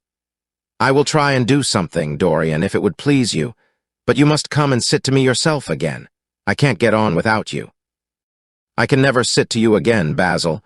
It is impossible," he exclaimed, starting back. The painter stared at him. "My dear boy, what nonsense," he cried. "Do you mean to say you don't like what I did of you? Where is it? Why have you pulled the screen in front of it? Let me look at it. It is the best thing I have ever done. Do take the screen away, Dorian. It is simply disgraceful of your servant hiding my work like that. I felt the room looked different as I came in." "My servant has nothing to do with it, Basil. You don't imagine I let him arrange my room for me. He settles my flowers for me sometimes, that is all. No, I did it myself. The light was too strong on the portrait." "Too strong? Surely not, my dear fellow. It is an admirable place for it. Let me see it." And Hallward walked towards the corner of the room. A cry of terror broke from Dorian Gray's lips, and he rushed between the painter and the screen.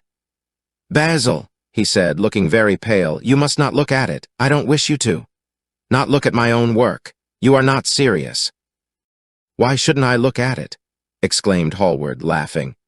"If you try to look at it, Basil, on my word of honor, I will never speak to you again as long as I live. I am quite serious. I don't offer any explanation, and you are not to ask for any. But remember, if you touch this screen, everything is over between us." Hallward was thunderstruck. He looked at Dorian Gray in absolute amazement. He had never seen him like this before. The lad was actually pallid with rage. His hands were clenched, and the pupils of his eyes were like discs of blue fire. He was trembling all over. "Dorian, don't speak. But what is the matter? Of course I won't look at it if you don't want me to," he said, rather coldly, turning on his heel and going over towards the window. "But really, it seems rather absurd that I shouldn't see my own work, especially as I am going to exhibit it in Paris in the autumn. I shall probably have to give it another coat of varnish before that, so I must see it some day, and why not today? To exhibit it? You want to exhibit it?" exclaimed Dorian Gray, a strange sense of terror creeping over him. Was the world going to be shown his secret? Were people to gape at the mystery of his life? That was impossible. Something, he did not know what, had to be done at once. "Yes, I don't suppose you will object to that. Georges Petit is going to collect all my best pictures for a special exhibition in the Rue de Cise, which will open the first week in October. The portrait will only be away a month. I should think you could easily spare it for that time. In fact, you are sure to be out of town. And if you keep it always behind a screen, you can't care much about it." Dorian Gray passed his hand over his forehead. There were beads of perspiration there. He felt that he was on the brink of a horrible danger. "You told me a month ago that you would never exhibit it," he cried. "Why have you changed your mind? You people who go in for being consistent have just as many moods as others have. The only difference is that your moods are rather meaningless. You can't have forgotten that you assured me most solemnly that nothing in the world would induce you to send it to any exhibition. You told Harry exactly the same thing." He stopped suddenly, and a gleam of light came into his eyes. He remembered that Lord Henry had said to him once, half seriously and half in jest, "If you want to have a strange quarter of an hour, get Basil to tell you why he won't exhibit your picture." He told me why he wouldn't, and it was a revelation to me. Yes, perhaps Basil, too, had his secret. He would ask him and try. "Basil," he said, coming over quite close and looking him straight in the face, "we have each of us a secret. Let me know yours, and I shall tell you mine. What was your reason for refusing to exhibit my picture?" The painter shuddered in spite of himself. "Dorian, if I told you, you might like me less than you do, and you would certainly laugh at me. I could not bear your doing either of those two things. If you wish me never to look at your picture again, I am content. I have always you to look at. If you wish the best work I have ever done to be hidden from the world, I am satisfied. Your friendship is dearer to me than any fame or reputation. No, Basil, you must tell me, insisted Dorian Gray. I think I have a right to know. His feeling of terror had passed away and curiosity had taken its place. He was determined to find out Basil Hallward's mystery. Let us sit down, Dorian, said the painter, looking troubled. Let us sit down, and just answer me one question. Have you noticed in the picture something curious? Something that probably at first did not strike you, but that revealed itself to you suddenly. Basil, cried the lad, clutching the arms of his chair with trembling hands and gazing at him with wild, startled eyes. I see you did. Don't speak. Wait till you hear what I have to say. Dorian, from the moment I met you, your personality had the most extraordinary influence over me. I was dominated, soul, brain, and power by you. You became to me the visible incarnation of that unseen ideal whose memory haunts us artists like an exquisite dream. I worshipped you. I grew jealous of everyone to whom you spoke. I wanted to have you all to myself. I was only happy when I was with you. When you were away from me, you were still present in my art. Of course, I never let you know anything about this. It would have been impossible. You would not have understood it. I hardly understood it myself. I only knew that I had seen perfection face to face, and that the world had become wonderful to my eyes. Too wonderful, perhaps, for in such mad worships there is peril, the peril of losing them, no less than the peril of keeping them. Weeks and weeks went on, and I grew more and more absorbed in you. Then came a new development. I had drawn you as Paris in dainty armor, and as Adonis with huntsman's cloak and polished boar spear. Crowned with heavy lotus blossoms, you had sat on the prow of Adrian's barge, gazing across the green, turbid Nile. You had leaned over the still pool of some Greek woodland, and seen in the water's silent silver the marvel of your own face. And it had all been what art should be, unconscious, ideal, and remote. One day, a fatal day I sometimes think, I determined to paint a wonderful portrait of you as you actually are, not in the costume of dead ages, but in your own dress and in your own time. Whether it was the realism of the method, or the mere wonder of your own personality, thus directly presented to me without mist or veil, I cannot tell. But I know that, as I worked at it, every flake and film of color seemed to me to reveal my secret. I grew afraid that others would know of my idolatry. I felt, Dorian, that I had told too much, that I had put too much of myself into it. Then it was that I resolved never to allow the picture to be exhibited. You were a little annoyed, but then you did not realize all that it meant to me. Harry, to whom I talked about it, laughed at me, but I did not mind that. When the picture was finished and I sat alone with it, I felt that I was right. Well, after a few days, the thing left my studio. And as soon as I had got rid of the intolerable fascination of its presence, it seemed to me that I had been foolish in imagining that I had seen anything in it, more than that you were extremely good-looking and that I could paint. Even now, I cannot help feeling that it is a mistake to think that the passion one feels in creation is ever really shown in the work one creates. Art is always more abstract than we fancy. Form and color tell us of form and color. That is all. It often seems to me that art conceals the artist far more completely than it ever reveals him. And so when I got this offer from Paris, I determined to make your portrait the principal thing in my exhibition. It never occurred to me that you would refuse. I see now that you were right. The picture cannot be shown. You must not be angry with me, Dorian, for what I have told you. As I said to Harry once, you are made to be worshipped. Dorian Gray drew a long breath. The color came back to his cheeks and a smile played about his lips. The peril was over. He was safe for the time. Yet he could not help feeling infinite pity for the painter who had just made this strange confession to him, and wondered if he himself would ever be so dominated by the personality of a friend. Lord Henry had the charm of being very dangerous. But that was all. He was too clever and too cynical to be really fond of. Would there ever be someone who would fill him with a strange idolatry? Was that one of the things that life had in store?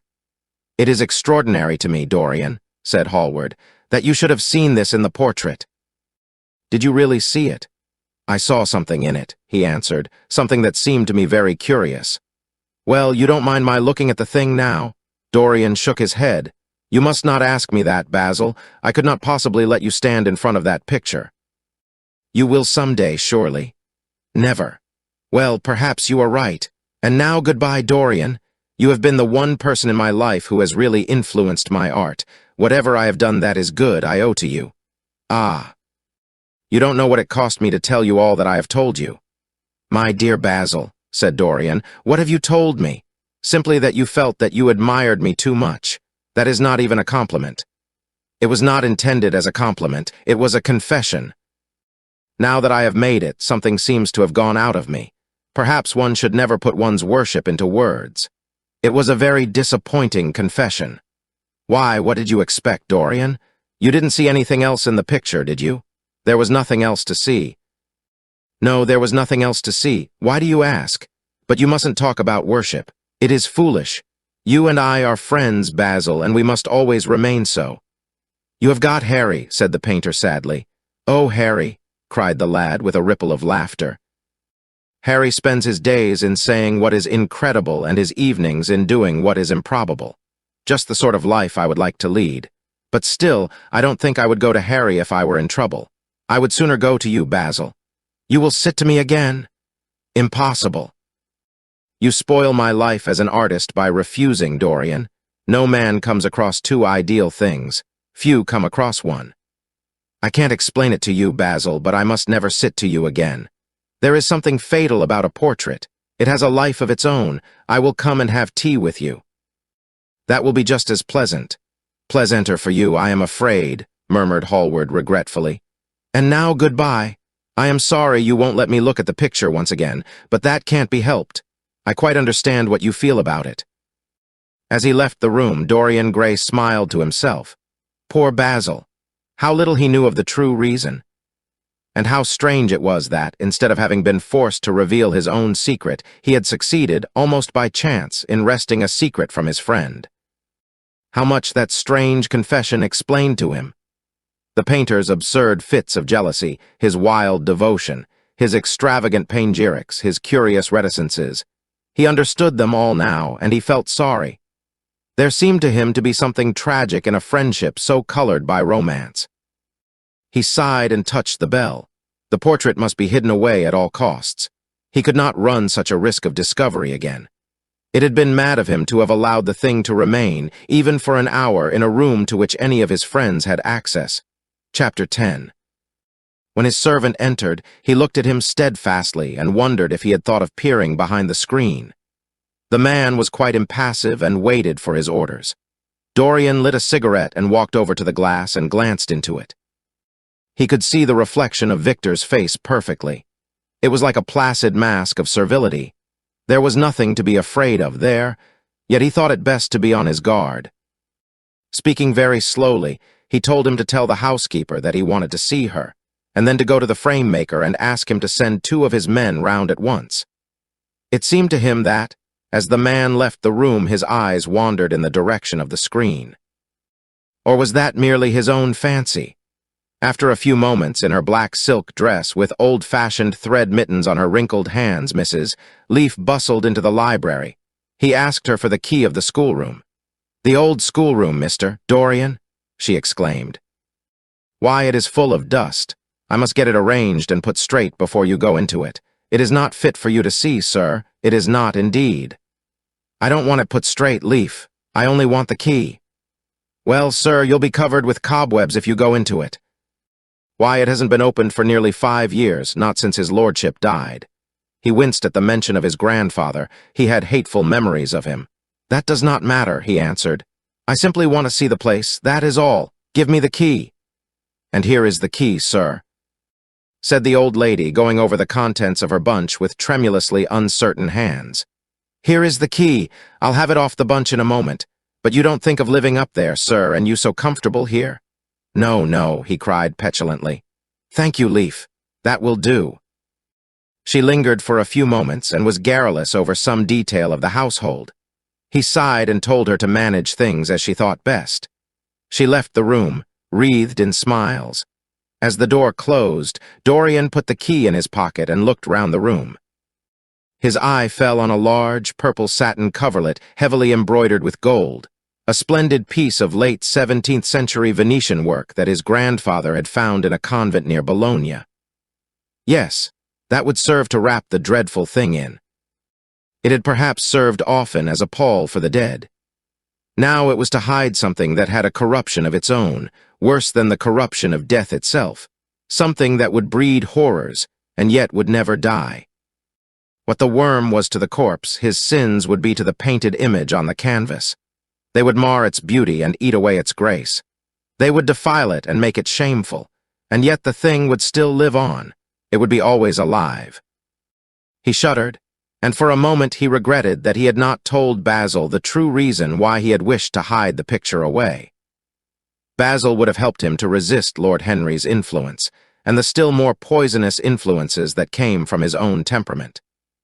The love that he bore him, for it was really love, had nothing in it that was not noble and intellectual. It was not that mere physical admiration of beauty that is born of the senses and that dies when the senses tire. It was such love as Michelangelo had known, and Montaigne and Winckelmann and Shakespeare himself. Yes, Basil could have saved him, but it was too late now. The past could always be annihilated. Regret, denial, or forgetfulness could do that, but the future was inevitable. There were passions in him that would find their terrible outlet, dreams that would make the shadow of their evil real. He took up from the couch the great purple and gold texture that covered it, and, holding it in his hands, passed behind the screen. Was the face on the canvas viler than before? It seemed to him that it was unchanged, and yet his loathing of it was intensified. Gold hair, blue eyes, and rose-red lips, they all were there. It was simply the expression that had altered. That was horrible in its cruelty. Compared to what he saw in it of censure or rebuke, how shallow Basil's reproaches about Sybil Vane had been, how shallow, and of what little account. His own soul was looking out at him from the canvas and calling him to judgment. A look of pain came across him, and he flung the rich pall over the picture. As he did so, a knock came to the door. He passed out as his servant entered. "The persons are here, monsieur." He felt that the man must be got rid of at once. He must not be allowed to know where the picture was being taken to. There was something sly about him, and he had thoughtful, treacherous eyes. Sitting down at the writing table, he scribbled a note to Lord Henry, asking him to send him round something to read and reminding him that they were to meet at 8:15 that evening. "Wait for an answer," he said, handing it to him, "and show the men in here." In 2 or 3 minutes there was another knock, and Mr. Hubbard himself, the celebrated frame-maker of South Audley Street, came in with a somewhat rough-looking young assistant. Mr. Hubbard was a florid, red-whiskered little man, whose admiration for art was considerably tempered by the inveterate impecuniosity of most of the artists who dealt with him. As a rule, he never left his shop. He waited for people to come to him. But he always made an exception in favor of Dorian Gray. There was something about Dorian that charmed everybody. It was a pleasure even to see him. "What can I do for you, Mr. Gray?" he said, rubbing his fat, freckled hands. "I thought I would do myself the honor of coming round in person. I have just got a beauty of a frame, sir. Picked it up at a sale. Old Florentine. Came from Fonthill, I believe. Admirably suited for a religious subject, Mr. Gray. I am so sorry you have given yourself the trouble of coming round, Mr. Hubbard. I shall certainly drop in and look at the frame, though I don't go in much at present for religious art. But today I only want a picture carried to the top of the house for me. It is rather heavy, so I thought I would ask you to lend me a couple of your men." "No trouble at all, Mr. Gray. I am delighted to be of any service to you. Which is the work of art, sir?" "This," replied Dorian, moving the screen back. "Can you move it, covering and all, just as it is? I don't want it to get scratched going upstairs."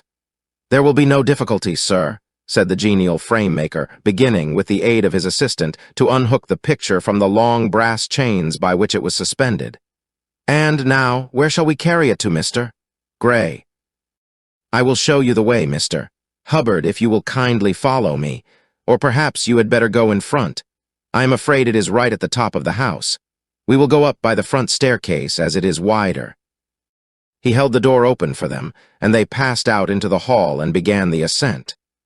The elaborate character of the frame had made the picture extremely bulky, and now and then, in spite of the obsequious protests of Mr. Hubbard, who had the true tradesman's spirited dislike of seeing a gentleman doing anything useful, Dorian put his hand to it so as to help them.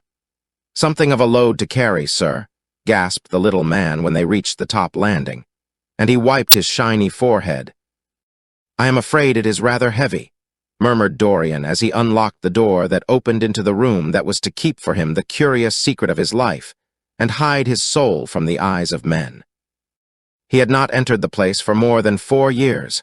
Not, indeed, since he had used it first as a playroom when he was a child, and then as a study when he grew somewhat older. It was a large, well-proportioned room, which had been specially built by the last Lord Kelso for the use of the little grandson whom, for his strange likeness to his mother, and also for other reasons, he had always hated and desired to keep at a distance. It appeared to Dorian to have but little changed. There was the huge Italian cassone, with its fantastically painted panels and its tarnished gilt moldings, in which he had so often hidden himself as a boy. There the satinwood bookcase filled with his dog-eared schoolbooks. On the wall behind it was hanging the same ragged Flemish tapestry where a faded king and queen were playing chess in a garden, while a company of hawkers rode by, carrying hooded birds on their gauntleted wrists. How well he remembered it all. Every moment of his lonely childhood came back to him as he looked round. He recalled the stainless purity of his boyish life, and it seemed horrible to him that it was here the fatal portrait was to be hidden away. How little he had thought, in those dead days, of all that was in store for him. But there was no other place in the house so secure from prying eyes as this. He had the key, and no one else could enter it. Beneath its purple pall, the face painted on the canvas could grow bestial, sodden, and unclean. What did it matter? No one could see it. He himself would not see it. Why should he watch the hideous corruption of his soul? He kept his youth. That was enough. And, besides, might not his nature grow finer after all? There was no reason that the future should be so full of shame. Some love might come across his life and purify him, and shield him from those sins that seemed to be already stirring in spirit and in flesh, those curious unpictured sins whose very mystery lent them their subtlety and their charm. Perhaps someday the cruel look would have passed away from the scarlet sensitive mouth, and he might show to the world Basil Hallward's masterpiece. No, that was impossible. Hour by hour and week by week, the thing upon the canvas was growing old. It might escape the hideousness of sin, but the hideousness of age was in store for it. The cheeks would become hollow or flaccid. Yellow crow's feet would creep round the fading eyes and make them horrible. The hair would lose its brightness, the mouth would gape or droop, would be foolish or gross, as the mouths of old men are. There would be the wrinkled throat, the cold, blue-veined hands, the twisted body, that he remembered in the grandfather who had been so stern to him in his boyhood. The picture had to be concealed. There was no help for it. "Bring it in, Mr. Hubbard, please," he said, wearily turning round. "I am sorry I kept you so long. I was thinking of something else." "Always glad to have a rest, Mr. Gray," answered the frame-maker, who was still gasping for breath. "Where shall we put it, sir?" "Oh, anywhere. Here, this will do. I don't want to have it hung up. Just lean it against the wall, thanks." "Might one look at the work of art, sir?" Dorian started. "It would not interest you, Mr. Hubbard," he said, keeping his eye on the man.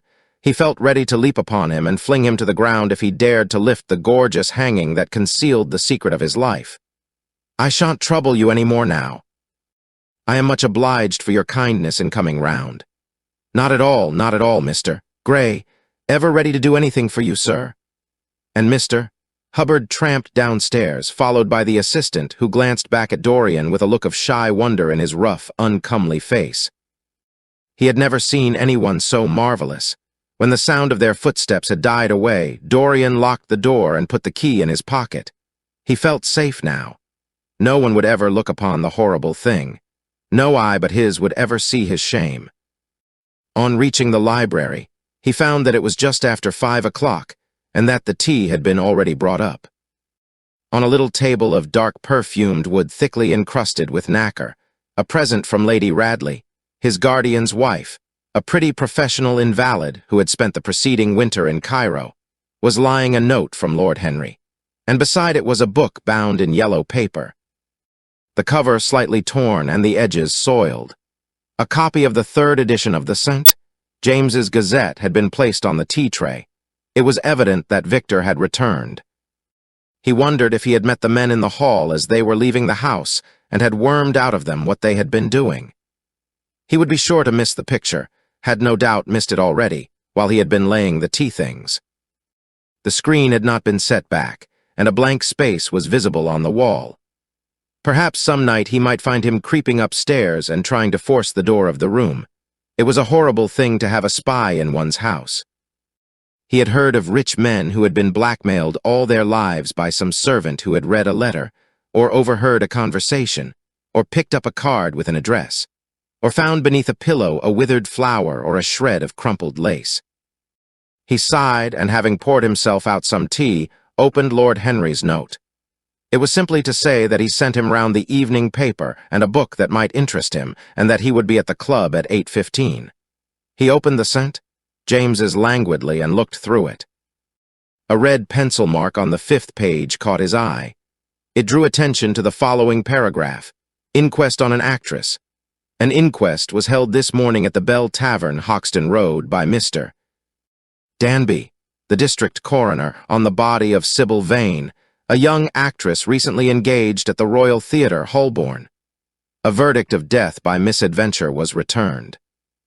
Considerable sympathy was expressed for the mother of the deceased, who was greatly affected during the giving of her own evidence, and that of Dr. Beryl, who had made the post-mortem examination of the deceased. He frowned, and tearing the paper in two, went across the room and flung the pieces away.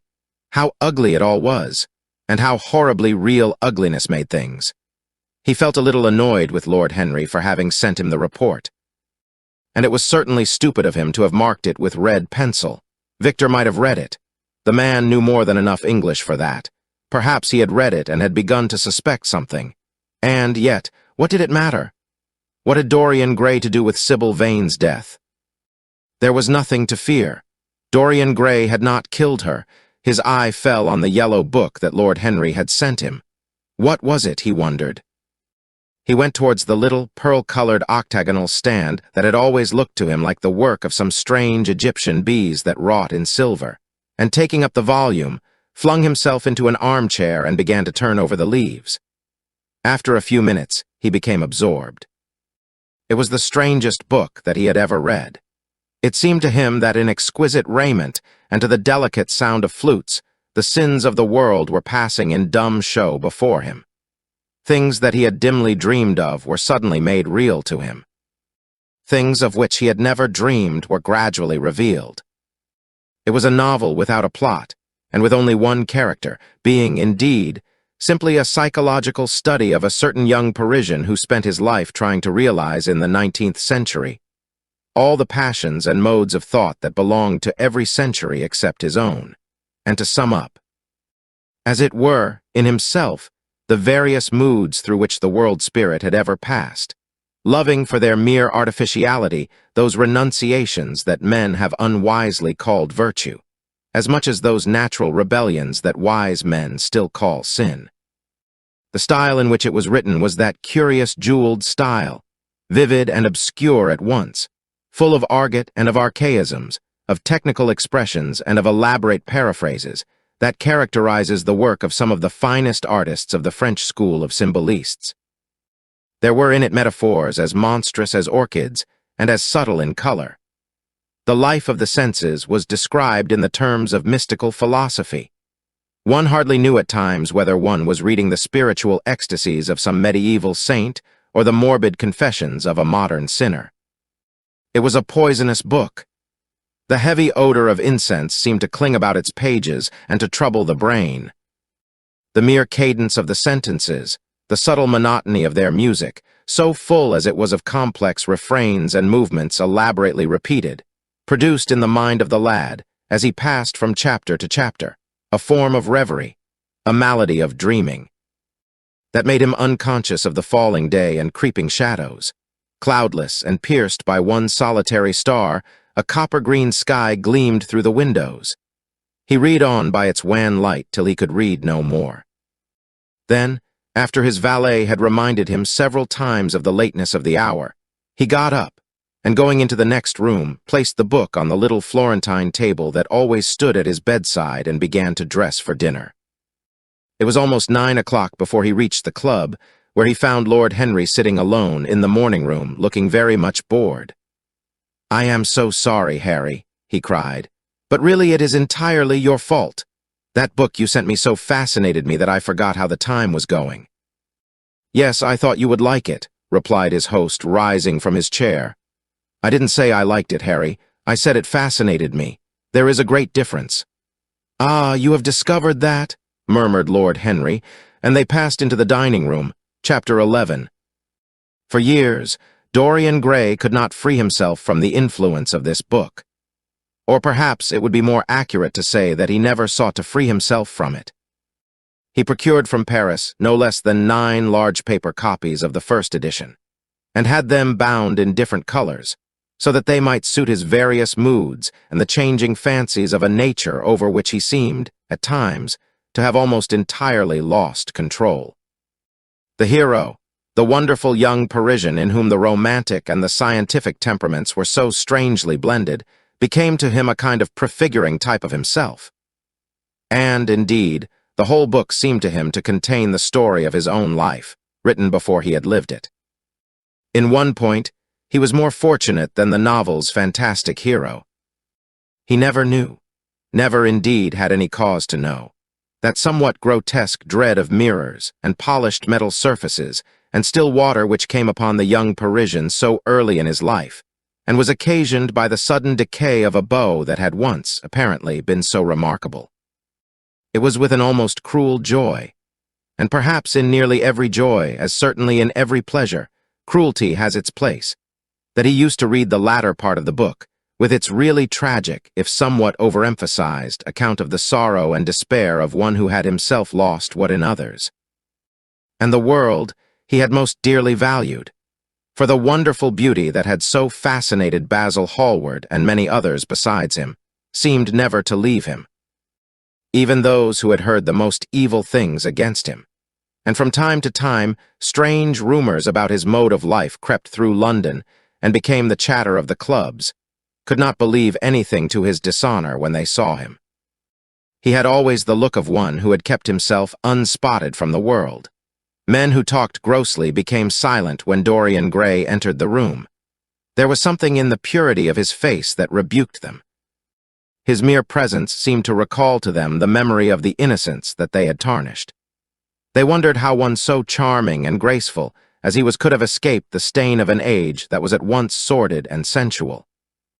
Often, on returning home from one of those mysterious and prolonged absences that gave rise to such strange conjecture among those who were his friends, or thought that they were so, he himself would creep upstairs to the locked room, open the door with the key that never left him now, and stand, with a mirror, in front of the portrait that Basil Hallward had painted of him, looking now at the evil and aging face on the canvas, and now at the fair young face that laughed back at him from the polished glass. The very sharpness of the contrast used to quicken his sense of pleasure. He grew more and more enamored of his own beauty, more and more interested in the corruption of his own soul. He would examine with minute care, and sometimes with a monstrous and terrible delight, the hideous lines that seared the wrinkling forehead or crawled around the heavy sensual mouth, wondering sometimes which were the more horrible, the signs of sin or the signs of age. He would place his white hands beside the coarse, bloated hands of the picture, and smile. He mocked the misshapen body and the failing limbs. There were moments, indeed, at night, when, lying sleepless in his own delicately scented chamber, or in the sordid room of the little ill-famed tavern near the docks which, under an assumed name and in disguise, it was his habit to frequent, He would think of the ruin he had brought upon his soul with a pity that was all the more poignant because it was purely selfish. But moments such as these were rare. That curiosity about life which Lord Henry had first stirred in him as they sat together in the garden of their friend seemed to increase with gratification. The more he knew, the more he desired to know. He had mad hungers that grew more ravenous as he fed them. Yet he was not really reckless, at any rate in his relations to society.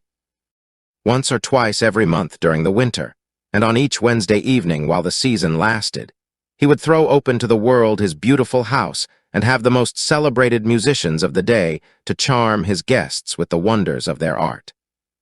His little dinners, in the settling of which Lord Henry always assisted him, were noted as much for the careful selection and placing of those invited, as for the exquisite taste shown in the decoration of the table, with its subtle symphonic arrangements of exotic flowers and embroidered cloths, and antique plate of gold and silver. Indeed, there were many, especially among the very young men, who saw or fancied that they saw in Dorian Gray the true realization of a type of which they had often dreamed in Eton or Oxford days. A type that was to combine something of the real culture of the scholar with all the grace and distinction and perfect manner of a citizen of the world. To them, he seemed to be of the company of those whom Dante describes as having sought to make themselves perfect by the worship of beauty. Like Gautier, he was one for whom the visible world existed. And, certainly, to him life itself was the first, the greatest of the arts, and for it all the other arts seemed to be but a preparation.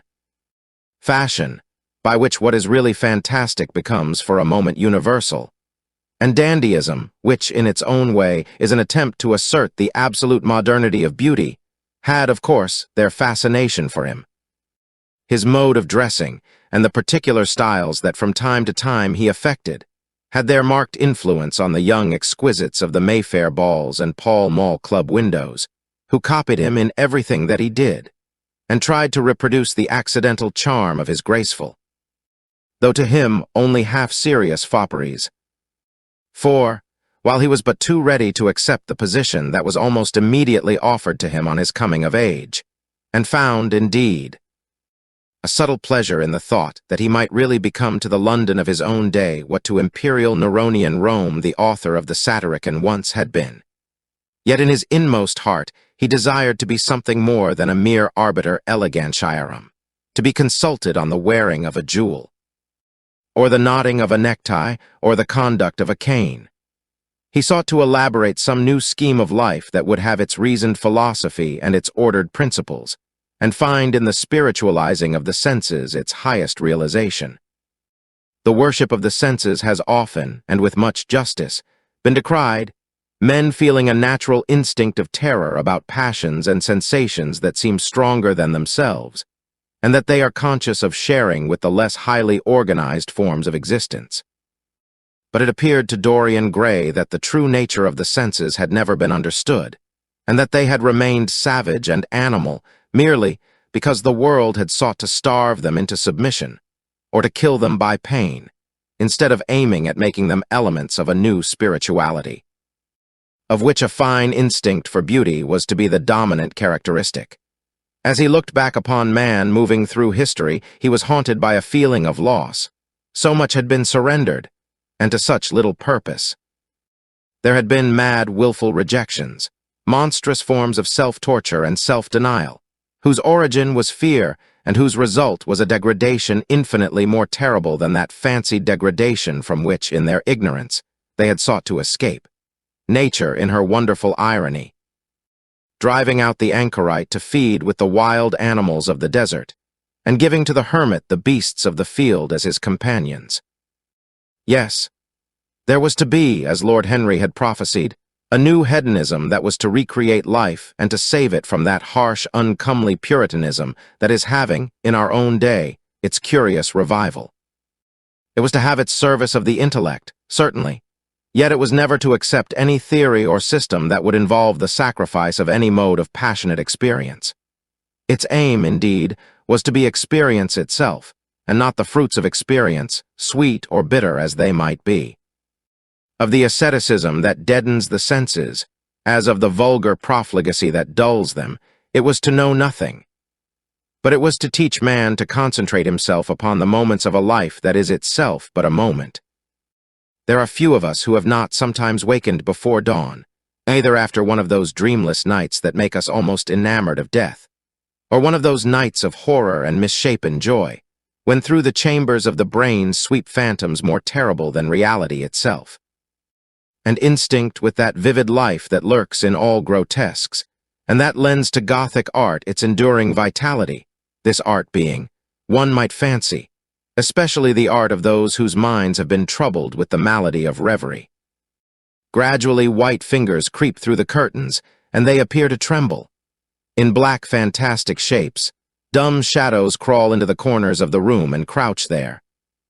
Outside, there is the stirring of birds among the leaves, or the sound of men going forth to their work, or the sigh and sob of the wind coming down from the hills and wandering round the silent house, as though it feared to wake the sleepers, and yet must needs call forth sleep from her purple cave. Veil after veil of thin, dusky gauze is lifted, and by degrees the forms and colors of things are restored to them, and we watch the dawn remaking the world in its antique pattern. The wan mirrors get back their mimic life. The flameless tapers stand where we had left them, and beside them lies the half-cut book that we had been studying, or the wired flower that we had worn at the ball, or the letter that we had been afraid to read, or that we had read too often. Nothing seems to us changed. Out of the unreal shadows of the night comes back the real life that we had known. We have to resume it where we had left off, and there steals over us a terrible sense of the necessity for the continuance of energy in the same wearisome round of stereotyped habits, or a wild longing, it may be, that our eyelids might open some morning upon a world that had been refashioned anew in the darkness for our pleasure, a world in which things would have fresh shapes and colors, and be changed, or have other secrets, a world in which the past would have little or no place, or survive at any rate. In no conscious form of obligation or regret, the remembrance even of joy having its bitterness, and the memories of pleasure their pain. It was the creation of such worlds as these that seemed to Dorian Gray to be the true object, or amongst the true objects of life, and in his search for sensations that would be at once new and delightful, and possess that element of strangeness that is so essential to romance. He would often adopt certain modes of thought that he knew to be really alien to his nature, abandon himself to their subtle influences, and then, having, as it were, caught their color and satisfied his intellectual curiosity, leave them with that curious indifference that is not incompatible with a real ardor of temperament, and that, indeed, according to certain modern psychologists, is often a condition of it. It was rumored of him once that he was about to join the Roman Catholic communion, and certainly the Roman ritual had always a great attraction for him. The daily sacrifice, more awful really than all the sacrifices of the antique world, stirred him as much by its superb rejection of the evidence of the senses as by the primitive simplicity of its elements, and the eternal pathos of the human tragedy that it sought to symbolize. He loved to kneel down on the cold marble pavement and watch the priest, in his stiff, flowered dalmatic, slowly and with white hands moving aside the veil of the tabernacle, or raising aloft the jeweled, lantern-shaped monstrance with that pallid wafer that at times, one would fain think, is indeed the panis caelestis, the bread of angels, or, robed in the garments of the Passion of Christ, breaking the host into the chalice and smiting his breast for his sins. The fuming censers that the grave boys, in their lace and scarlet, tossed into the air like great gilt flowers had their subtle fascination for him. As he passed out, he used to look with wonder at the black confessionals and long to sit in the dim shadow of one of them, and listen to men and women whispering through the worn grating the true story of their lives. But he never fell into the error of arresting his intellectual development by any formal acceptance of creed or system, or of mistaking, for a house in which to live, an inn that is but suitable for the sojourn of a night, or for a few hours of a night in which there are no stars and the moon is in travail. Mysticism, with its marvelous power of making common things strange to us, and the subtle antinomianism that always seems to accompany it, moved him for a season. And for a season he inclined to the materialistic doctrines of the Darwinismus movement in Germany, and found a curious pleasure in tracing the thoughts and passions of men to some pearly cell in the brain, or some white nerve in the body, delighting in the conception of the absolute dependence of the spirit on certain physical conditions, morbid or healthy, normal or diseased. Yet, as has been said of him before, no theory of life seemed to him to be of any importance compared with life itself. He felt keenly conscious of how barren all intellectual speculation is when separated from action and experiment. He knew that the senses, no less than the soul, have their spiritual mysteries to reveal, and so he would now study perfumes and the secrets of their manufacture, distilling heavily scented oils and burning odorous gums from the East. He saw that there was no mood of the mind that had not its counterpart in the sensuous life, and set himself to discover their true relations, wondering what there was in frankincense that made one mystical, and in ambergris that stirred one's passions, and in violets that woke the memory of dead romances, and in musk that troubled the brain, and in champak that stained the imagination, and seeking often to elaborate a real psychology of perfumes, and to estimate the several influences of sweet-smelling roots and scented, pollen-laden flowers, of aromatic balms and of dark and fragrant woods, of spikenard that sickens, of hovenia that makes men mad, and of aloes that are said to be able to expel melancholy from the soul. At another time he devoted himself entirely to music, and in a long latticed room with a vermilion and gold ceiling and walls of olive-green lacquer, he used to give curious concerts in which mad gypsies tore wild music from little zithers or grave. Yellow-shawled Tunisians plucked at the strained strings of monstrous lutes, while grinning Negroes beat monotonously upon copper drums and, crouching upon scarlet mats, slim, turbaned Indians blew through long pipes of reed or brass and charmed, or feigned to charm, great hooded snakes and horrible horned adders. The harsh intervals and shrill discords of barbaric music stirred him at times when Schubert's Grace and Chopin's Beautiful Sorrows and the mighty harmonies of Beethoven himself fell unheeded on his ear. He collected together from all parts of the world the strangest instruments that could be found, either in the tombs of dead nations or among the few savage tribes that have survived contact with Western civilizations, and loved to touch and try them. He had the mysterious Juruparis of the Rio Negro Indians, that women are not allowed to look at, and that even youths may not see till they have been subjected to fasting and scourging, and the earthen jars of the Peruvians that have the shrill cries of birds, and flutes of human bones such as Alfonso de Oval heard in Chile, and the sonorous green jaspers that are found near Cuzco and give forth a note of singular sweetness. He had painted gourds filled with pebbles that rattled when they were shaken, the long clarin of the Mexicans, into which the performer does not blow, but through which he inhales the air, the harsh ture of the Amazon tribes, that is sounded by the sentinels who sit all day long in high trees, and can be heard, it is said, at a distance of 3 leagues, the teponazli that has 2 vibrating tongues of wood and is beaten with sticks that are smeared with an elastic gum obtained from the milky juice of plants, the yotl bells of the Aztecs that are hung in clusters like grapes, and a huge cylindrical drum, covered with the skins of great serpents, like the one that Bernal Diaz saw when he went with Cortes into the Mexican temple, and of whose doleful sound he has left us so vivid a description. The fantastic character of these instruments fascinated him, and he felt a curious delight in the thought that art, like nature, has her monsters, things of bestial shape and with hideous voices.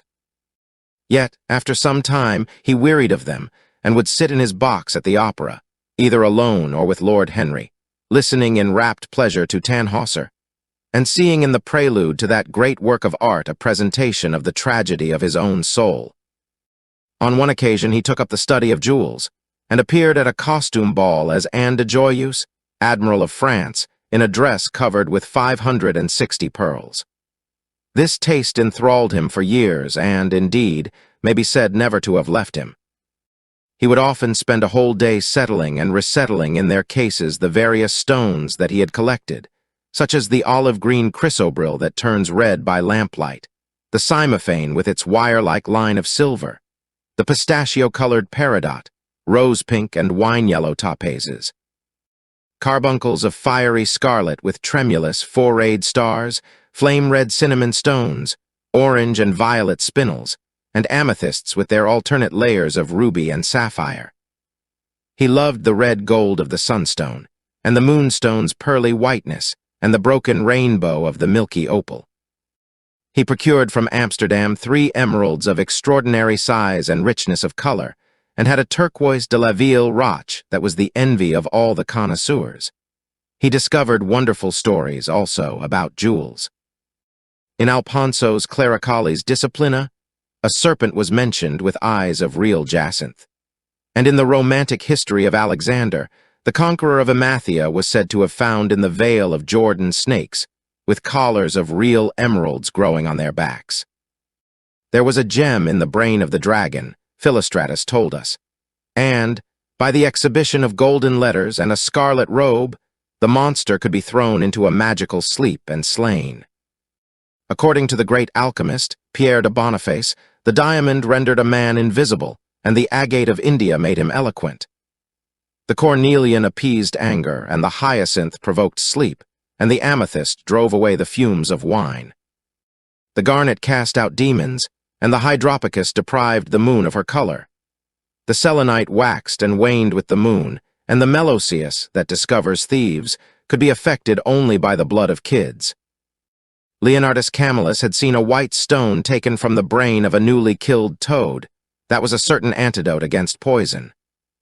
The bezoar, that was found in the heart of the Arabian deer, was a charm that could cure the plague. In the nests of Arabian birds was the aspilates, that, according to Democritus, kept the wearer from any danger by fire. The king of Ceylon rode through his city with a large ruby in his hand, as the ceremony of his coronation. The gates of the palace of John the priest were made of sardius, with the horn of the horned snake inwrought, so that no man might bring poison within. Over the gable were 2 golden apples, in which were 2 carbuncles, so that the gold might shine by day and the carbuncles by night. In Lodge's strange romance, A Marguerite of America, it was stated that in the chamber of the queen one could behold all the chaste ladies of the world, enchased out of silver, looking through fair mirrors of chrysolites, carbuncles, sapphires, and green emeralds. Marco Polo had seen the inhabitants of Zipangu Place rose-colored pearls in the mouths of the dead. A sea monster had been enamored of the pearl that the diver brought to King Peroz's, and had slain the thief, and mourned for 7 moons over its loss. When the Huns lured the king into the great pit, he flung it away. Procopius tells the story. Nor was it ever found again, though the Emperor Anastasius offered 500 weight of gold pieces for it. The king of Malabar had shown to a certain Venetian a rosary of 304 pearls, one for every god that he worshipped. When the Duc de Valentinois, son of Alexander VI, visited Louis Roman XII of France, his horse was loaded with gold leaves, according to Brantome, and his cap had double rows of rubies that threw out a great light. Charles of England had ridden in stirrups hung with 421 diamonds. Richard Roman II had a coat valued at 30,000 marks, which was covered with balas rubies. Hall described Henry Roman VIII, on his way to the Tower previous to his coronation, as wearing a jacket of raised gold, the placard embroidered with diamonds and other rich stones, and a great bauderike about his neck of large balasses. The favorites of James, I wore earrings of emeralds set in gold filigrane. Edward Roman II gave to Piers Gaveston a suit of red gold armor studded with jacinths, a collar of gold roses set with turquoise stones, and a skull-cap parsemé with pearls. Henry Roman II wore jeweled gloves reaching to the elbow and had a hawk glove sewn with 12 rubies and 52 great orients. The ducal hat of Charles the Rash, the last Duke of Burgundy of his race, was hung with pear-shaped pearls and studded with sapphires. How exquisite life had once been! How gorgeous in its pomp and decoration! Even to read of the luxury of the dead was wonderful. Then he turned his attention to embroideries, and to the tapestries that performed the office of frescoes in the chill rooms of the northern nations of Europe. As he investigated the subject, and he always had an extraordinary faculty of becoming absolutely absorbed for the moment in whatever he took up, he was almost saddened by the reflection of the ruin that time brought on beautiful and wonderful things. He, at any rate, had escaped that. Summer followed summer, and the yellow jonquils bloomed and died many times, and nights of horror repeated the story of their shame, but he was unchanged. No winter marred his face or stained his flower-like bloom. How different it was with material things. Where had they passed to? Where was the great crocus-colored robe, on which the gods fought against the giants, that had been worked by brown girls for the pleasure of Athena? Where the huge velarium that Nero had stretched across the Colosseum at Rome, that Titan sail of purple on which was represented the starry sky, and Apollo driving a chariot drawn by white, gilt-trained steeds. He longed to see the curious table napkins wrought for the priest of the sun, on which were displayed all the dainties and viands that could be wanted for a feast, the mortuary cloth of King Chilperic, with its 300 golden bees, the fantastic robes that excited the indignation of the Bishop of Pontus, and were figured with lions, panthers, bears, dogs, forests, rocks, hunters, all in fact that a painter can copy from nature. And the coat that Charles of Orleans once wore, on the sleeves of which were embroidered the verses of a song beginning, Madam, G suis tout joyeux, the musical accompaniment of the words being wrought in gold thread, and each note of square shape in those days formed with 4 pearls. He read of the room that was prepared at the palace at Rheims for the use of Queen Joan of Burgundy, and was decorated with 1,321 parrots, made in broidery and blazoned with the king's arms, and 561 butterflies, whose wings were similarly ornamented with the arms of the queen, the whole worked in gold. Catherine de Medicis had a mourning bed made for her of black velvet powdered with crescents and suns. Its curtains were of damask, with leafy wreaths and garlands, figured upon a gold and silver ground and fringed along the edges with broideries of pearls, and it stood in a room hung with rows of the queen's devices in cut black velvet upon cloth of silver. Louis Roman XIV had gold-embroidered caryatides 15 feet high in his apartment. The state bed of Sobieski, King of Poland, was made of Smyrna gold brocade embroidered in turquoises with verses from the Koran. Its supports were of silver gilt, beautifully chased and profusely set with enameled and jeweled medallions. It had been taken from the Turkish camp before Vienna, and the standard of Mohammed had stood beneath the tremulous gilt of its canopy. And so, for a whole year, he sought to accumulate the most exquisite specimens that he could find of textile and embroidered work, getting the dainty Delhi muslins, finely wrought with gold thread palmates and stitched over with iridescent beetles' wings, the Dhaka gauzes, that from their transparency are known in the East as woven air, and running water, and evening dew. Strange figured cloths from Java, elaborate yellow Chinese hangings, books bound in tawny satins or fair blue silks and wrought with fleurs de lis, birds and images, veils of lasses worked in Hungary point, Sicilian brocades and stiff Spanish velvets, Georgian work with its gilt coins, and Japanese faucusas with their green-toned golds and their marvelously plumaged birds.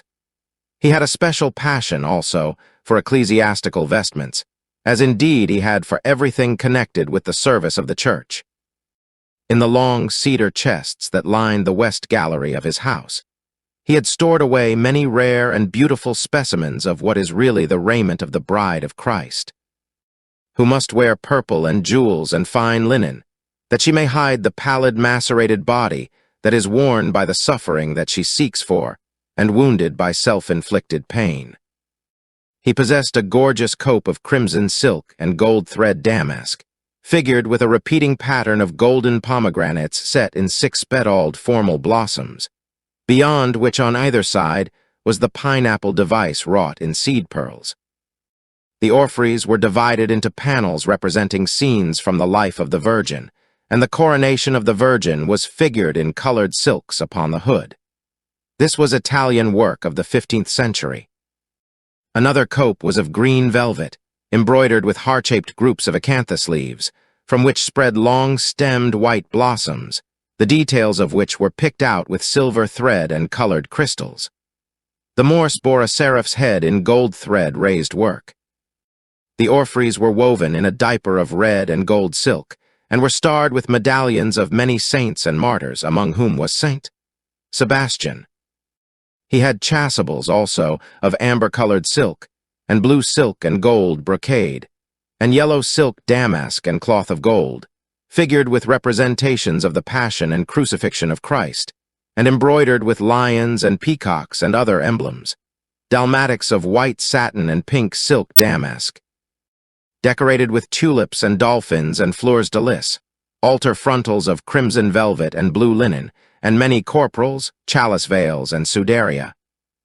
In the mystic offices to which such things were put, there was something that quickened his imagination. For these treasures, and everything that he collected in his lovely house, were to be to him means of forgetfulness, modes by which he could escape, for a season, from the fear that seemed to him at times to be almost too great to be borne. Upon the walls of the lonely locked room where he had spent so much of his boyhood, he had hung with his own hands the terrible portrait, whose changing features showed him the real degradation of his life, and in front of it had draped the purple and gold pall as a curtain. For weeks he would not go there, would forget the hideous painted thing, and get back his light heart, his wonderful joyousness, his passionate absorption in mere existence. Then, suddenly, some night he would creep out of the house, go down to dreadful places near Blue Gate Fields, and stay there day after day until he was driven away. On his return he would sit in front of the picture, sometimes loathing it and himself, but filled at other times with that pride of individualism that is half the fascination of sin, and smiling with secret pleasure at the misshapen shadow that had to bear the burden that should have been his own. After a few years, he could not endure to be long out of England, and gave up the villa that he had shared at Trouville with Lord Henry, as well as the little white walled-in house at Algiers, where they had more than once spent the winter. He hated to be separated from the picture that was such a part of his life, and was also afraid that during his absence someone might gain access to the room, in spite of the elaborate bars that he had caused to be placed upon the door. He was quite conscious that this would tell them nothing. It was true that the portrait still preserved, under all the foulness and ugliness of the face, its marked likeness to himself, but what could they learn from that? He would laugh at anyone who tried to taunt him. He had not painted it. What was it to him how vile and full of shame it looked? Even if he told them, would they believe it? Yet he was afraid. Sometimes when he was down at his great house in Nottinghamshire, entertaining the fashionable young men of his own rank who were his chief companions, and astounding the county by the wanton luxury and gorgeous splendor of his mode of life, he would suddenly leave his guests and rush back to town to see that the door had not been tampered with and that the picture was still there. What if it should be stolen?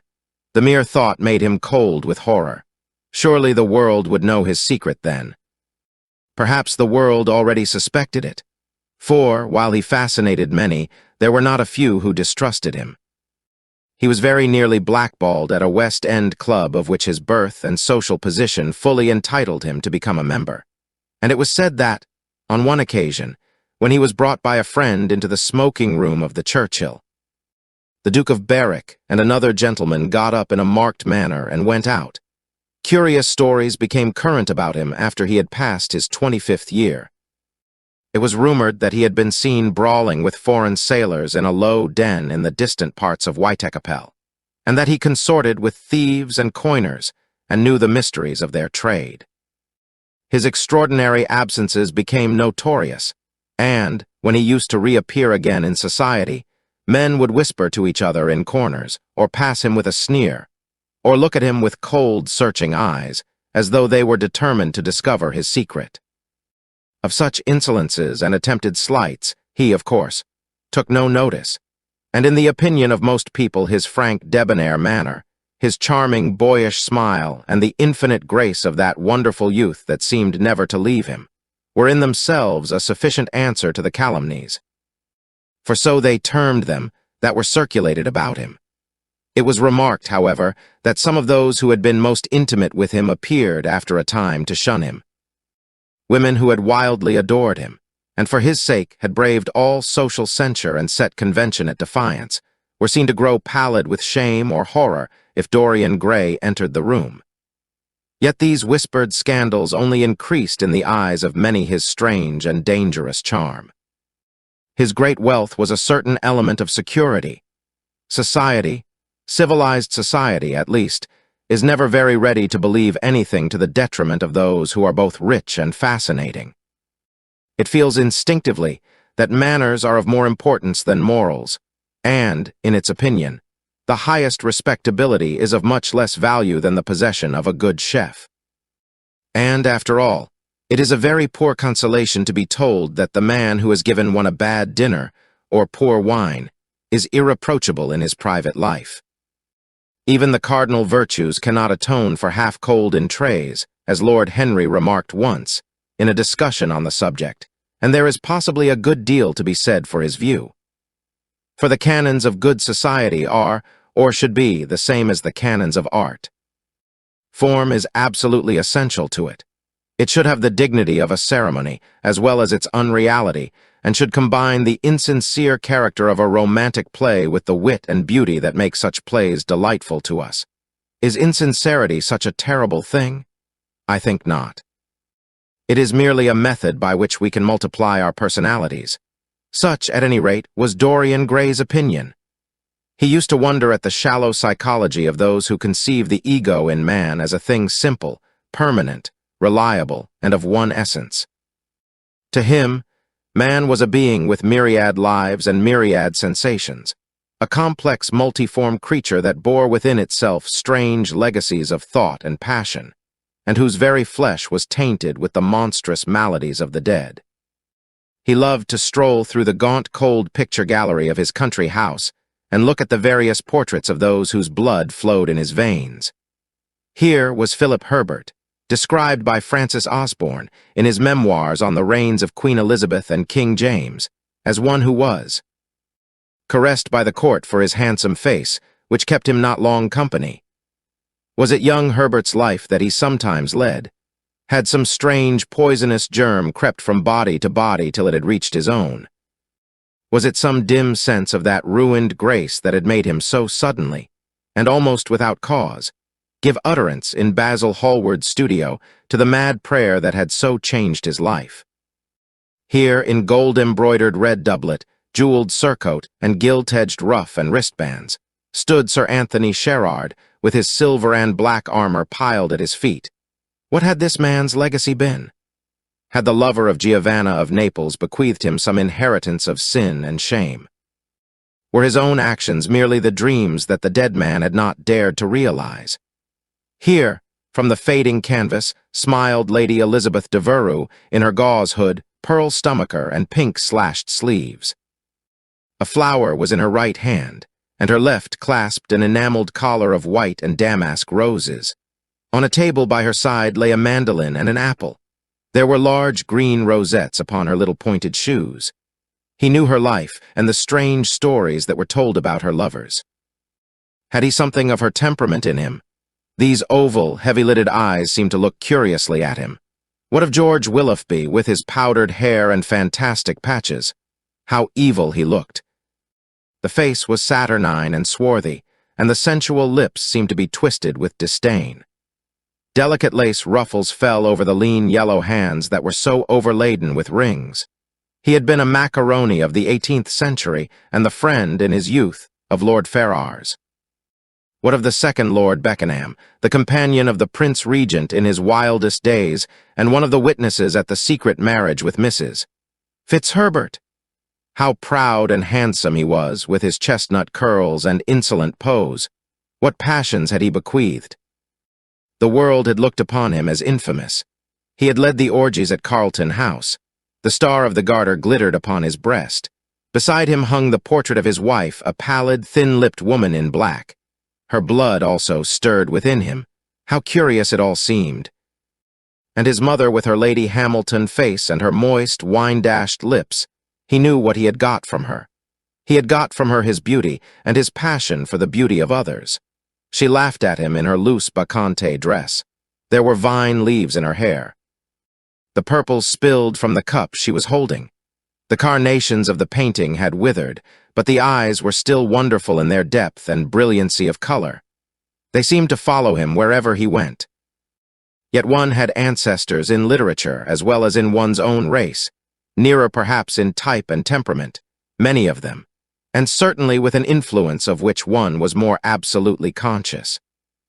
There were times when it appeared to Dorian Gray that the whole of history was merely the record of his own life, not as he had lived it in act and circumstance, but as his imagination had created it for him, as it had been in his brain and in his passions.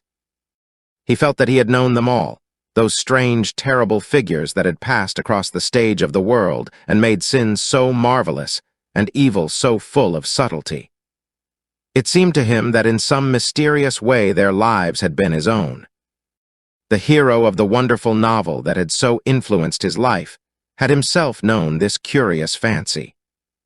In the 7th chapter he tells how, crowned with laurel, lest lightning might strike him, he had sat as Tiberius in a garden at Capri, reading the shameful books of Elephantes, while dwarfs and peacocks strutted round him and the flute player mocked the swinger of the censer. And, as Caligula, had caroused with the green-shirted jockeys in their stables and supped in an ivory manger with a jewel-frontleted horse. And, as Domitian, had wandered through a corridor lined with marble mirrors, looking round with haggard eyes for the reflection of the dagger that was to end his days. And sick with that ennui, that terrible tedium vitae that comes on those to whom life denies nothing, and had peered through a clear emerald at the red shambles of the circus, and then, in a litter of pearl and purple drawn by silver-shod mules, been carried through the street of pomegranates to a house of gold and heard men cry on Nero Caesar as he passed by. And, as Elagabalus, had painted his face with colors, and plied the distaff among the women, and brought the moon from Carthage and given her in mystic marriage to the sun. Over and over again Dorian used to read this fantastic chapter, and the 2 chapters immediately following, in which, as in some curious tapestries or cunningly wrought enamels, were pictured the awful and beautiful forms of those whom vice and blood and weariness had made monstrous or mad. Filippo, Duke of Milan, who slew his wife and painted her lips with a scarlet poison that her lover might suck death from the dead thing he fondled. Pietro Barbai, the Venetian, known as Paul II, who sought in his vanity to assume the title of Formosus, and whose tiara, valued at 200,000 florins, was bought at the price of a terrible sin. Gian Maria Visconti, who used hounds to chase living men and whose murdered body was covered with roses by a harlot who had loved him, the Borgia on his white horse, with fratricide riding beside him, and his mantle stained with the blood of Perato. Pietro Riario, the young Cardinal Archbishop of Florence, child and minion of Sixtus Roman IV, whose beauty was equaled only by his debauchery, and who received Leonora of Aragon in a pavilion of white and crimson silk, filled with nymphs and centaurs, and gilded a boy that he might serve at the feast as Ganymede or Hylas. Ezelin, whose melancholy could be cured only by the spectacle of death, and who had a passion for red blood, as other men have for red wine. The son of the fiend, as was reported, and one who had cheated his father at dice when gambling with him for his own soul. Giambattista Cibo, who in mockery took the name of Innocent, and into whose torpid veins the blood of 3 lads was infused by a Jewish doctor. Sigismondo Malatesta, the lover of Isata and the lord of Rimini, whose effigy was burned at Rome as the enemy of God and man, who strangled Polissena with a napkin, and gave poison to Ginevra d'Este in a cup of emerald, and in honor of a shameful passion built a pagan church for Christian worship. Charles V.I., who had so wildly adored his brother's wife that a leper had warned him of the insanity that was coming on him, and who, when his brain had sickened and grown strange, could only be soothed by Saracen cards painted with the images of love and death and madness. And, in his trimmed jerkin and jeweled cap and acanthus-like curls, Griffonto Baglioni, who slew Astora with his bride and Simonto with his page, and whose comeliness was such that, as he lay dying in the yellow piazza of Perugia, those who had hated him could not choose but weep, and Atalanta, who had cursed him, blessed him. There was a horrible fascination in them all. He saw them at night, and they troubled his imagination in the day. The Renaissance knew of strange manners of poisoning by a helmet and a lighted torch, by an embroidered glove and a jeweled fan, by a gilded pomander, and by an amber chain. Dorian Gray had been poisoned by a book. There were moments when he looked on evil simply as a mode through which he could realize his conception of the beautiful. Chapter 12. It was on the 9th of November, the eve of his own 38th birthday, as he often remembered afterwards. He was walking home about 11 o'clock from Lord Henry's, where he had been dining, and was wrapped in heavy furs as the night was cold and foggy. At the corner of Grosvenor Square and South Audley Street, a man passed him in the mist, walking very fast and with the collar of his grey ulster turned up. He had a bag in his hand. Dorian recognized him. It was Basil Hallward. A strange sense of fear, for which he could not account, came over him. He made no sign of recognition and went on quickly in the direction of his own house. But Hallward had seen him. Dorian heard him first stopping on the pavement and then hurrying after him. In a few moments, his hand was on his arm. "Dorian, what an extraordinary piece of luck. I have been waiting for you in your library ever since 9 o'clock.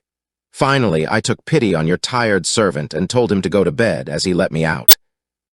I am off to Paris by the midnight train, and I particularly wanted to see you before I left. I thought it was you, or rather your fur coat, as you passed me. But I wasn't quite sure. Didn't you recognize me?" "In this fog, my dear Basil?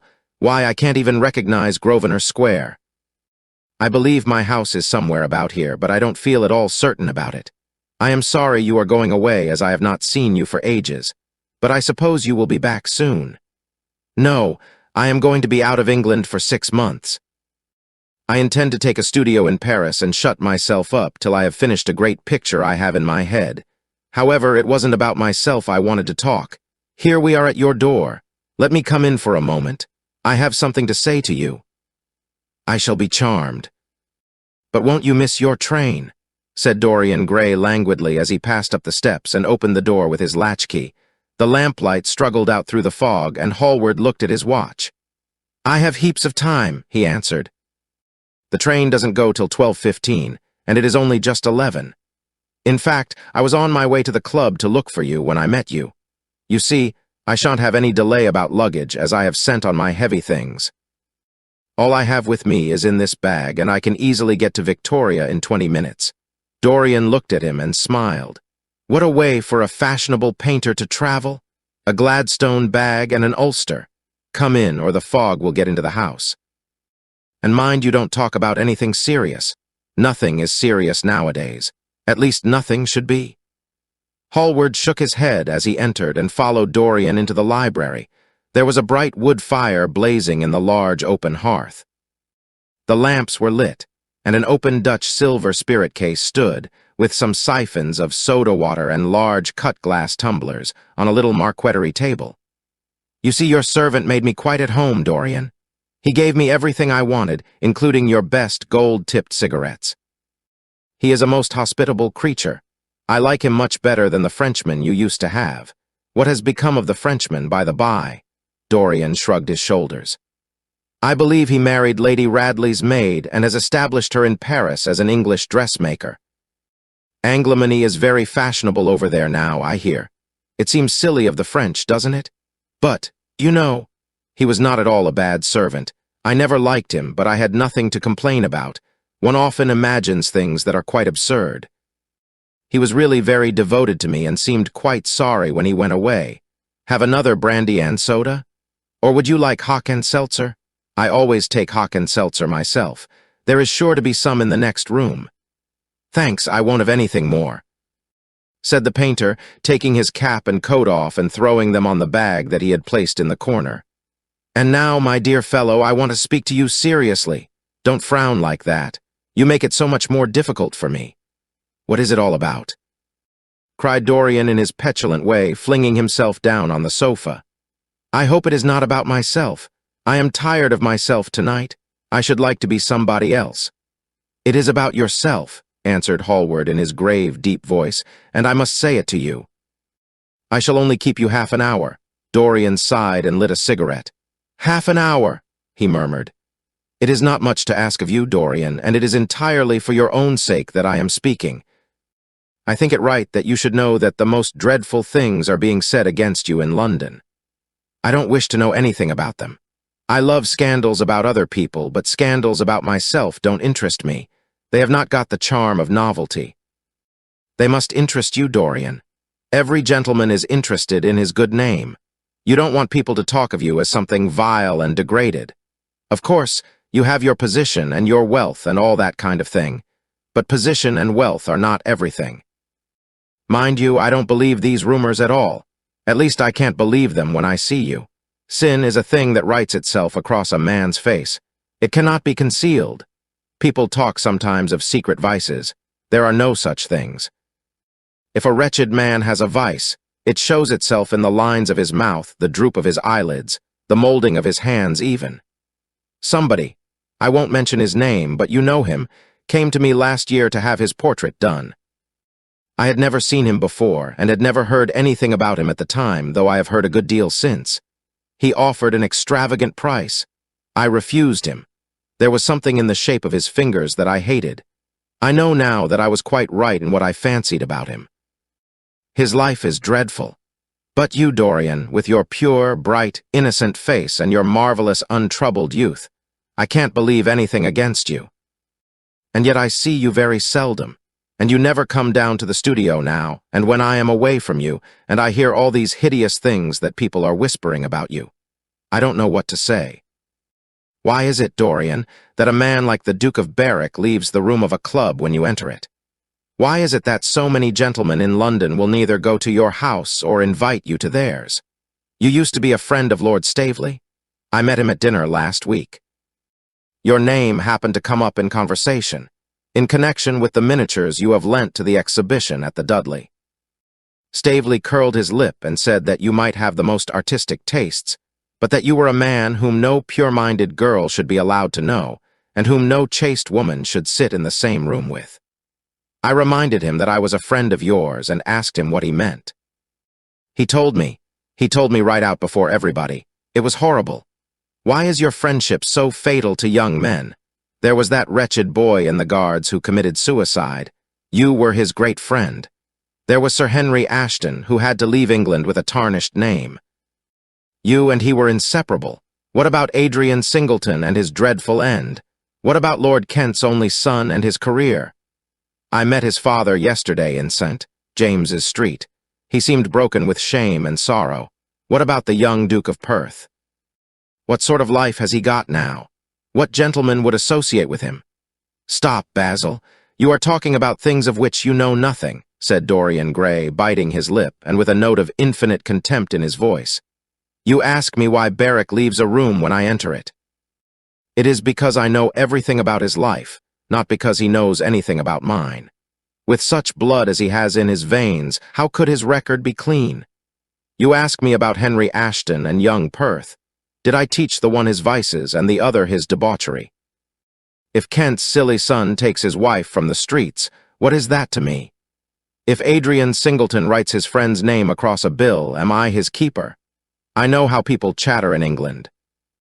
The middle classes air their moral prejudices over their gross dinner tables, and whisper about what they call the profligacies of their betters in order to try and pretend that they are in smart society, and on intimate terms with the people they slander. In this country, it is enough for a man to have distinction and brains for every common tongue to wag against him. And what sort of lives do these people, who pose as being moral, lead themselves? My dear fellow, you forget that we are in the native land of the hypocrite. Dorian, cried Hallward, that is not the question. England is bad enough, I know, and English society is all wrong. That is the reason why I want you to be fine. You have not been fine. One has a right to judge of a man by the effect he has over his friends. Yours seem to lose all sense of honor, of goodness, of purity. You have filled them with a madness for pleasure. They have gone down into the depths. You led them there. Yes, you led them there, and yet you can smile as you are smiling now, and there is worse behind. I know you and Harry are inseparable. Surely for that reason, if for none other, you should not have made his sister's name a byword. Take care, Basil. You go too far. I must speak, and you must listen. You shall listen. When you met Lady Gwendolen, not a breath of scandal had ever touched her. Is there a single decent woman in London now who would drive with her in the park? Why, even her children are not allowed to live with her. Then there are other stories that you have been seen creeping at dawn out of dreadful houses and slinking in disguise into the foulest dens in London. Are they true? Can they be true? When I first heard them, I laughed. I hear them now, and they make me shudder. What about your country house and the life that is led there? Dorian, you don't know what is said about you. I won't tell you that I don't want to preach to you. I remember Harry saying once that every man who turned himself into an amateur curate for the moment always began by saying that, and then proceeded to break his word. I do want to preach to you. I want you to lead such a life as will make the world respect you. I want you to have a clean name and a fair record. I want you to get rid of the dreadful people you associate with. Don't shrug your shoulders like that. Don't be so indifferent. You have a wonderful influence. Let it be for good, not for evil. They say that you corrupt everyone with whom you become intimate, and that it is quite sufficient for you to enter a house for shame of some kind to follow after. I don't know whether it is so or not. How should I know?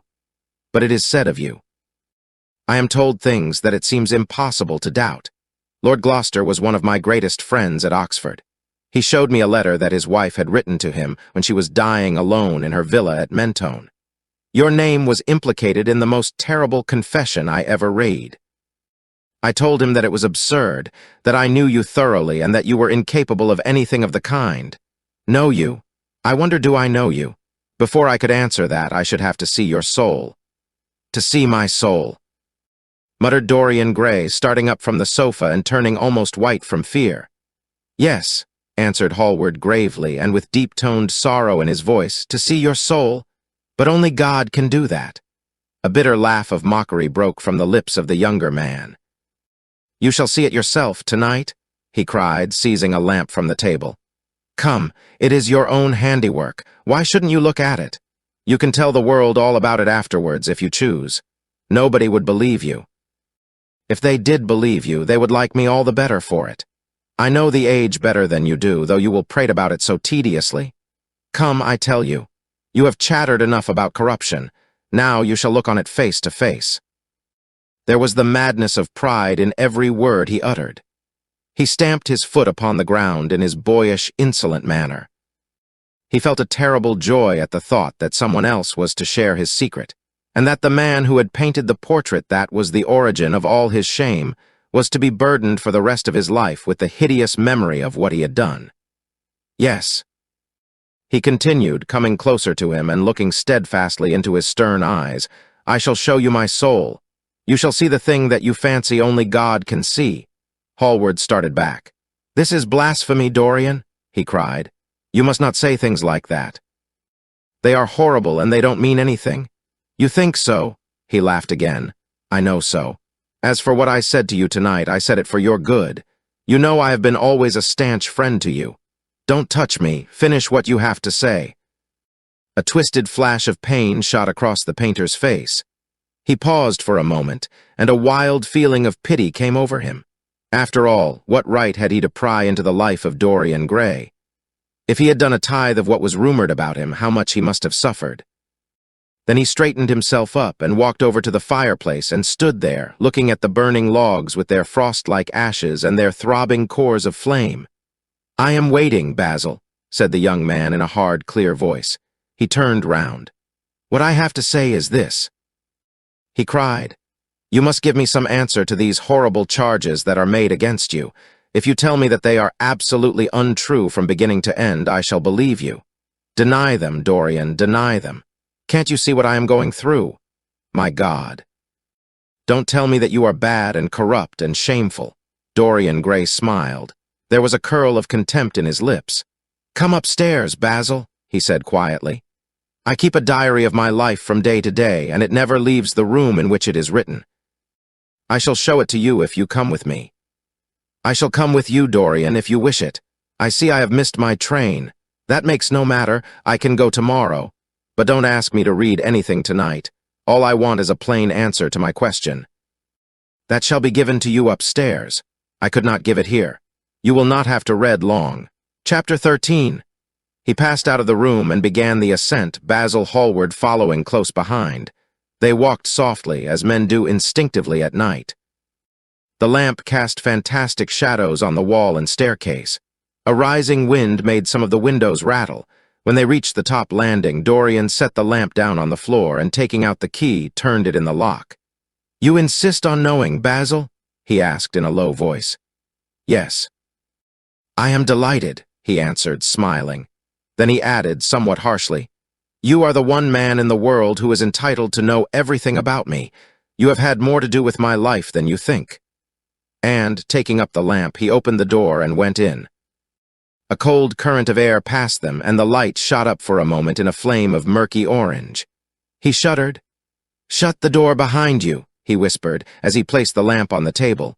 Hallward glanced round him with a puzzled expression. The room looked as if it had not been lived in for years. A faded Flemish tapestry, a curtained picture, an old Italian cassone, and an almost empty bookcase. That was all that it seemed to contain, besides a chair and a table. As Dorian Gray was lighting a half-burned candle that was standing on the mantel-shelf, he saw that the whole place was covered with dust, and that the carpet was in holes. A mouse ran scuffling behind the wainscoting. There was a damp odor of mildew. "So you think that it is only God who sees the soul, Basil? Draw that curtain back, and you will see mine." The voice that spoke was cold and cruel. "You are mad, Dorian, or playing a part," muttered Hallward, frowning. "You won't. Then I must do it myself," said the young man, and he tore the curtain from its rod and flung it on the ground. An exclamation of horror broke from the painter's lips as he saw in the dim light the hideous face on the canvas grinning at him.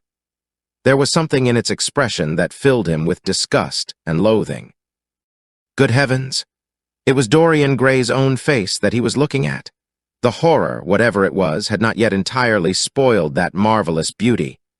There was still some gold in the thinning hair and some scarlet on the sensual mouth.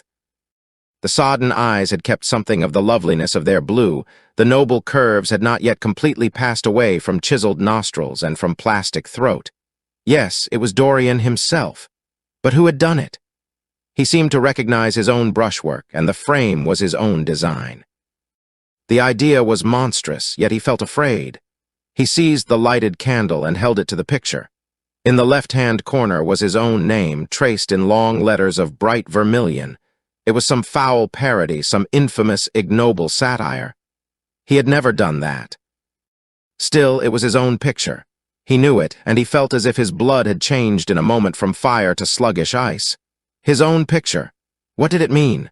Why had it altered? He turned and looked at Dorian Gray with the eyes of a sick man. His mouth twitched, and his parched tongue seemed unable to articulate. He passed his hand across his forehead. It was dank with clammy sweat. The young man was leaning against the mantel-shelf, watching him with that strange expression that one sees on the faces of those who are absorbed in a play when some great artist is acting. There was neither real sorrow in it nor real joy. There was simply the passion of the spectator, with perhaps a flicker of triumph in his eyes. He had taken the flower out of his coat and was smelling it, or pretending to do so. "What does this mean?" cried Hallward at last. His own voice sounded shrill and curious in his ears. "Years ago, when I was a boy," said Dorian Gray, crushing the flower in his hand, "you met me, flattered me, and taught me to be vain of my good looks. One day you introduced me to a friend of yours who explained to me the wonder of youth, and you finished a portrait of me that revealed to me the wonder of beauty. In a mad moment that, even now, I don't know whether I regret or not, I made a wish, perhaps you would call it a prayer. I remember it. Oh, how well I remember it. No, the thing is impossible. The room is damp. Mildew has got into the canvas. The paints I used had some wretched mineral poison in them. I tell you the thing is impossible." "Ah, what is impossible?" murmured the young man, going over to the window and leaning his forehead against the cold, mist-stained glass. "You told me you had destroyed it. I was wrong. It has destroyed me. I don't believe it is my picture. Can't you see your ideal in it?" said Dorian bitterly. "My ideal, as you call it, as you called it. There was nothing evil in it, nothing shameful. You were to me such an ideal as I shall never meet again. This is the face of a satyr. It is the face of my soul. Christ, what a thing I must have worshipped. It has the eyes of a devil." "Each of us has heaven and hell in him, Basil," cried Dorian with a wild gesture of despair. Hallward turned again to the portrait and gazed at it. "My God, if it is true," he exclaimed. "And this is what you have done with your life. Why, you must be worse even than those who talk against you fancy you to be." He held the light up again to the canvas and examined it. The surface seemed to be quite undisturbed, and as he had left it. It was from within, apparently, that the foulness and horror had come. Through some strange quickening of inner life, the leprosies of sin were slowly eating the thing away. The rotting of a corpse in a watery grave was not so fearful. His hand shook, and the candle fell from its socket on the floor and lay there sputtering. He placed his foot on it and put it out.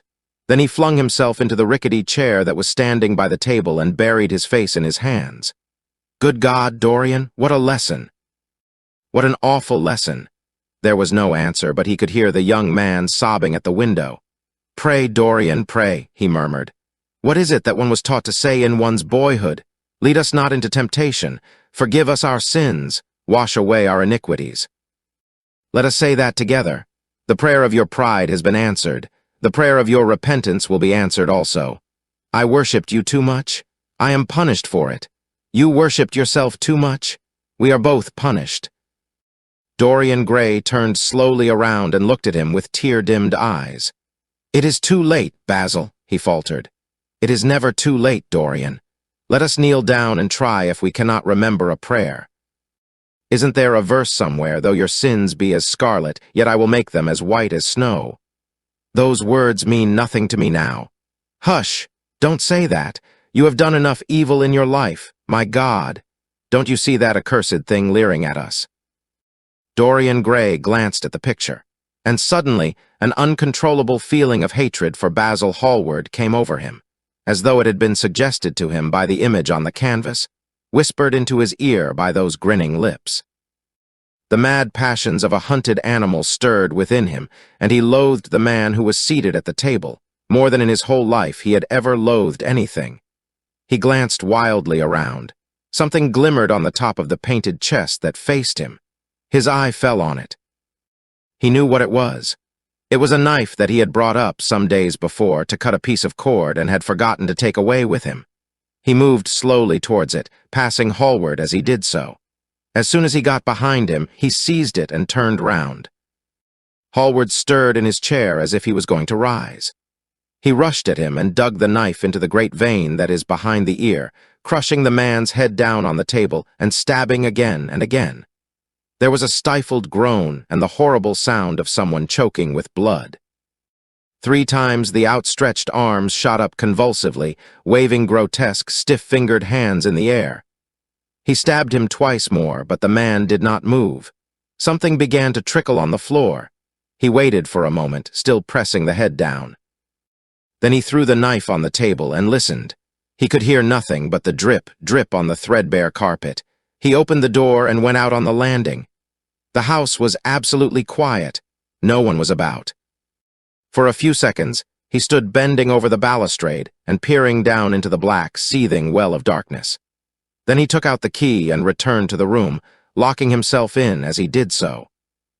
The thing was still seated in the chair, straining over the table with bowed head and humped back and long, fantastic arms.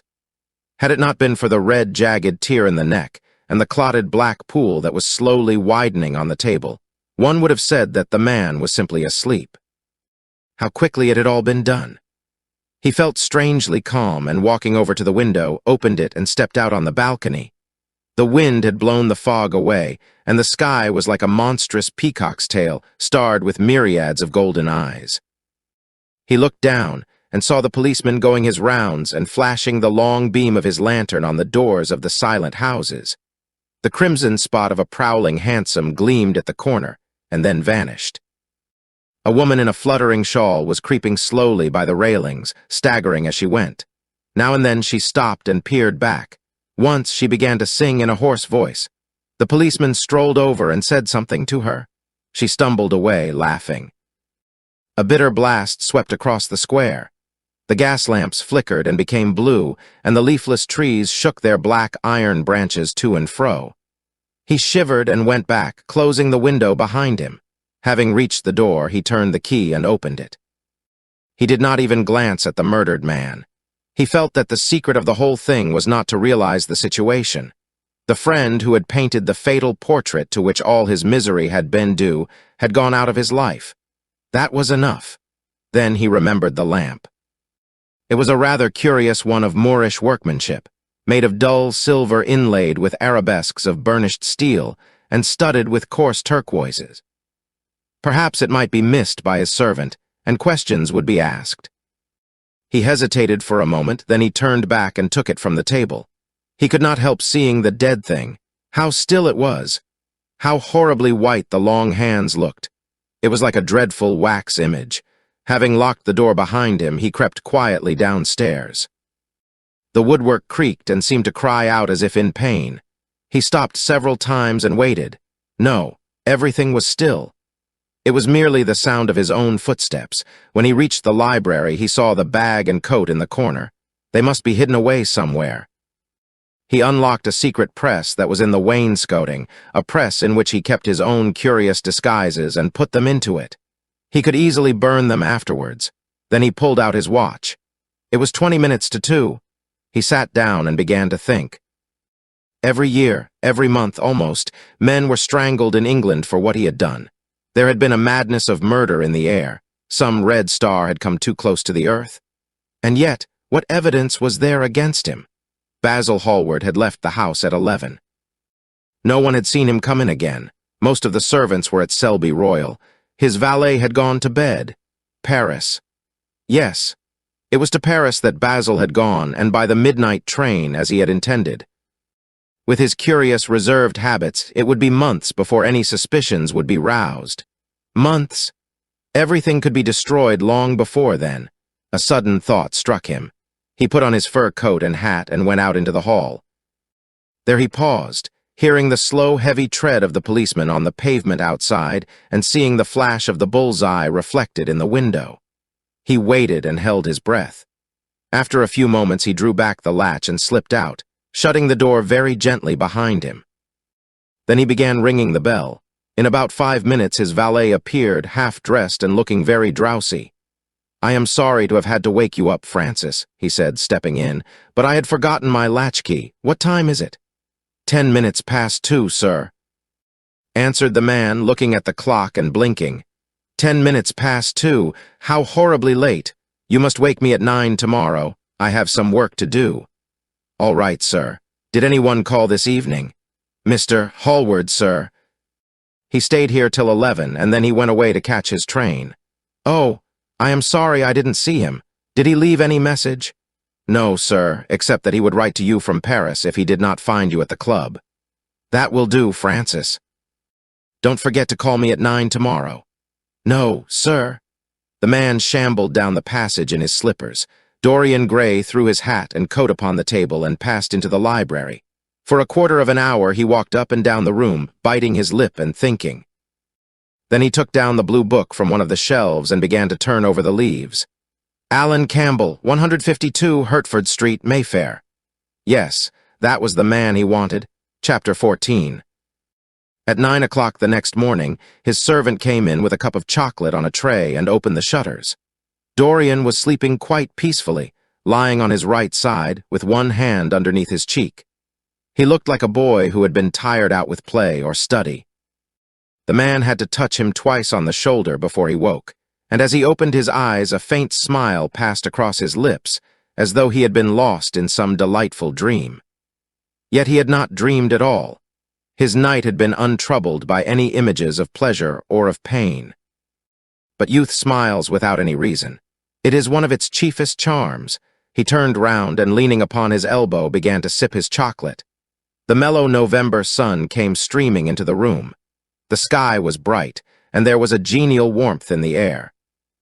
It was almost like a morning in May. Gradually, the events of the preceding night crept with silent, blood-stained feet into his brain, and reconstructed themselves there with terrible distinctness. He winced at the memory of all that he had suffered, and for a moment the same curious feeling of loathing for Basil Hallward that had made him kill him as he sat in the chair came back to him, and he grew cold with passion. The dead man was still sitting there, too, and in the sunlight now. How horrible that was! Such hideous things were for the darkness, not for the day.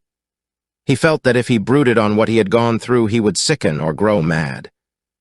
There were sins whose fascination was more in the memory than in the doing of them, strange triumphs that gratified the pride more than the passions, and gave to the intellect a quickened sense of joy, greater than any joy they brought, or could ever bring to the senses.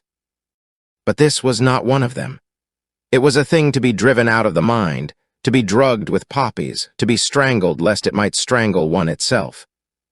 When the half-hour struck, he passed his hand across his forehead, and then got up hastily and dressed himself with even more than his usual care, giving a good deal of attention to the choice of his necktie and scarf pin and changing his rings more than once. He spent a long time also over breakfast, tasting the various dishes, talking to his valet about some new liveries that he was thinking of getting made for the servants at Selby, and going through his correspondence. At some of the letters he smiled. 3 of them bored him. One he read several times over and then tore up with a slight look of annoyance in his face. That awful thing, a woman's memory, as Lord Henry had once said. After he had drunk his cup of black coffee, he wiped his lips slowly with a napkin, motioned to his servant to wait, and going over to the table, sat down and wrote 2 letters. One he put in his pocket, the other he handed to the valet. Take this round to 152 Hertford Street, Francis, and if Mr. Campbell is out of town, get his address. As soon as he was alone, he lit a cigarette and began sketching upon a piece of paper, drawing first flowers and bits of architecture, and then human faces. Suddenly he remarked that every face that he drew seemed to have a fantastic likeness to Basil Hallward. He frowned, and getting up, went over to the bookcase and took out a volume at hazard. He was determined that he would not think about what had happened until it became absolutely necessary that he should do so. When he had stretched himself on the sofa, he looked at the title page of the book. It was Gaudier's Imox et Camées, Charpentier's Japanese paper edition, with the Jacquemart etching. The binding was of citron green leather, with a design of gilt trellis work and dotted pomegranates. It had been given to him by Adrian Singleton. As he turned over the pages, his eye fell on the poem about the hand of Lesnaire, the cold yellow hand du supplice encore mal lavé, with its downy red hairs and its doigts de faune. He glanced at his own white taper fingers, shuddering slightly in spite of himself, and passed on, till he came to those lovely stanzas upon Venice. Sur une gamme chromatique, le sein de pearls ruisselant, la Venus de l'Adriatique sort de l'eau sun cor rose et blanc. Les dames, sur l'azur des ans suivant la phrase au per contour, essenflant comme des gorges rondes que soulève un soupir d'amour. L'esquif aboard et me dépose, jetant son amour au pilier, devant une façade rose, sur le marbre d'un escalier. How exquisite they were!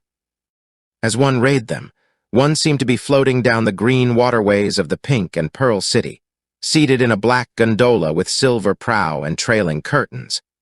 The mere lines looked to him like those straight lines of turquoise blue that follow one as one pushes out to the Lido. The sudden flashes of color reminded him of the gleam of the opal and iris-throated birds that flutter round the tall, honeycombed campanile, or stalk, with such stately grace, through the dim, dust-stained arcades. Leaning back with half-closed eyes, he kept saying over and over to himself, Devant une façade rose, sur le marbre d'un escalier.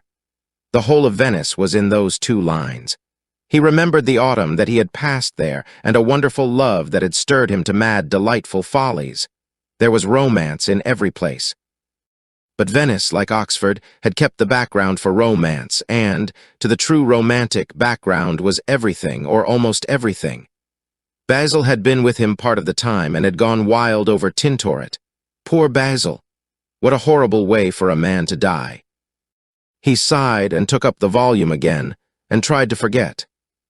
He read of the swallows that fly in and out of the little cafe at Smyrna, where the Hadjis sit counting their amber beads, and the turbaned merchants smoke their long, tasseled pipes and talk gravely to each other.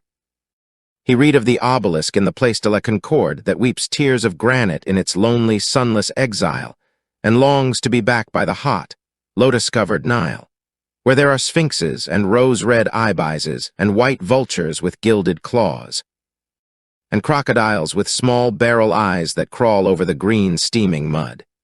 He began to brood over those verses which, drawing music from kiss-stained marble, tell of that curious statue that Gautier compares to a contralto voice, the monster charmant, that couches in the porphyry room of the Louvre.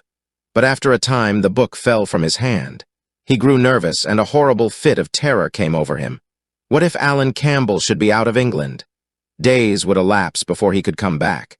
Perhaps he might refuse to come. What could he do then?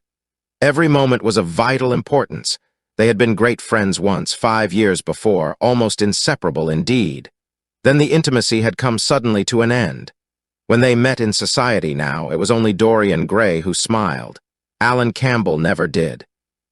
He was an extremely clever young man, though he had no real appreciation of the visible arts, and whatever little sense of the beauty of poetry he possessed, he had gained entirely from Dorian. His dominant intellectual passion was for science. At Cambridge, he had spent a great deal of his time working in the laboratory, and had taken a good class in the natural science tripos of his year. Indeed, he was still devoted to the study of chemistry, and had a laboratory of his own in which he used to shut himself up all day long, greatly to the annoyance of his mother, who had set her heart on his standing for Parliament, and had a vague idea that a chemist was a person who made up prescriptions. He was an excellent musician, however, as well, and played both the violin and the piano better than most amateurs. In fact, it was music that had first brought him and Dorian Gray together. Music and that indefinable attraction that Dorian seemed to be able to exercise whenever he wished, and, indeed, exercised often without being conscious of it. They had met at Lady Berkshire's the night that Rubinstein played there, and after that used to be always seen together at the opera and wherever good music was going on. For 18 months, their intimacy lasted. Campbell was always either at Selby Royal or in Grosvenor Square. To him, as to many others, Dorian Gray was the type of everything that is wonderful and fascinating in life. Whether or not a quarrel had taken place between them, no one ever knew. But suddenly people remarked that they scarcely spoke when they met, and that Campbell seemed always to go away early from any party at which Dorian Gray was present. He had changed, too, was strangely melancholy at times, appeared almost to dislike hearing music, and would never himself play, giving as his excuse, when he was called upon, that he was so absorbed in science that he had no time left in which to practice. And this was certainly true. Every day he seemed to become more interested in biology, and his name appeared once or twice in some of the scientific reviews in connection with certain curious experiments. This was the man Dorian Gray was waiting for. Every second he kept glancing at the clock. As the minutes went by, he became horribly agitated.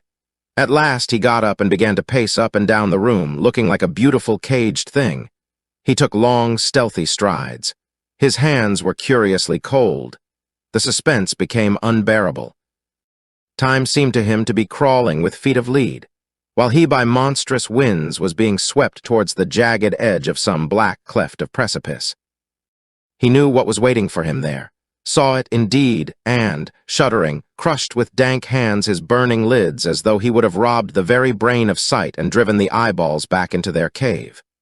It was useless. The brain had its own food on which it battened, and the imagination, made grotesque by terror, twisted and distorted as a living thing by pain, danced like some foul puppet on a stand, and grinned through moving masks. Then, suddenly, time stopped for him. Yes, that blind, slow-breathing thing crawled no more, and horrible thoughts, time being dead, raced nimbly on in front and dragged a hideous future from its grave and showed it to him. He stared at it. Its very horror made him stone. At last the door opened, and his servant entered. He turned glazed eyes upon him. "Mr. Campbell, sir," said the man. A sigh of relief broke from his parched lips, and the color came back to his cheeks. "Ask him to come in at once, Francis." He felt that he was himself again. His mood of cowardice had passed away. The man bowed and retired. In a few moments, Alan Campbell walked in, looking very stern and rather pale, his pallor being intensified by his coal-black hair and dark eyebrows. "Alan, this is kind of you. I thank you for coming. I had intended never to enter your house again, Gray. But you said it was a matter of life and death." His voice was hard and cold. He spoke with slow deliberation. There was a look of contempt in the steady, searching gaze that he turned on Dorian. He kept his hands in the pockets of his astrakhan coat and seemed not to have noticed the gesture with which he had been greeted. "Yes, it is a matter of life and death, Alan, and to more than one person. Sit down."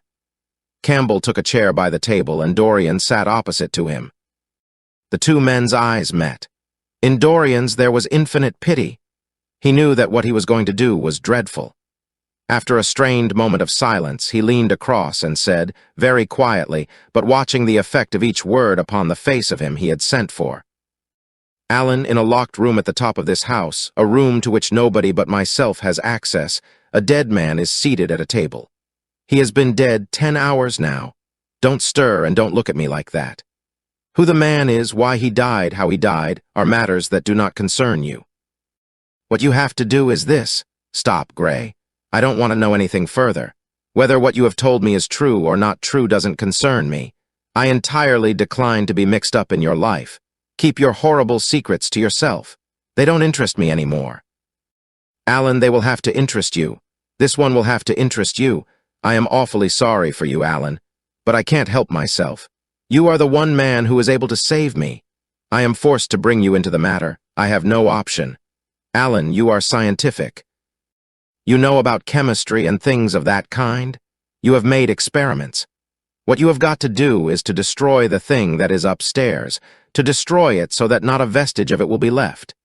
Nobody saw this person come into the house.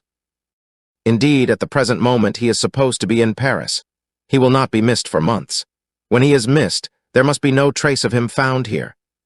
You, Alan, you must change him, and everything that belongs to him, into a handful of ashes that I may scatter in the air. You are mad, Dorian?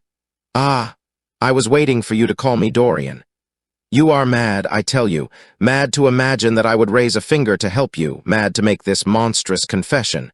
I will have nothing to do with this matter, whatever it is. Do you think I am going to peril my reputation for you? What is it to me what devil's work you are up to? It was suicide, Alan. I am glad of that. But who drove him to it? You, I should fancy. Do you still refuse to do this for me? Of course I refuse. I will have absolutely nothing to do with it. I don't care what shame comes on you. You deserve it all. I should not be sorry to see you disgraced, publicly disgraced. How dare you ask me, of all men in the world, to mix myself up in this horror? I should have thought you knew more about people's characters. Your friend Lord Henry Wotton can't have taught you much about psychology, whatever else he has taught you. Nothing will induce me to stir a step to help you. You have come to the wrong man. Go to some of your friends. Don't come to me. Alan, it was murder. I killed him. You don't know what he had made me suffer. Whatever my life is, he had more to do with the making or the marring of it than poor Harry has had. He may not have intended it, the result was the same. Murder. Good God, Dorian, is that what you have come to?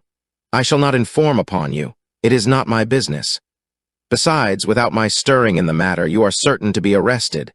Nobody ever commits a crime without doing something stupid, but I will have nothing to do with it. You must have something to do with it. Wait a moment. Listen to me. Only listen, Alan. All I ask of you is to perform a certain scientific experiment.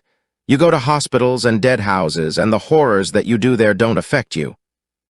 If in some hideous dissecting room or fetid laboratory, you found this man lying on a leaden table with red gutters scooped out in it for the blood to flow through, you would simply look upon him as an admirable subject. You would not turn a hair. You would not believe that you were doing anything wrong. On the contrary, you would probably feel that you were benefiting the human race, or increasing the sum of knowledge in the world, or gratifying intellectual curiosity, or something of that kind. What I want you to do is merely what you have often done before. Indeed, to destroy a body must be far less horrible than what you are accustomed to work at.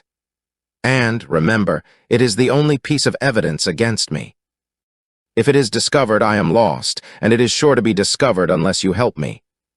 I have no desire to help you. You forget that. I am simply indifferent to the whole thing. It has nothing to do with me.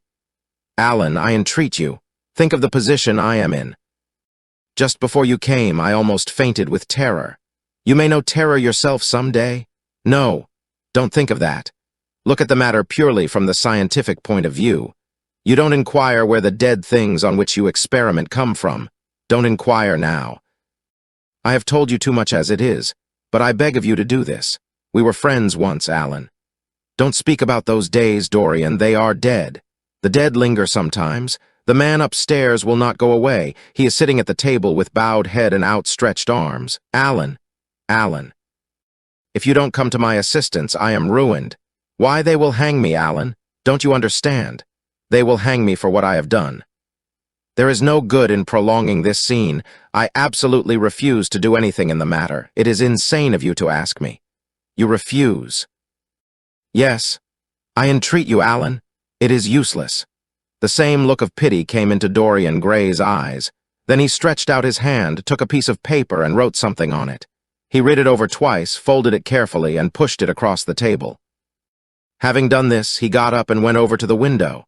Campbell looked at him in surprise and then took up the paper and opened it. As he read it, his face became ghastly pale and he fell back in his chair. A horrible sense of sickness came over him. He felt as if his heart was beating itself to death in some empty hollow. After 2 or 3 minutes of terrible silence, Dorian turned round and came and stood behind him, putting his hand upon his shoulder. "I am so sorry for you, Alan," he murmured, "but you leave me no alternative. I have a letter written already. Here it is. You see the address. If you don't help me, I must send it. If you don't help me, I will send it. You know what the result will be. But you are going to help me. It is impossible for you to refuse now. I tried to spare you. You will do me the justice to admit that. You were stern, harsh, offensive. You treated me as no man has ever dared to treat me, no living man at any rate. I bore it all. Now it is for me to dictate terms." Campbell buried his face in his hands and a shudder passed through him. "Yes, it is my turn to dictate terms, Alan. You know what they are. The thing is quite simple. Come, don't work yourself into this fever. The thing has to be done. Face it and do it."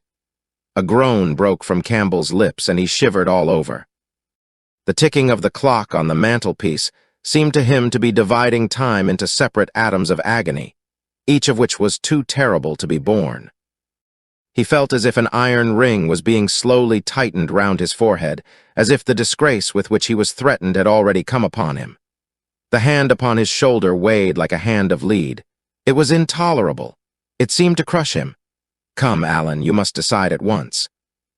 "I cannot do it," he said mechanically, as though words could alter things. "You must. You have no choice. Don't delay." He hesitated a moment. "Is there a fire in the room upstairs?" "Yes, there is a gas fire with asbestos." "I shall have to go home and get some things from the laboratory." "No, Alan, you must not leave the house. Write out on a sheet of notepaper what you want and my servant will take a cab and bring the things back to you." Campbell scrawled a few lines, blotted them, and addressed an envelope to his assistant. Dorian took the note up and read it carefully. Then he rang the bell and gave it to his valet, with orders to return as soon as possible and to bring the things with him. As the hall door shut, Campbell started nervously, and having got up from the chair, went over to the chimney-piece. He was shivering with a kind of ague. For nearly 20 minutes, neither of the men spoke. A fly buzzed noisily about the room, and the ticking of the clock was like the beat of a hammer. As the chimes struck one, Campbell turned round and, looking at Dorian Gray, saw that his eyes were filled with tears. There was something in the purity and refinement of that sad face that seemed to enrage him. "You are infamous, absolutely infamous," he muttered. "Hush, Alan. You have saved my life," said Dorian. "Your life? Good heavens, what a life that is. You have gone from corruption to corruption, and now you have culminated in crime. In doing what I am going to do, what you force me to do, it is not of your life that I am thinking." "Ah, Alan," murmured Dorian with a sigh, "I wish you had 1,000th part of the pity for me that I have for you." He turned away as he spoke and stood looking out at the garden. Campbell made no answer. After about 10 minutes, a knock came to the door, and the servant entered, carrying a large mahogany chest of chemicals with a long coil of steel and platinum wire and 2 rather curiously shaped iron clamps. "Shall I leave the things here, sir?" he asked Campbell. "Yes," said Dorian. "And I am afraid, Francis, that I have another errand for you. What is the name of the man at Richmond who supplies Selby with orchids?" "Harden, sir." "Yes, Harden. You must go down to Richmond at once. See Harden personally, and tell him to send twice as many orchids as I ordered, and to have as few white ones as possible. In fact, I don't want any white ones. It is a lovely day, Francis, and Richmond is a very pretty place. Otherwise, I wouldn't bother you about it." "No trouble, sir. At what time shall I be back?" Dorian looked at Campbell. "How long will your experiment take, Alan?" he said in a calm, indifferent voice. The presence of a third person in the room seemed to give him extraordinary courage. Campbell frowned and bit his lip. "It will take about 5 hours," he answered. "It will be time enough, then, if you are back at 7:30, Francis? Or stay, just leave my things out for dressing. You can have the evening to yourself. I am not dining at home, so I shall not want you." "Thank you, sir," said the man, leaving the room. "Now, Alan, there is not a moment to be lost. How heavy this chest is! I'll take it for you. You bring the other things." He spoke rapidly and in an authoritative manner.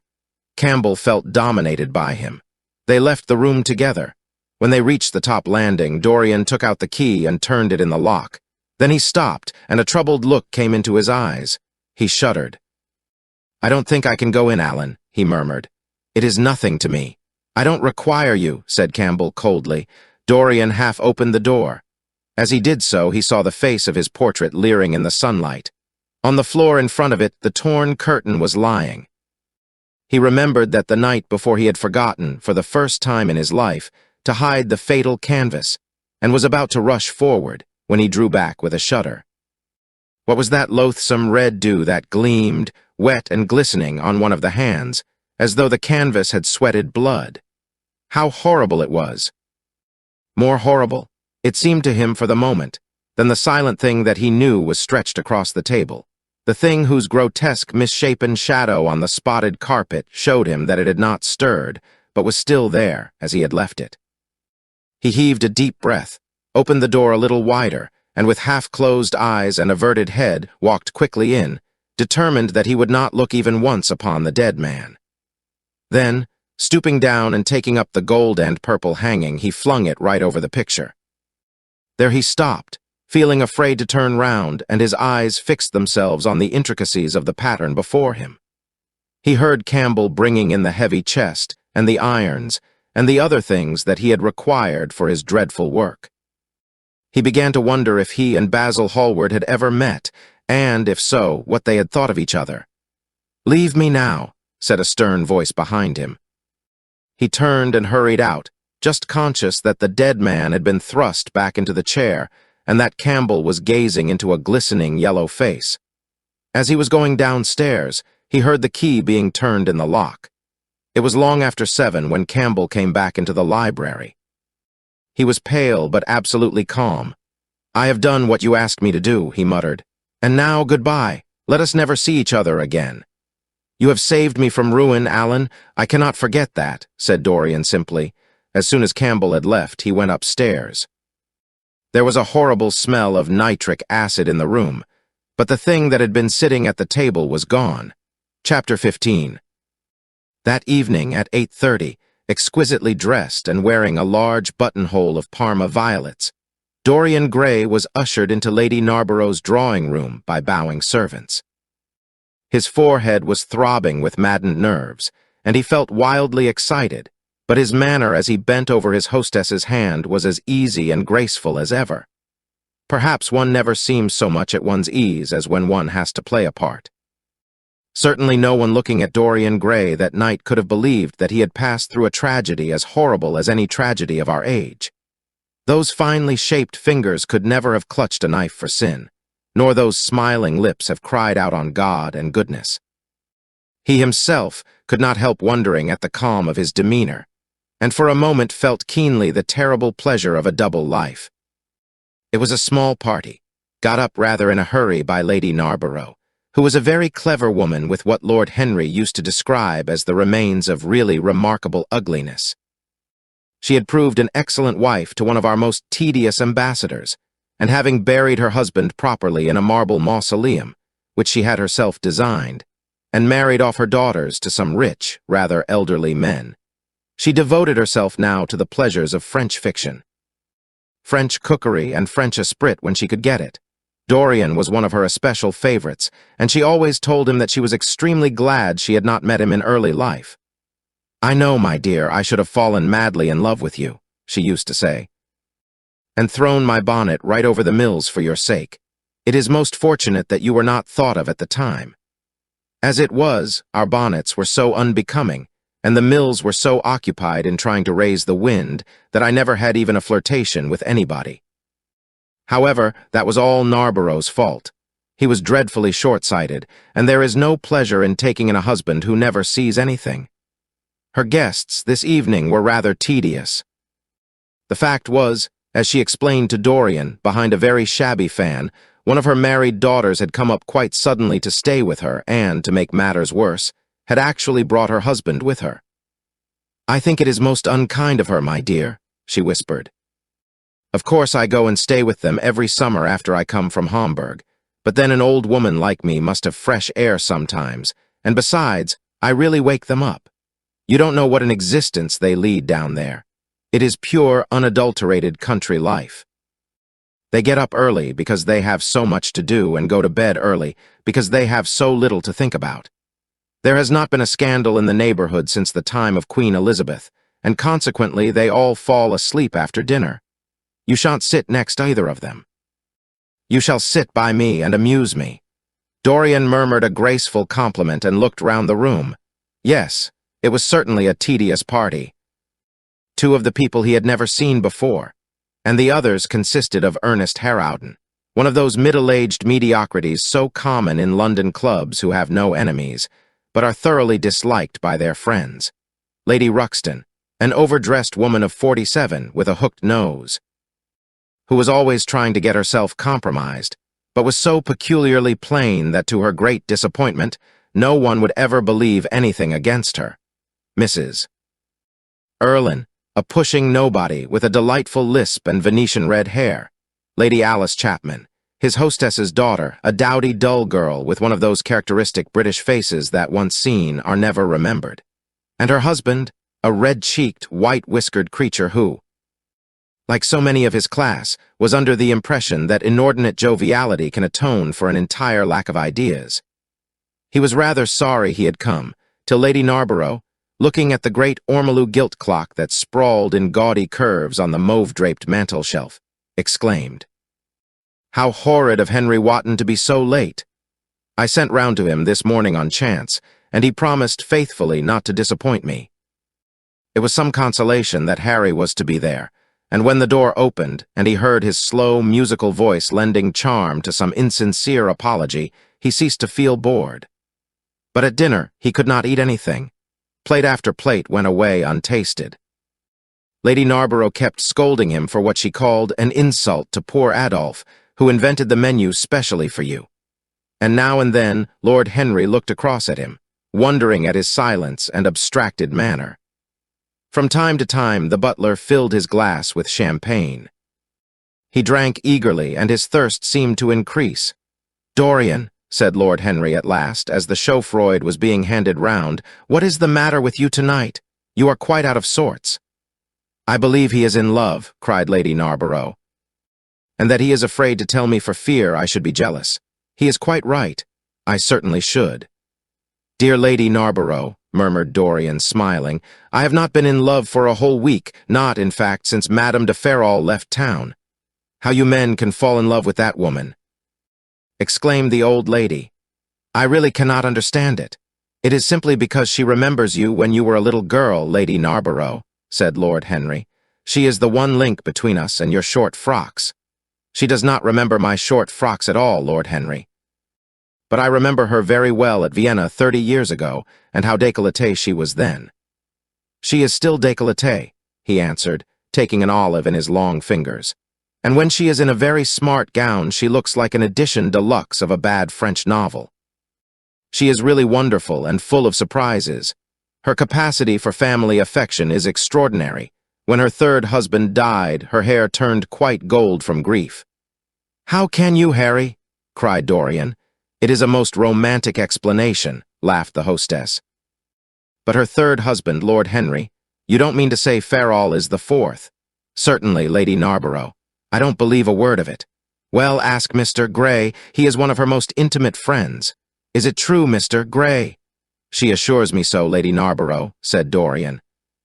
"I asked her whether, like Marguerite de Navarre, she had their hearts embalmed and hung at her girdle. She told me she didn't, because none of them had had any hearts at all." "4 husbands? Upon my word, that is trop de zèle." "Trop d'audace, I tell her," said Dorian. "Oh.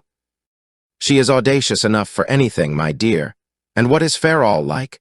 "I don't know him." "The husbands of very beautiful women belong to the criminal classes," said Lord Henry, sipping his wine. Lady Narborough hit him with her fan. "Lord Henry, I am not at all surprised that the world says that you are extremely wicked." "But what world says that?" asked Lord Henry, elevating his eyebrows. "It can only be the next world. This world and I are on excellent terms. Everybody I know says you are very wicked," cried the old lady, shaking her head. Lord Henry looked serious for some moments. "It is perfectly monstrous," he said at last, "the way people go about nowadays saying things against one behind one's back that are absolutely and entirely true." "Isn't he incorrigible?" cried Dorian, leaning forward in his chair. "I hope so," said his hostess, laughing. "But really, if you all worship Madame de Ferrol in this ridiculous way, I shall have to marry again so as to be in the fashion." "You will never marry again, Lady Narborough," broke in Lord Henry. "You were far too happy. When a woman marries again, it is because she detested her first husband. When a man marries again, it is because he adored his first wife. Women try their luck, men risk theirs." "Narborough wasn't perfect," cried the old lady. "If he had been, you would not have loved him, my dear lady," was the rejoinder. "Women love us for our defects. If we have enough of them, they will forgive us everything, even our intellects." "You will never ask me to dinner again after saying this, I am afraid, Lady Narborough, but it is quite true." "Of course it is true, Lord Henry. If we women did not love you for your defects, where would you all be? Not one of you would ever be married. You would be a set of unfortunate bachelors. Not, however, that that would alter you much. Nowadays all the married men live like bachelors, and all the bachelors like married men." "Fin de siècle," murmured Lord Henry. "Fin du globe," answered his hostess. "I wish it were fin du globe," said Dorian with a sigh. "Life is a great disappointment." "Ah, my dear," cried Lady Narborough, putting on her gloves, "don't tell me that you have exhausted life. When a man says that, one knows that life has exhausted him. Lord Henry is very wicked, and I sometimes wish that I had been, but you are made to be good, you look so good. I must find you a nice wife. Lord Henry, don't you think that Mr. Gray should get married?" "I am always telling him so, Lady Narborough," said Lord Henry with a bow. "Well, we must look out for a suitable match for him. I shall go through Debrett carefully tonight and draw out a list of all the eligible young ladies." "With their ages, Lady Narborough?" asked Dorian. "Of course, with their ages, slightly edited. But nothing must be done in a hurry. I want it to be what the Morning Post calls a suitable alliance, and I want you both to be happy." "What nonsense people talk about happy marriages," exclaimed Lord Henry. "A man can be happy with any woman as long as he does not love her." "Ah, what a cynic you are." cried the old lady, pushing back her chair and nodding to Lady Ruxton. "You must come and dine with me soon again. You are really an admirable tonic, much better than what Sir Andrew prescribes for me. You must tell me what people you would like to meet, though. I want it to be a delightful gathering." "I like men who have a future and women who have a past," he answered. "Or do you think that would make it a petticoat party?" "I fear so," she said, laughing as she stood up. "1,000 pardons, my dear Lady Ruxton," she added. "I didn't see you hadn't finished your cigarette." "Never mind, Lady Narborough. I smoke a great deal too much. I am going to limit myself for the future." "Pray don't, Lady Ruxton," said Lord Henry. "Moderation is a fatal thing. Enough is as bad as a meal. More than enough is as good as a feast." Lady Ruxton glanced at him curiously. "You must come and explain that to me some afternoon, Lord Henry. It sounds a fascinating theory," she murmured as she swept out of the room. "Now, mind you don't stay too long over your politics and scandal," cried Lady Narborough from the door. "If you do, we are sure to squabble upstairs." The men laughed, and Mr. Chapman got up solemnly from the foot of the table and came up to the top. Dorian Gray changed his seat and went and sat by Lord Henry. Mr. Chapman began to talk in a loud voice about the situation in the House of Commons. He guffawed at his adversaries. The word doctrinaire, word full of terror to the British mind, reappeared from time to time between his explosions. An alliterative prefix served as an ornament of oratory. He hoisted the Union Jack on the pinnacles of thought. The inherited stupidity of the race, sound English common sense, he jovially termed it, was shown to be the proper bulwark for society. A smile curved Lord Henry's lips, and he turned round and looked at Dorian. "Are you better, my dear fellow?" he asked. "You seemed rather out of sorts at dinner." "I am quite well, Harry. I am tired. That is all. You were charming last night. The little Duchess is quite devoted to you. She tells me she is going down to Selby. She has promised to come on the 20th. Is Monmouth to be there, too?" "Oh, yes, Harry. He bores me dreadfully, almost as much as he bores her. She is very clever, too clever for a woman. She lacks the indefinable charm of weakness. It is the feet of clay that make the gold of the image precious. Her feet are very pretty, but they are not feet of clay. White porcelain feet, if you like. They have been through the fire, and what fire does not destroy, it hardens. She has had experiences." "How long has she been married?" asked Dorian. "An eternity, she tells me. I believe, according to the peerage, it is 10 years, but 10 years with Monmouth must have been like eternity with time thrown in. Who else is coming?" "Oh, the Willoughbys, Lord Rugby and his wife, our hostess, Geoffrey Clouston, the usual set. I have asked Lord Grottrian." "I like him," said Lord Henry. "A great many people don't, but I find him charming. He atones for being occasionally somewhat overdressed by being always absolutely overeducated. He is a very modern type." "I don't know if he will be able to come, Harry. He may have to go to Monte Carlo with his father." "Ah, what a nuisance people's people are. Try and make him come. By the way, Dorian, you ran off very early last night. You left before 11. What did you do afterwards? Did you go straight home?" Dorian glanced at him hurriedly and frowned. "No, Harry," he said at last. "I did not get home till nearly 3. Did you go to the club?" "Yes," he answered. Then he bit his lip. "No, I don't mean that. I didn't go to the club. I walked about. I forget what I did." "How inquisitive you are, Harry. You always want to know what one has been doing. I always want to forget what I have been doing. I came in at 2:30, if you wish to know the exact time. I had left my latchkey at home, and my servant had to let me in. If you want any corroborative evidence on the subject, you can ask him." Lord Henry shrugged his shoulders. "My dear fellow, as if I cared. Let us go up to the drawing-room." "No sherry, thank you, Mr. Chapman. Something has happened to you, Dorian. Tell me what it is. You are not yourself tonight." "Don't mind me, Harry. I am irritable and out of temper. I shall come round and see you tomorrow or next day. Make my excuses to Lady Narborough. I shan't go upstairs. I shall go home. I must go home." "All right, Dorian. I dare say I shall see you tomorrow at tea-time. The Duchess is coming."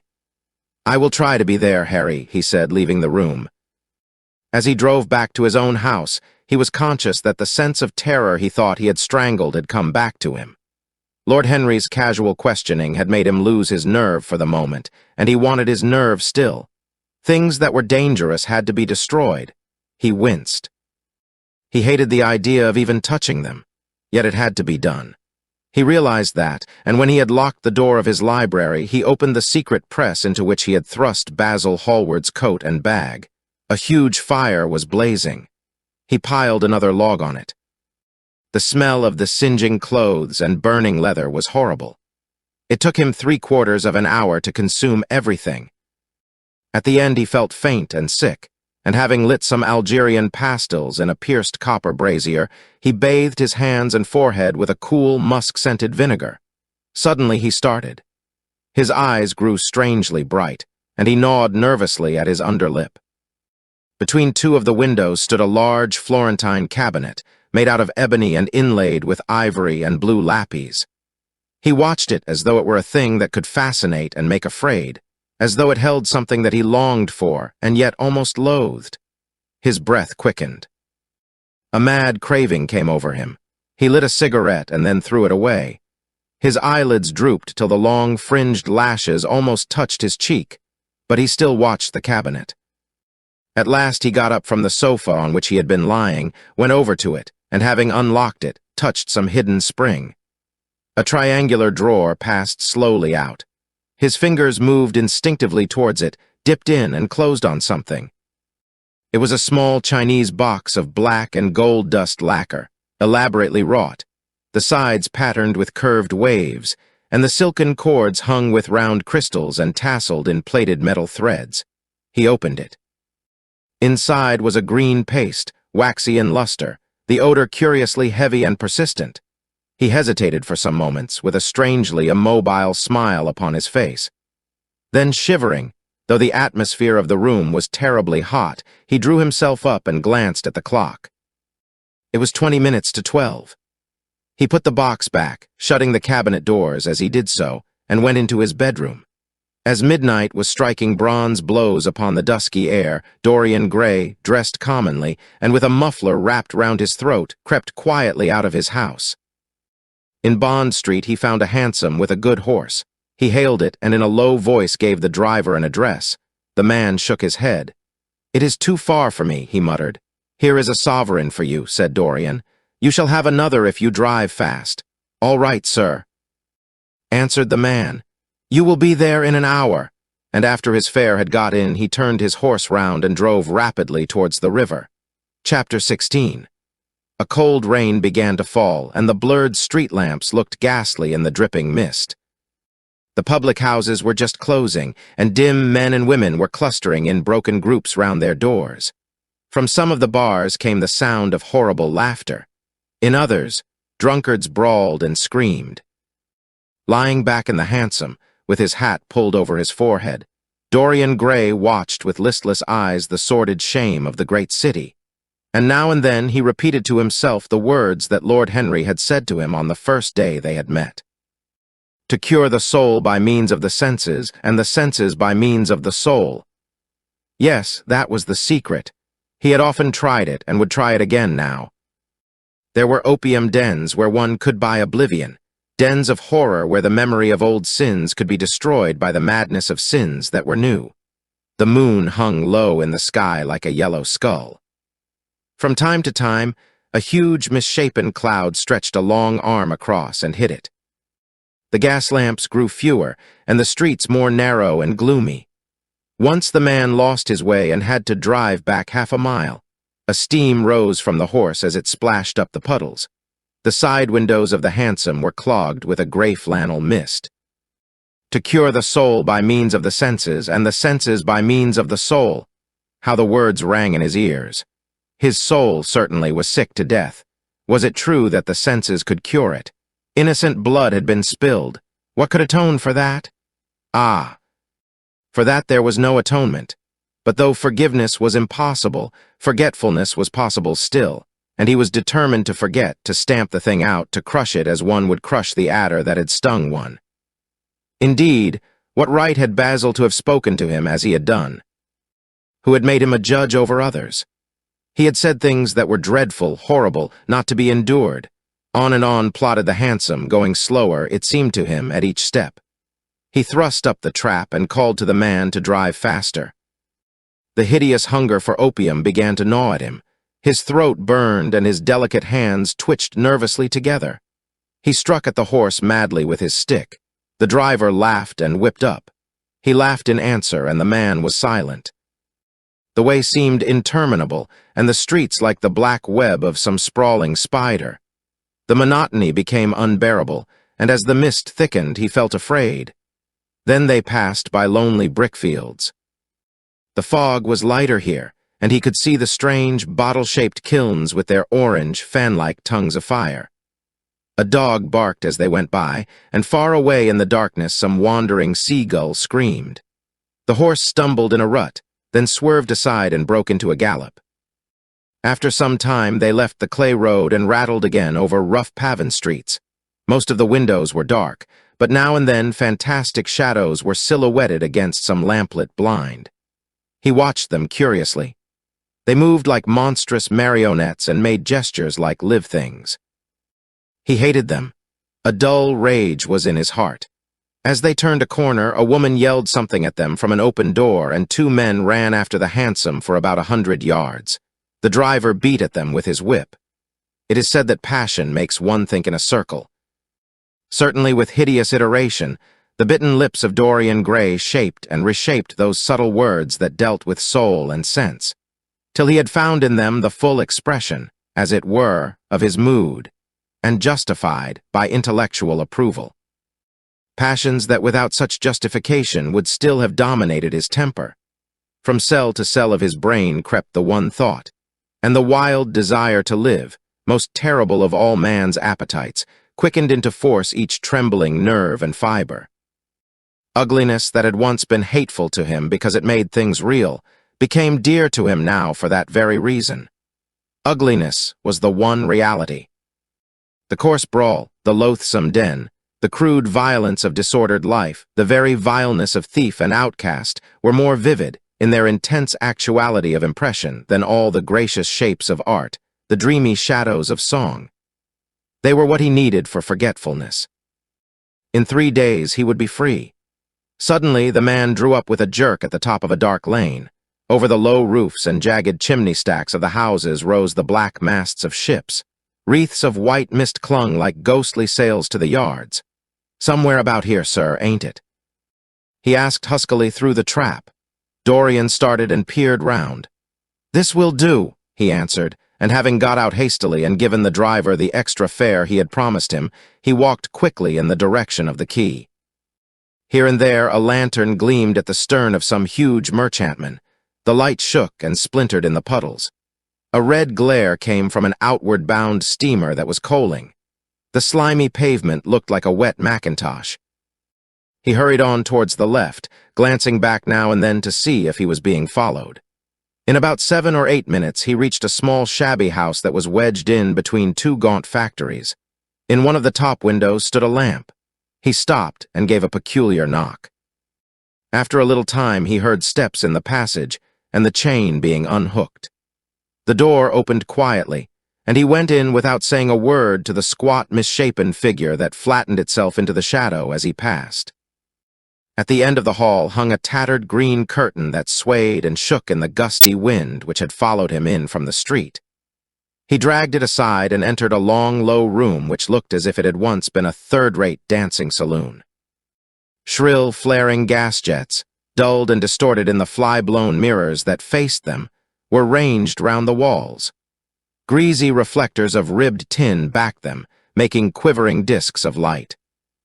The floor was covered with ochre-colored sawdust, trampled here and there into mud, and stained with dark rings of spilled liquor.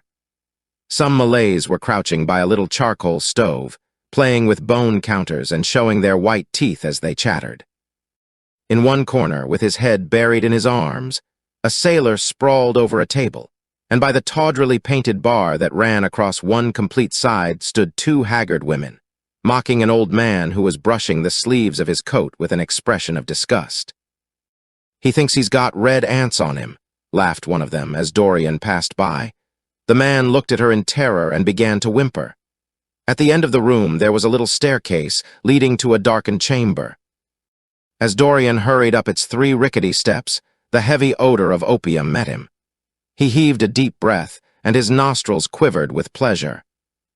When he entered, a young man with smooth yellow hair who was bending over a lamp lighting a long, thin pipe looked up at him and nodded in a hesitating manner. "You here, Adrian?" muttered Dorian. "Where else should I be?" he answered listlessly. "None of the chaps will speak to me now. I thought you had left England. Darlington is not going to do anything. My brother paid the bill at last. George doesn't speak to me either.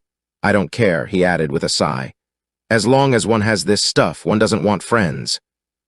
"I think I have had too many friends." Dorian winced and looked round at the grotesque things that lay in such fantastic postures on the ragged mattresses. The twisted limbs, the gaping mouths, the staring lusterless eyes fascinated him. He knew in what strange heavens they were suffering, and what dull hells were teaching them the secret of some new joy. They were better off than he was. He was prisoned in thought. Memory, like a horrible malady, was eating his soul away. From time to time he seemed to see the eyes of Basil Hallward looking at him. Yet he felt he could not stay. The presence of Adrian Singleton troubled him. He wanted to be where no one would know who he was. He wanted to escape from himself. "I am going on to the other place," he said after a pause. "On the wharf?" "Yes. That madcat is sure to be there. They won't have her in this place now." Dorian shrugged his shoulders. "I am sick of women who love one. Women who hate one are much more interesting. Besides, the stuff is better." "Much the same." "I like it better. Come and have something to drink. I must have something." "I don't want anything," murmured the young man. "Never mind." Adrian Singleton rose up wearily and followed Dorian to the bar. A half-caste, in a ragged turban and a shabby ulster, grinned a hideous greeting as he thrust a bottle of brandy and 2 tumblers in front of them. The women sidled up and began to chatter. Dorian turned his back on them and said something in a low voice to Adrian Singleton. A crooked smile like a Malay crease writhed across the face of one of the women. "We are very proud tonight," she sneered. "For God's sake, don't talk to me," cried Dorian, stamping his foot on the ground. "What do you want?" "Money. Here it is. Don't ever talk to me again." 2 red sparks flashed for a moment in the woman's sodden eyes, then flickered out and left them dull and glazed. She tossed her head and raked the coins off the counter with greedy fingers. Her companion watched her enviously. "It's no use," sighed Adrian Singleton. "I don't care to go back. What does it matter?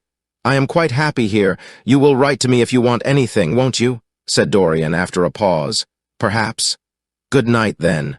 "Good night," answered the young man, passing up the steps and wiping his parched mouth with a handkerchief.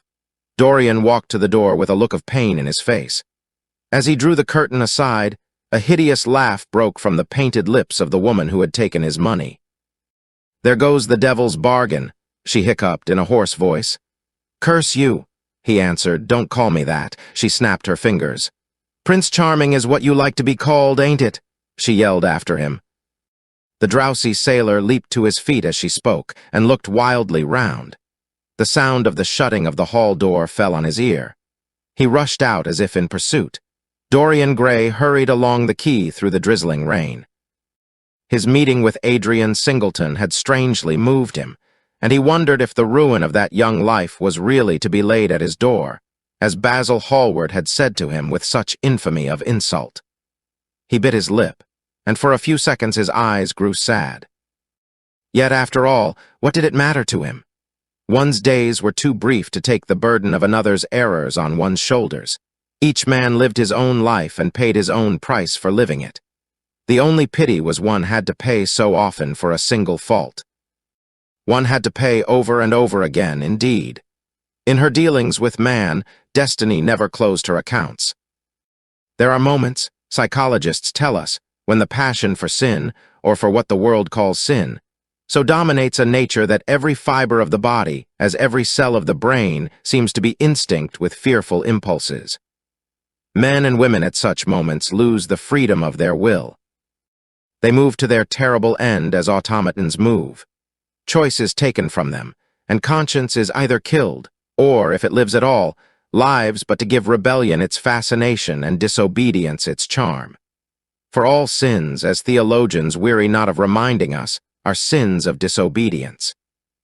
When that high spirit, that morning star of evil, fell from heaven, it was as a rebel that he fell.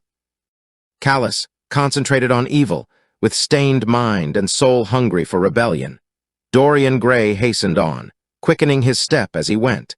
But as he darted aside into a dim archway that had served him often as a short cut to the ill-famed place where he was going, he felt himself suddenly seized from behind, and before he had time to defend himself, he was thrust back against the wall with a brutal hand round his throat.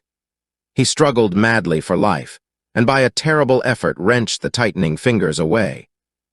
In a second he heard the click of a revolver and saw the gleam of a polished barrel pointing straight at his head and the dusky form of a short, thick-set man facing him. "What do you want?" he gasped. "Keep quiet," said the man. "If you stir, I shoot you." "You are mad." "What have I done to you?" "You wrecked the life of Sybil Vane," was the answer, "and Sybil Vane was my sister. She killed herself. I know it. Her death is at your door. I swore I would kill you in return. For years I have sought you. I had no clue, no trace. The two people who could have described you were dead. I knew nothing of you but the pet name she used to call you. I heard it tonight by chance. Make your peace with God, for tonight you are going to die." Dorian Gray grew sick with fear. "I never knew her," he stammered. "I never heard of her. You are mad. You had better confess your sin, for as sure as I am James Vane, you are going to die." There was a horrible moment. Dorian did not know what to say or do. "Down on your knees," growled the man. "I give you 1 minute to make your peace, no more. I go on board tonight for India, and I must do my job first. 1 minute. That's all." Dorian's arms fell to his side. Paralyzed with terror, he did not know what to do. Suddenly, a wild hope flashed across his brain. "Stop," he cried. "How long ago is it since your sister died?" "Quick, tell me." 18 years, said the man. "Why do you ask me? What do years matter?" 18 years, laughed Dorian Gray with a touch of triumph in his voice. 18 years. Set me under the lamp and look at my face. James Vane hesitated for a moment, not understanding what was meant. Then he seized Dorian Gray and dragged him from the archway. Dim and wavering as was the wind-blown light, yet it served to show him the hideous error, as it seemed, into which he had fallen, for the face of the man he had sought to kill had all the bloom of boyhood, all the unstained purity of youth.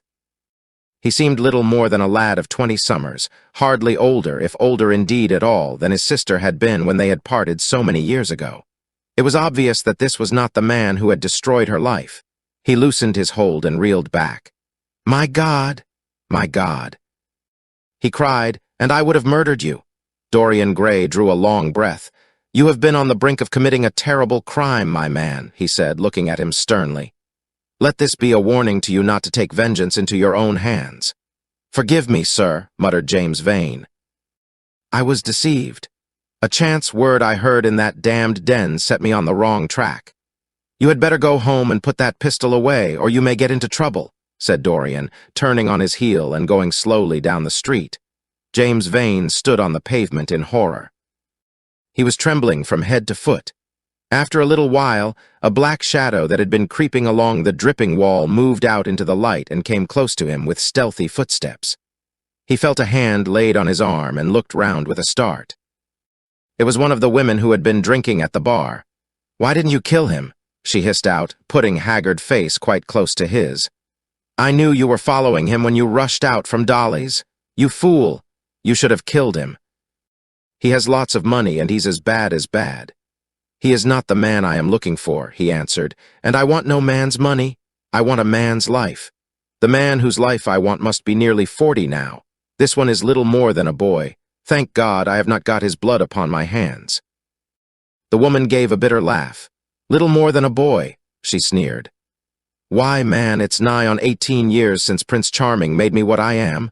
"You lie," cried James Vane. She raised her hand up to heaven. "Before God, I am telling the truth," she cried. "Before God. Strike me dumb if it ain't so. He is the worst one that comes here. They say he has sold himself to the devil for a pretty face. It's nigh on 18 years since I met him. He hasn't changed much since then. I have, though, she added with a sickly leer. You swear this? I swear it, came in hoarse echo from her flat mouth. But don't give me away to him, she whined. I am afraid of him.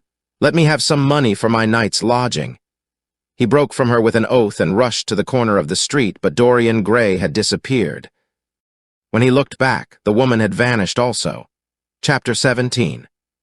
A week later, Dorian Gray was sitting in the conservatory at Selby Royal, talking to the pretty Duchess of Monmouth, who, with her husband, a jaded-looking man of 60, was amongst his guests.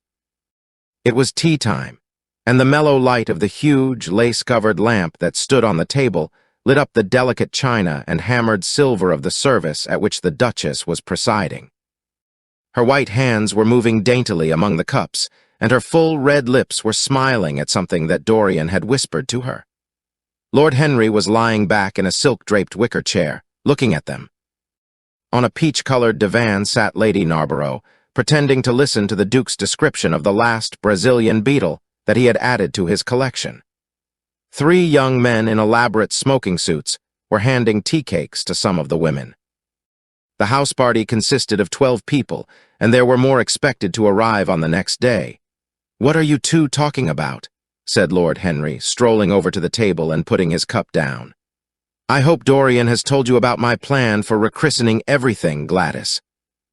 "It is a delightful idea.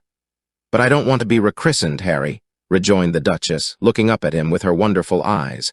"I am quite satisfied with my own name, and I am sure Mr. Gray should be satisfied with his. My dear Gladys, I would not alter either name for the world. They are both perfect. I was thinking chiefly of flowers. Yesterday I cut an orchid for my buttonhole. It was a marvelous spotted thing, as effective as the 7 deadly sins. In a thoughtless moment I asked one of the gardeners what it was called. He told me it was a fine specimen of Robinsoniana, or something dreadful of that kind. It is a sad truth, but we have lost the faculty of giving lovely names to things. Names are everything. I never quarrel with actions. My one quarrel is with words.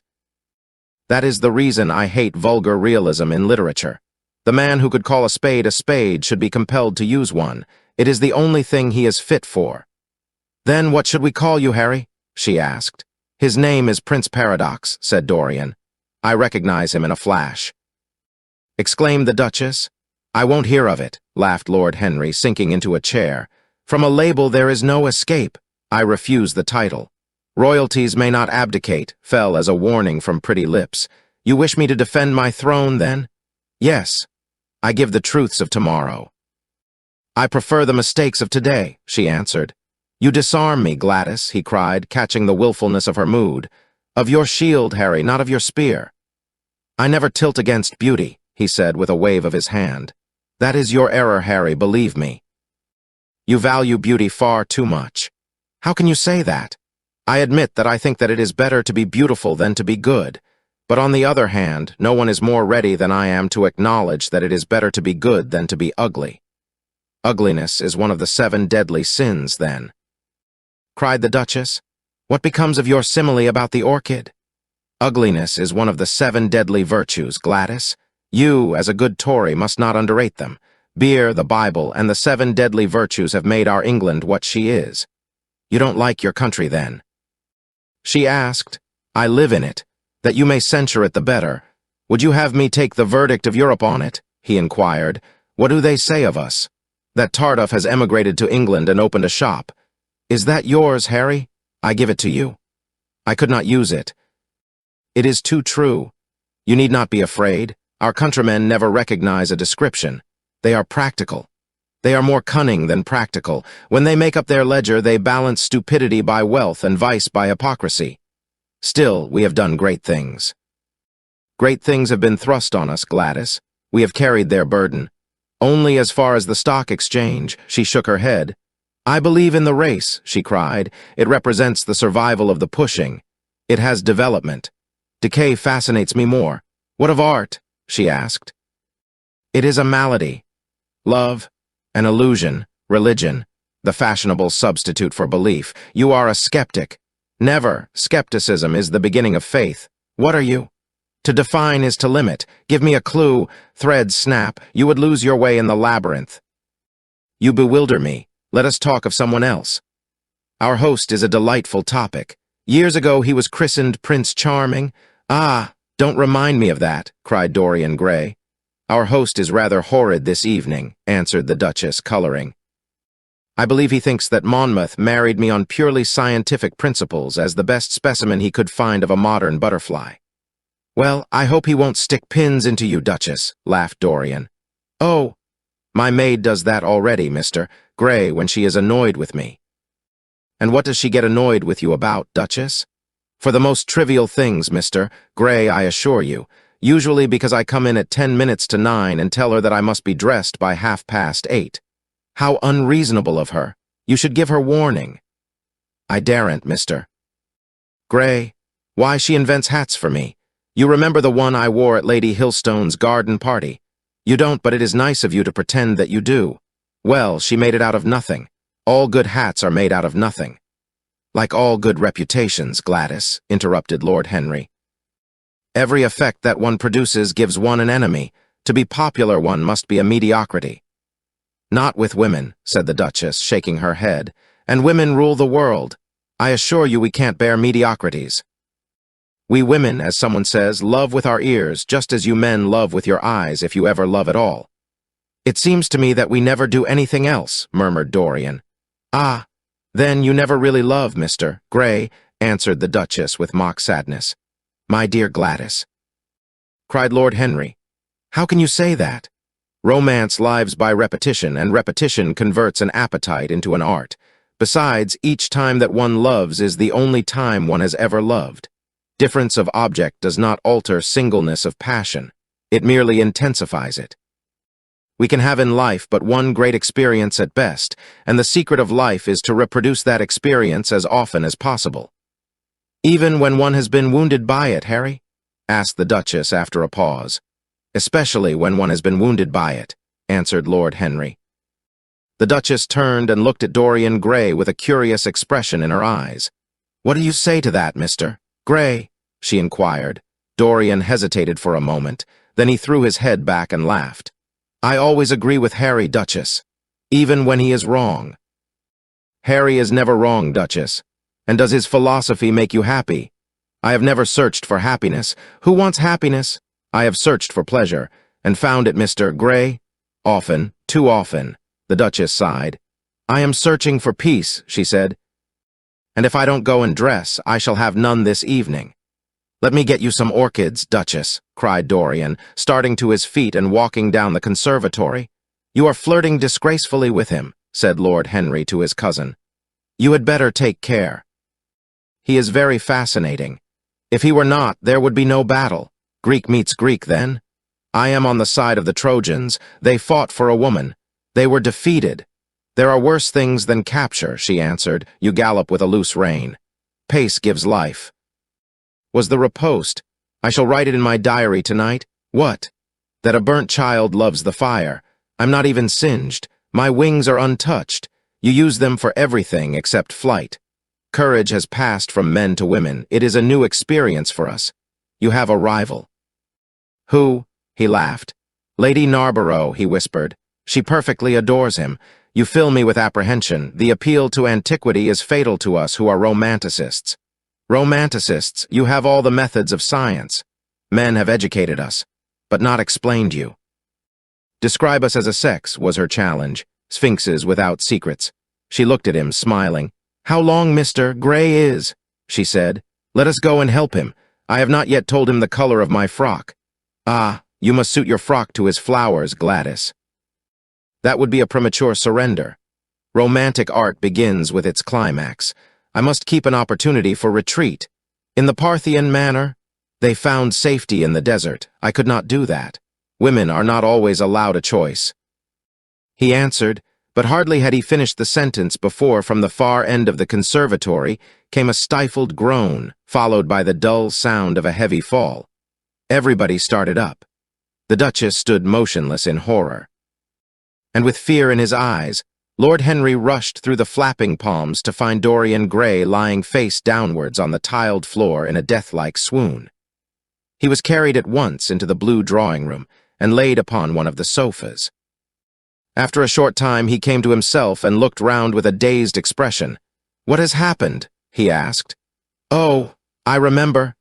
Am I safe here, Harry?" He began to tremble. "My dear Dorian," answered Lord Henry, "you merely fainted. That was all. You must have overtired yourself. You had better not come down to dinner. I will take your place." "No, I will come down," he said, struggling to his feet. "I would rather come down. I must not be alone."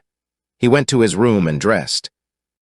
There was a wild recklessness of gaiety in his manner as he sat at table. But now and then a thrill of terror ran through him when he remembered that, pressed against the window of the conservatory, like a white handkerchief, he had seen the face of James Vane watching him. Chapter 18.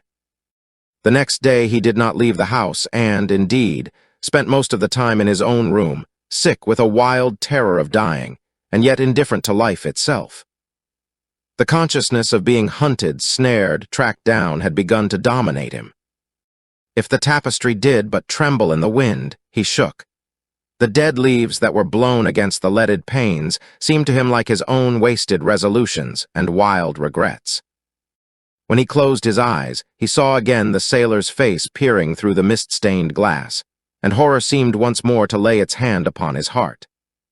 But perhaps it had been only his fancy that had called vengeance out of the night and set the hideous shapes of punishment before him. Actual life was chaos, but there was something terribly logical in the imagination. It was the imagination that set remorse to dog the feet of sin. It was the imagination that made each crime bear its misshapen brood.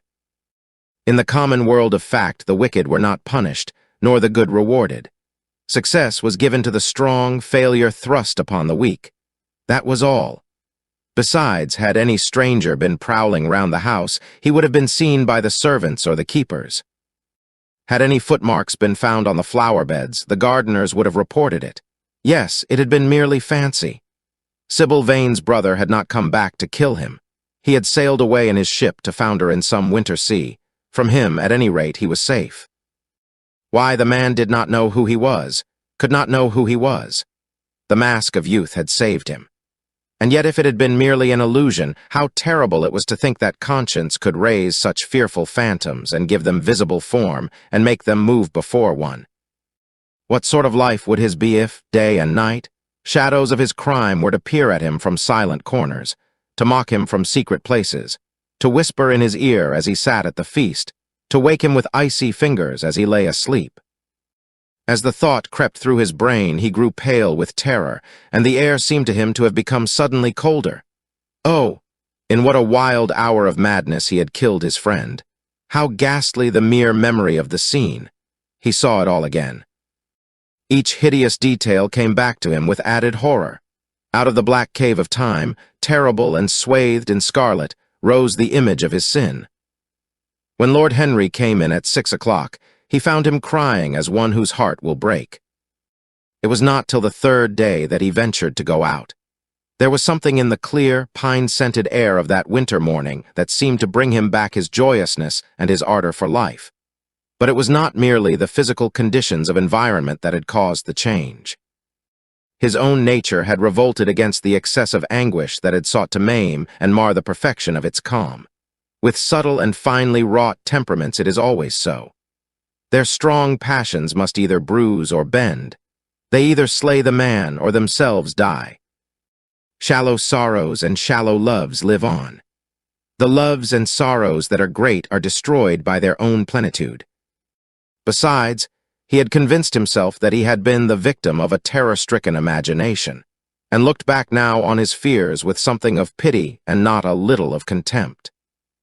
After breakfast, he walked with the Duchess for an hour in the garden and then drove across the park to join the shooting party.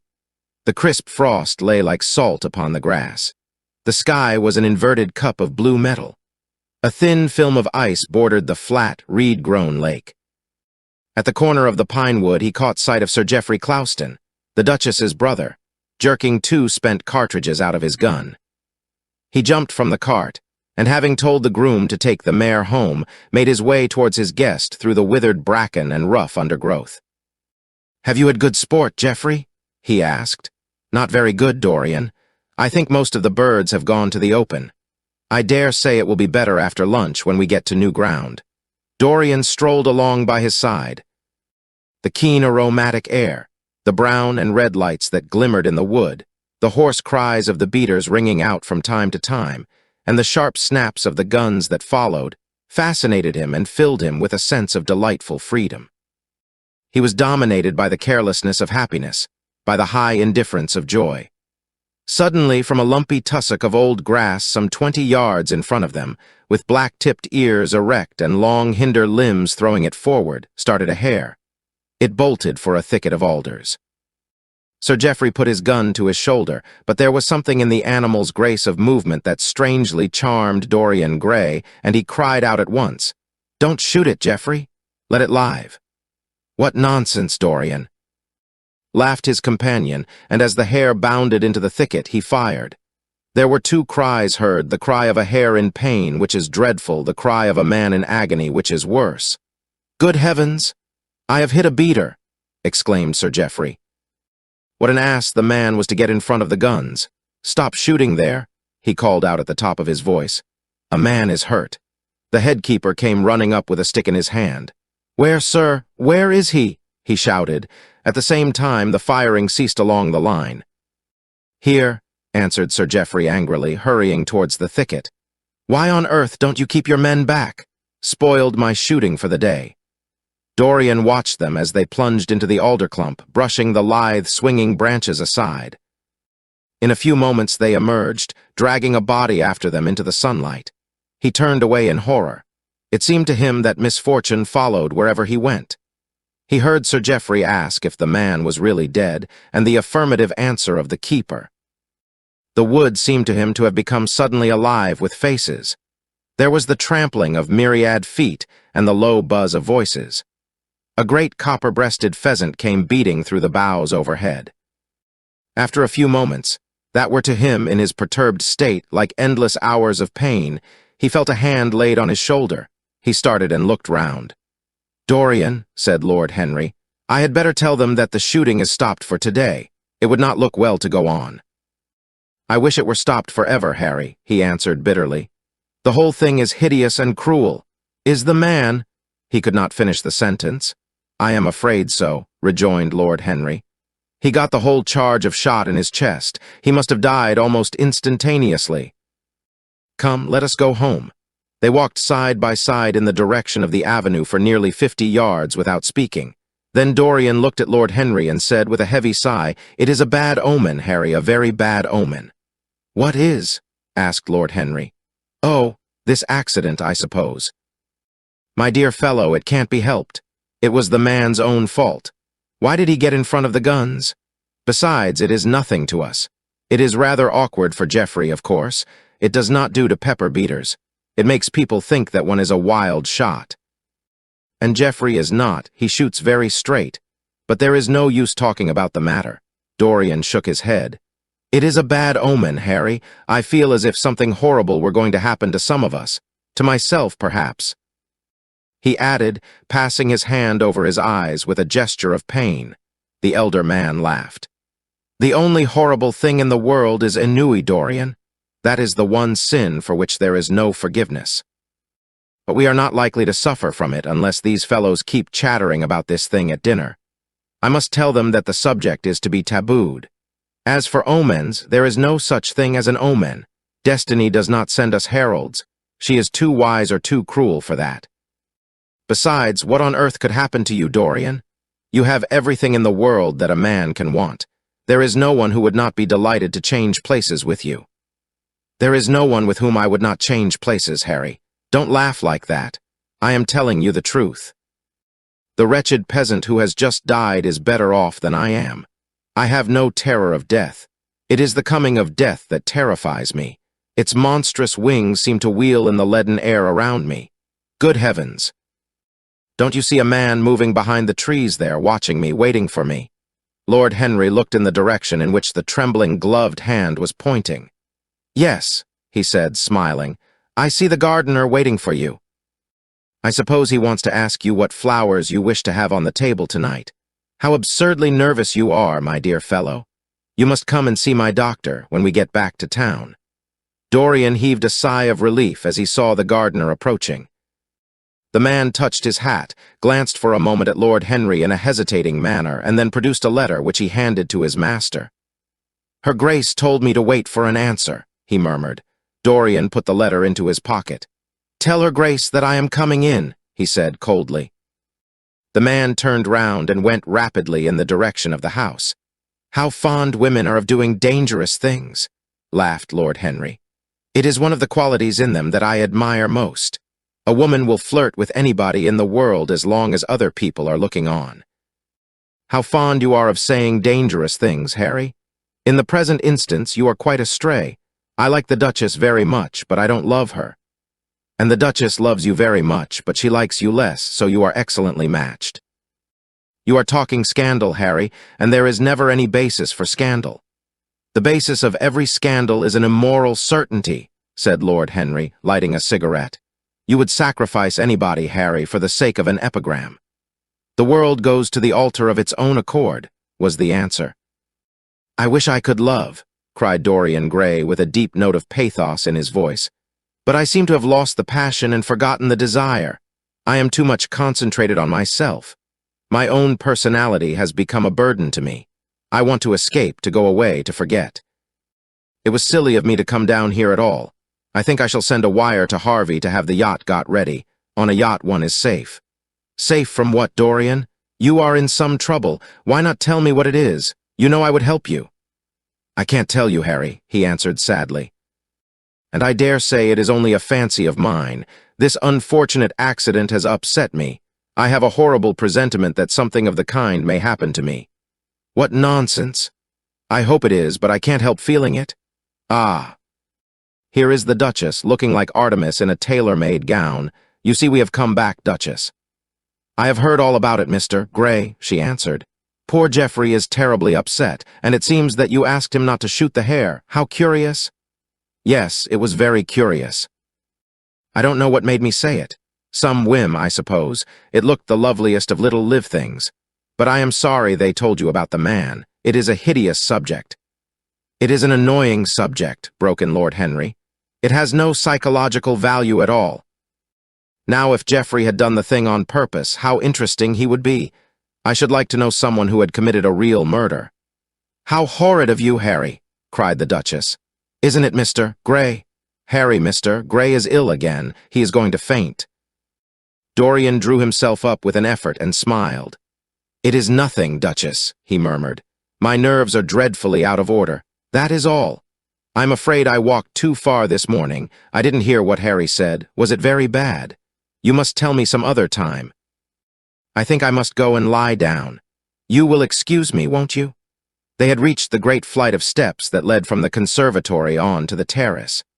As the glass door closed behind Dorian, Lord Henry turned and looked at the Duchess with his slumberous eyes. "Are you very much in love with him?" he asked. She did not answer for some time, but stood gazing at the landscape. "I wish I knew," she said at last. He shook his head. "Knowledge would be fatal. It is the uncertainty that charms one. A mist makes things wonderful. One may lose one's way.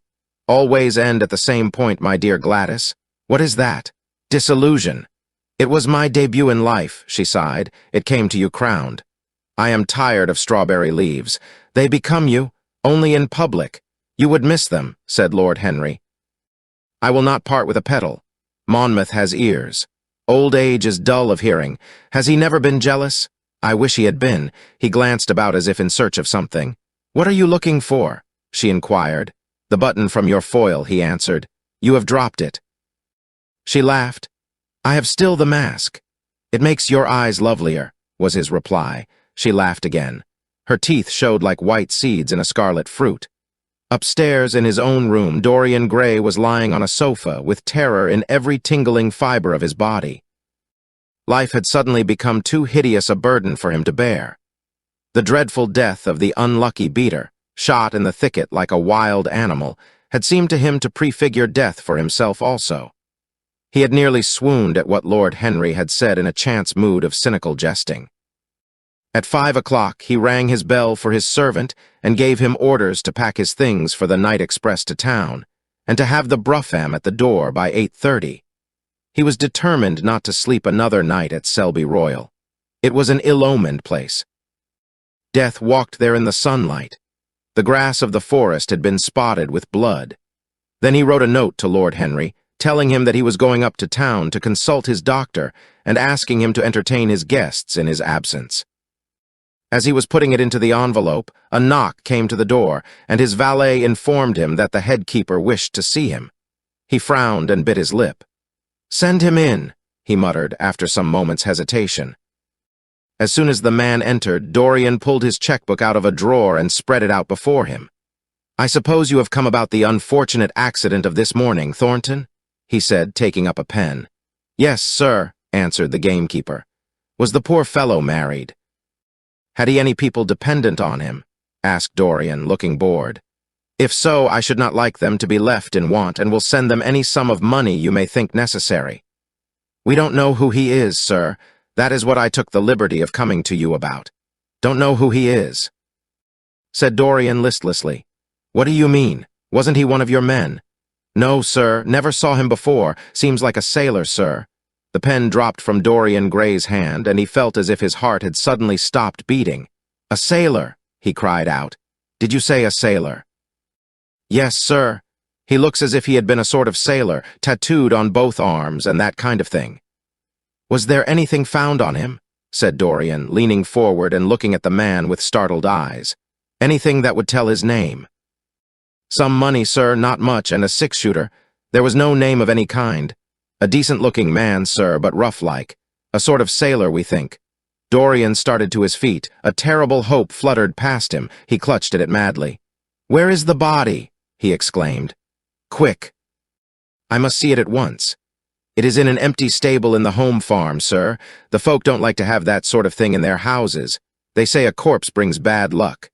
"The home farm? Go there at once and meet me. Tell one of the grooms to bring my horse round." "No. Never mind. I'll go to the stables myself. It will save time." In less than a quarter of an hour, Dorian Gray was galloping down the long avenue as hard as he could go. The trees seemed to sweep past him in spectral procession, and wild shadows to fling themselves across his path. Once the mare swerved at a white gatepost and nearly threw him. He lashed her across the neck with his crop. She cleft the dusky air like an arrow. The stones flew from her hoofs. At last he reached the home farm. 2 men were loitering in the yard. He leaped from the saddle and threw the reins to one of them. In the farthest stable a light was glimmering. Something seemed to tell him that the body was there, and he hurried to the door and put his hand upon the latch.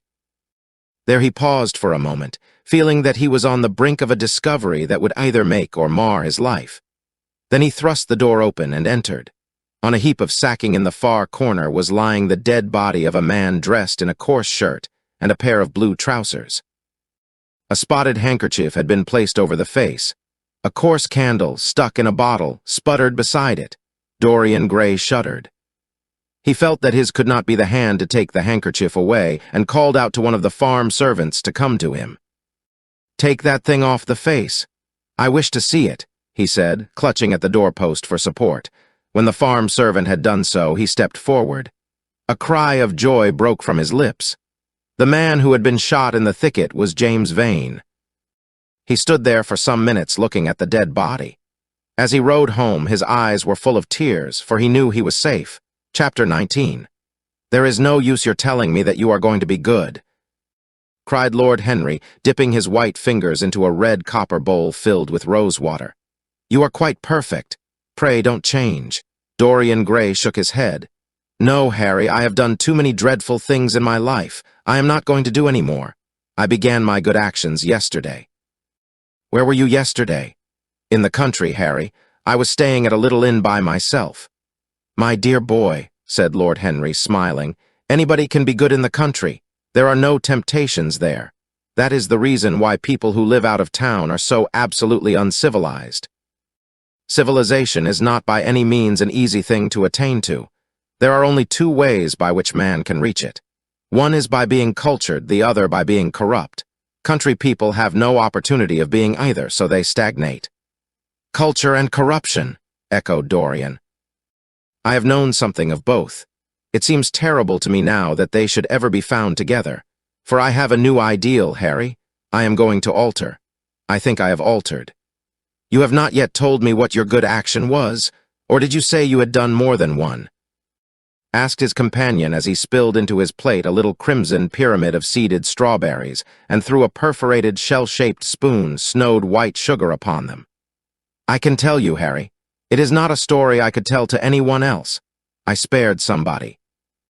It sounds vain, but you understand what I mean. She was quite beautiful and wonderfully like Sybil Vane. I think it was that which first attracted me to her. You remember Sybil, don't you? How long ago that seems. Well, Hetty was not one of our own class, of course. She was simply a girl in a village, but I really loved her. I am quite sure that I loved her. All during this wonderful May that we have been having, I used to run down and see her 2 or 3 times a week. Yesterday, she met me in a little orchard. The apple blossoms kept tumbling down on her hair, and she was laughing. We were to have gone away together this morning at dawn. Suddenly, I determined to leave her as flower-like as I had found her. I should think the novelty of the emotion must have given you a thrill of real pleasure, Dorian, interrupted Lord Henry. But I can finish your idyll for you. You gave her good advice and broke her heart. That was the beginning of your reformation. Harry, you are horrible. You mustn't say these dreadful things. Hetty's heart is not broken. Of course, she cried and all that, but there is no disgrace upon her. She can live like Perdita in her garden of mint and marigold, and weep over a faithless Florizel, said Lord Henry, laughing, as he leaned back in his chair. My dear Dorian, you have the most curiously boyish moods. Do you think this girl will ever be really content now with any one of her own rank? I suppose she will be married some day to a rough carter or a grinning plowman. Well, the fact of having met you and loved you will teach her to despise her husband, and she will be wretched. From a moral point of view, I cannot say that I think much of your great renunciation. Even as a beginning, it is poor. Besides, how do you know that Hetty isn't floating at the present moment in some starlit mill pond with lovely water lilies round her like Ophelia? I can't bear this, Harry. You mock at everything and then suggest the most serious tragedies. I am sorry I told you now. I don't care what you say to me. I know I was right in acting as I did. Poor Hetty. As I rode past the farm this morning, I saw her white face at the window like a spray of jasmine. Don't let us talk about it anymore, and don't try to persuade me that the first good action I have done for years, the first little bit of self-sacrifice I have ever known, is really a sort of sin. I want to be better. I am going to be better. Tell me something about yourself. What is going on in town? I have not been to the club for days. The people are still discussing poor Basil's disappearance. I should have thought they had got tired of that by this time, said Dorian, pouring himself out some wine and frowning slightly. My dear boy, they have only been talking about it for 6 weeks, and the British public are really not equal to the mental strain of having more than one topic every 3 months. They have been very fortunate lately, however. They have had my own divorce case and Alan Campbell's suicide. Now they have got the mysterious disappearance of an artist. Scotland Yard still insists that the man in the grey ulster who left for Paris by the midnight train on the 9th of November was poor Basil, and the French police declare that Basil never arrived in Paris at all. I suppose in about a fortnight we shall be told that he has been seen in San Francisco. It is an odd thing, but everyone who disappears is said to be seen at San Francisco. It must be a delightful city and possess all the attractions of the next world. What do you think has happened to Basil? Asked Dorian, holding up his burgundy against the light and wondering how it was that he could discuss the matter so calmly. I have not the slightest idea. If Basil chooses to hide himself, it is no business of mine. If he is dead, I don't want to think about him. Death is the only thing that ever terrifies me. I hate it. Why? Said the younger man wearily. Because, said Lord Henry, passing beneath his nostrils the gilt trellis of an open vinaigrette box. One can survive everything nowadays except that. Death and vulgarity are the only 2 facts in the 19th century that one cannot explain away. Let us have our coffee in the music-room, Dorian. You must play Chopin to me. The man with whom my wife ran away played Chopin exquisitely. Poor Victoria? I was very fond of her. The house is rather lonely without her. Of course, married life is merely a habit, a bad habit. But then one regrets the loss even of one's worst habits. Perhaps one regrets them the most. They are such an essential part of one's personality. Dorian said nothing, but rose from the table, and passing into the next room, sat down to the piano and let his fingers stray across the white and black ivory of the keys. After the coffee had been brought in, he stopped, and looking over at Lord Henry, said, "Harry, did it ever occur to you that Basil was murdered?" Lord Henry yawned. "Basil was very popular and always wore a Waterbury watch. Why should he have been murdered? He was not clever enough to have enemies. Of course, he had a wonderful genius for painting. But a man can paint like Velázquez and yet be as dull as possible. Basil was really rather dull. He only interested me once, and that was when he told me years ago that he had a wild adoration for you and that you were the dominant motive of his art." "I was very fond of Basil," said Dorian with a note of sadness in his voice. "But don't people say that he was murdered?" "Oh, some of the papers do. It does not seem to me to be at all probable. I know there are dreadful places in Paris, but Basil was not the sort of man to have gone to them. He had no curiosity. It was his chief defect." "What would you say, Harry, if I told you that I had murdered Basil?" said the younger man. He watched him intently after he had spoken. "I would say, my dear fellow, that you were posing for a character that doesn't suit you. All crime is vulgar, just as all vulgarity is crime. It is not in you, Dorian, to commit a murder. I am sorry if I hurt your vanity by saying so, but I assure you it is true. Crime belongs exclusively to the lower orders. I don't blame them in the smallest degree. I should fancy that crime was to them what art is to us, simply a method of procuring extraordinary sensations. A method of procuring sensations. Do you think, then, that a man who has once committed a murder could possibly do the same crime again? Don't tell me that." "Oh. Anything becomes a pleasure if one does it too often," cried Lord Henry, laughing. "That is one of the most important secrets of life. I should fancy, however, that murder is always a mistake. One should never do anything that one cannot talk about after dinner. But let us pass from poor Basil. I wish I could believe that he had come to such a really romantic end as you suggest, but I can't. I dare say he fell into the Seine off an omnibus, and that the conductor hushed up the scandal. Yes, I should fancy that was his end. I see him lying now on his back under those dull green waters, with the heavy barges floating over him and long weeds catching in his hair. Do you know, I don't think he would have done much more good work. During the last 10 years, his painting had gone off very much." Dorian heaved a sigh, and Lord Henry strolled across the room and began to stroke the head of a curious Java parrot, a large, gray-plumaged bird with pink crest and tail that was balancing itself upon a bamboo perch. As his pointed fingers touched it, it dropped the white scurf of crinkled lids over black, glass-like eyes and began to sway backwards and forwards. "Yes," he continued, turning round and taking his handkerchief out of his pocket. "His painting had quite gone off. It seemed to me to have lost something. It had lost an ideal. When you and he ceased to be great friends, he ceased to be a great artist. What was it separated you? I suppose he bored you. If so, he never forgave you. It's a habit bores have.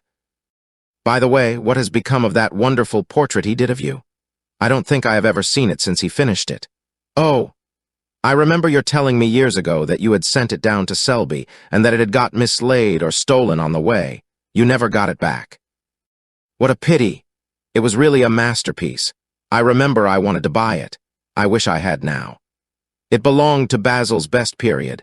Since then, his work was that curious mixture of bad painting and good intentions that always entitles a man to be called a representative British artist. Did you advertise for it? You should. I forget, said Dorian. I suppose I did, but I never really liked it. I am sorry I sat for it. The memory of the thing is hateful to me. Why do you talk of it? It used to remind me of those curious lines in some play, Hamlet. I think, how do they run? Like the painting of a sorrow, a face without a heart. Yes, that is what it was like. Lord Henry laughed. If a man treats life artistically, his brain is his heart. He answered, sinking into an armchair. Dorian Gray shook his head and struck some soft chords on the piano. Like the painting of a sorrow, he repeated, a face without a heart.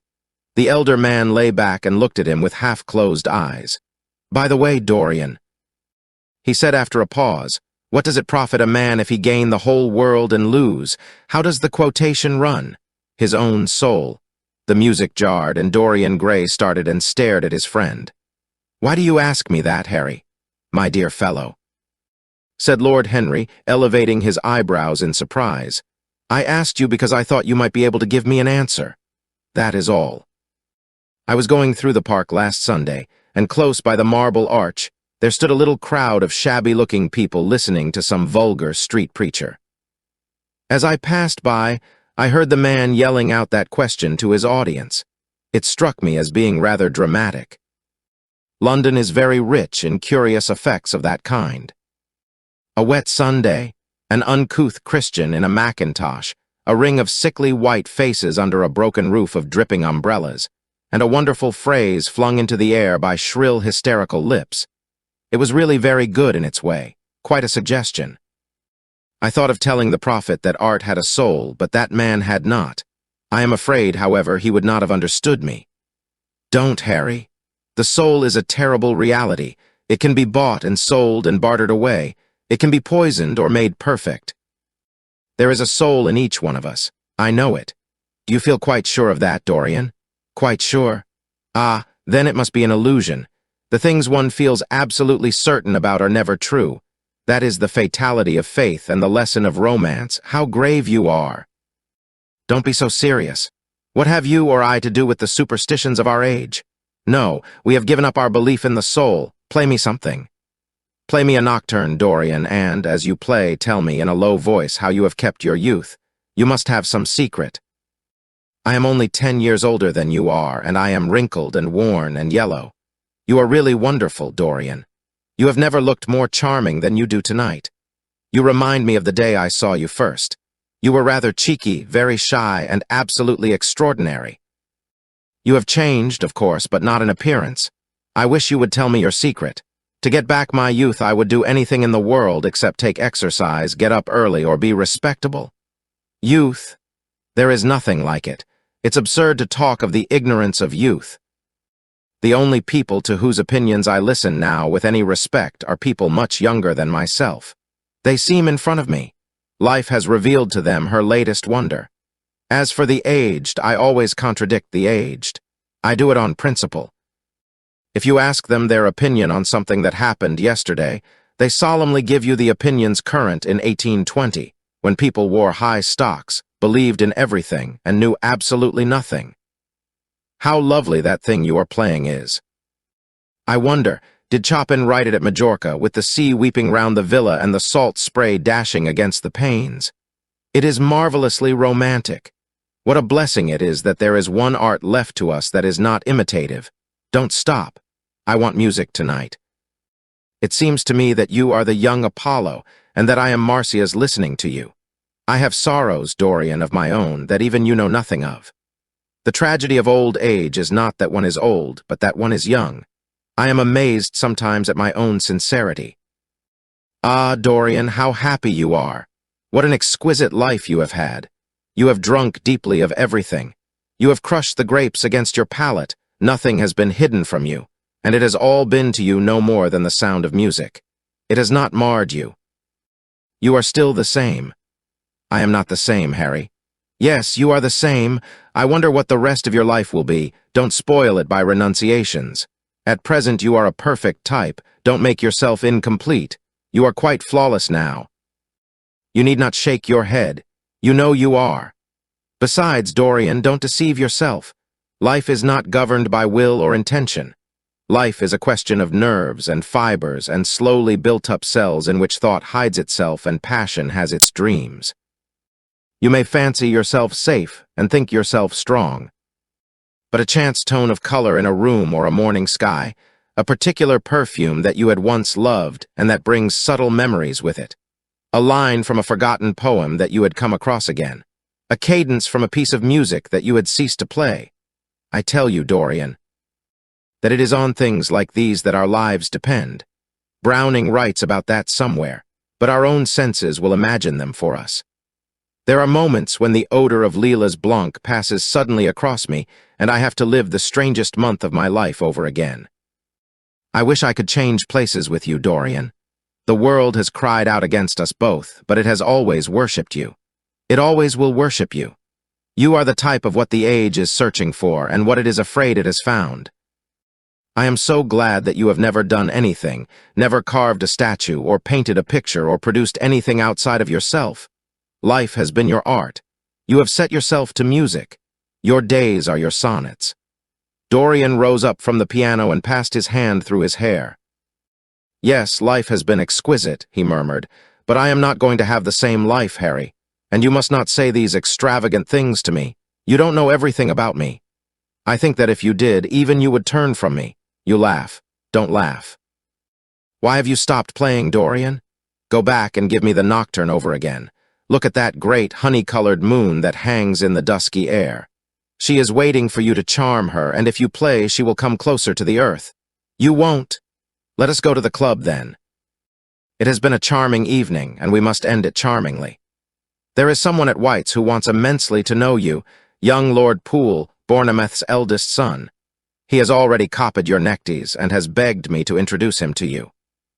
He is quite delightful and rather reminds me of you. I hope not, said Dorian with a sad look in his eyes. But I am tired tonight, Harry. I shan't go to the club. It is nearly 11 and I want to go to bed early. Do stay. You have never played so well as tonight. There was something in your touch that was wonderful. It had more expression than I had ever heard from it before. It is because I am going to be good, he answered, smiling. I am a little changed already. You cannot change to me, Dorian, said Lord Henry. You and I will always be friends. Yet you poisoned me with a book once. I should not forgive that. Harry, promise me that you will never lend that book to anyone. It does harm. My dear boy, you are really beginning to moralize. You will soon be going about like the converted and the revivalist, warning people against all the sins of which you have grown tired. You are much too delightful to do that. Besides, it is no use. You and I are what we are and will be what we will be. As for being poisoned by a book, there is no such thing as that. Art has no influence upon action. It annihilates the desire to act. It is superbly sterile. The books that the world calls immoral are books that show the world its own shame. That is all. But we won't discuss literature. Come round tomorrow. I am going to ride at 11. We might go together, and I will take you to lunch afterwards with Lady Branksome. She is a charming woman and wants to consult you about some tapestries she is thinking of buying. Mind you come. Or shall we lunch with our little Duchess? She says she never sees you now. Perhaps you are tired of Gladys? I thought you would be. Her clever tongue gets on one's nerves. Well, in any case, be here at 11. Must I really come, Harry? Certainly. The park is quite lovely now. I don't think there have been such lilacs since the year I met you. Very well. I shall be here at 11, said Dorian. Good night, Harry. As he reached the door, he hesitated for a moment, as if he had something more to say. Then he sighed and went out. Chapter 20. It was a lovely night, so warm that he threw his coat over his arm and did not even put his silk scarf round his throat. As he strolled home, smoking his cigarette, 2 young men in evening dress passed him. He heard one of them whisper to the other, "That is Dorian Gray." He remembered how pleased he used to be when he was pointed out, or stared at, or talked about. He was tired of hearing his own name now. Half the charm of the little village where he had been so often lately was that no one knew who he was. He had often told the girl whom he had lured to love him that he was poor, and she had believed him. He had told her once that he was wicked, and she had laughed at him and answered that wicked people were always very old and very ugly. What a laugh she had, just like a thrush singing. And how pretty she had been in her cotton dresses and her large hats. She knew nothing, but she had everything that he had lost.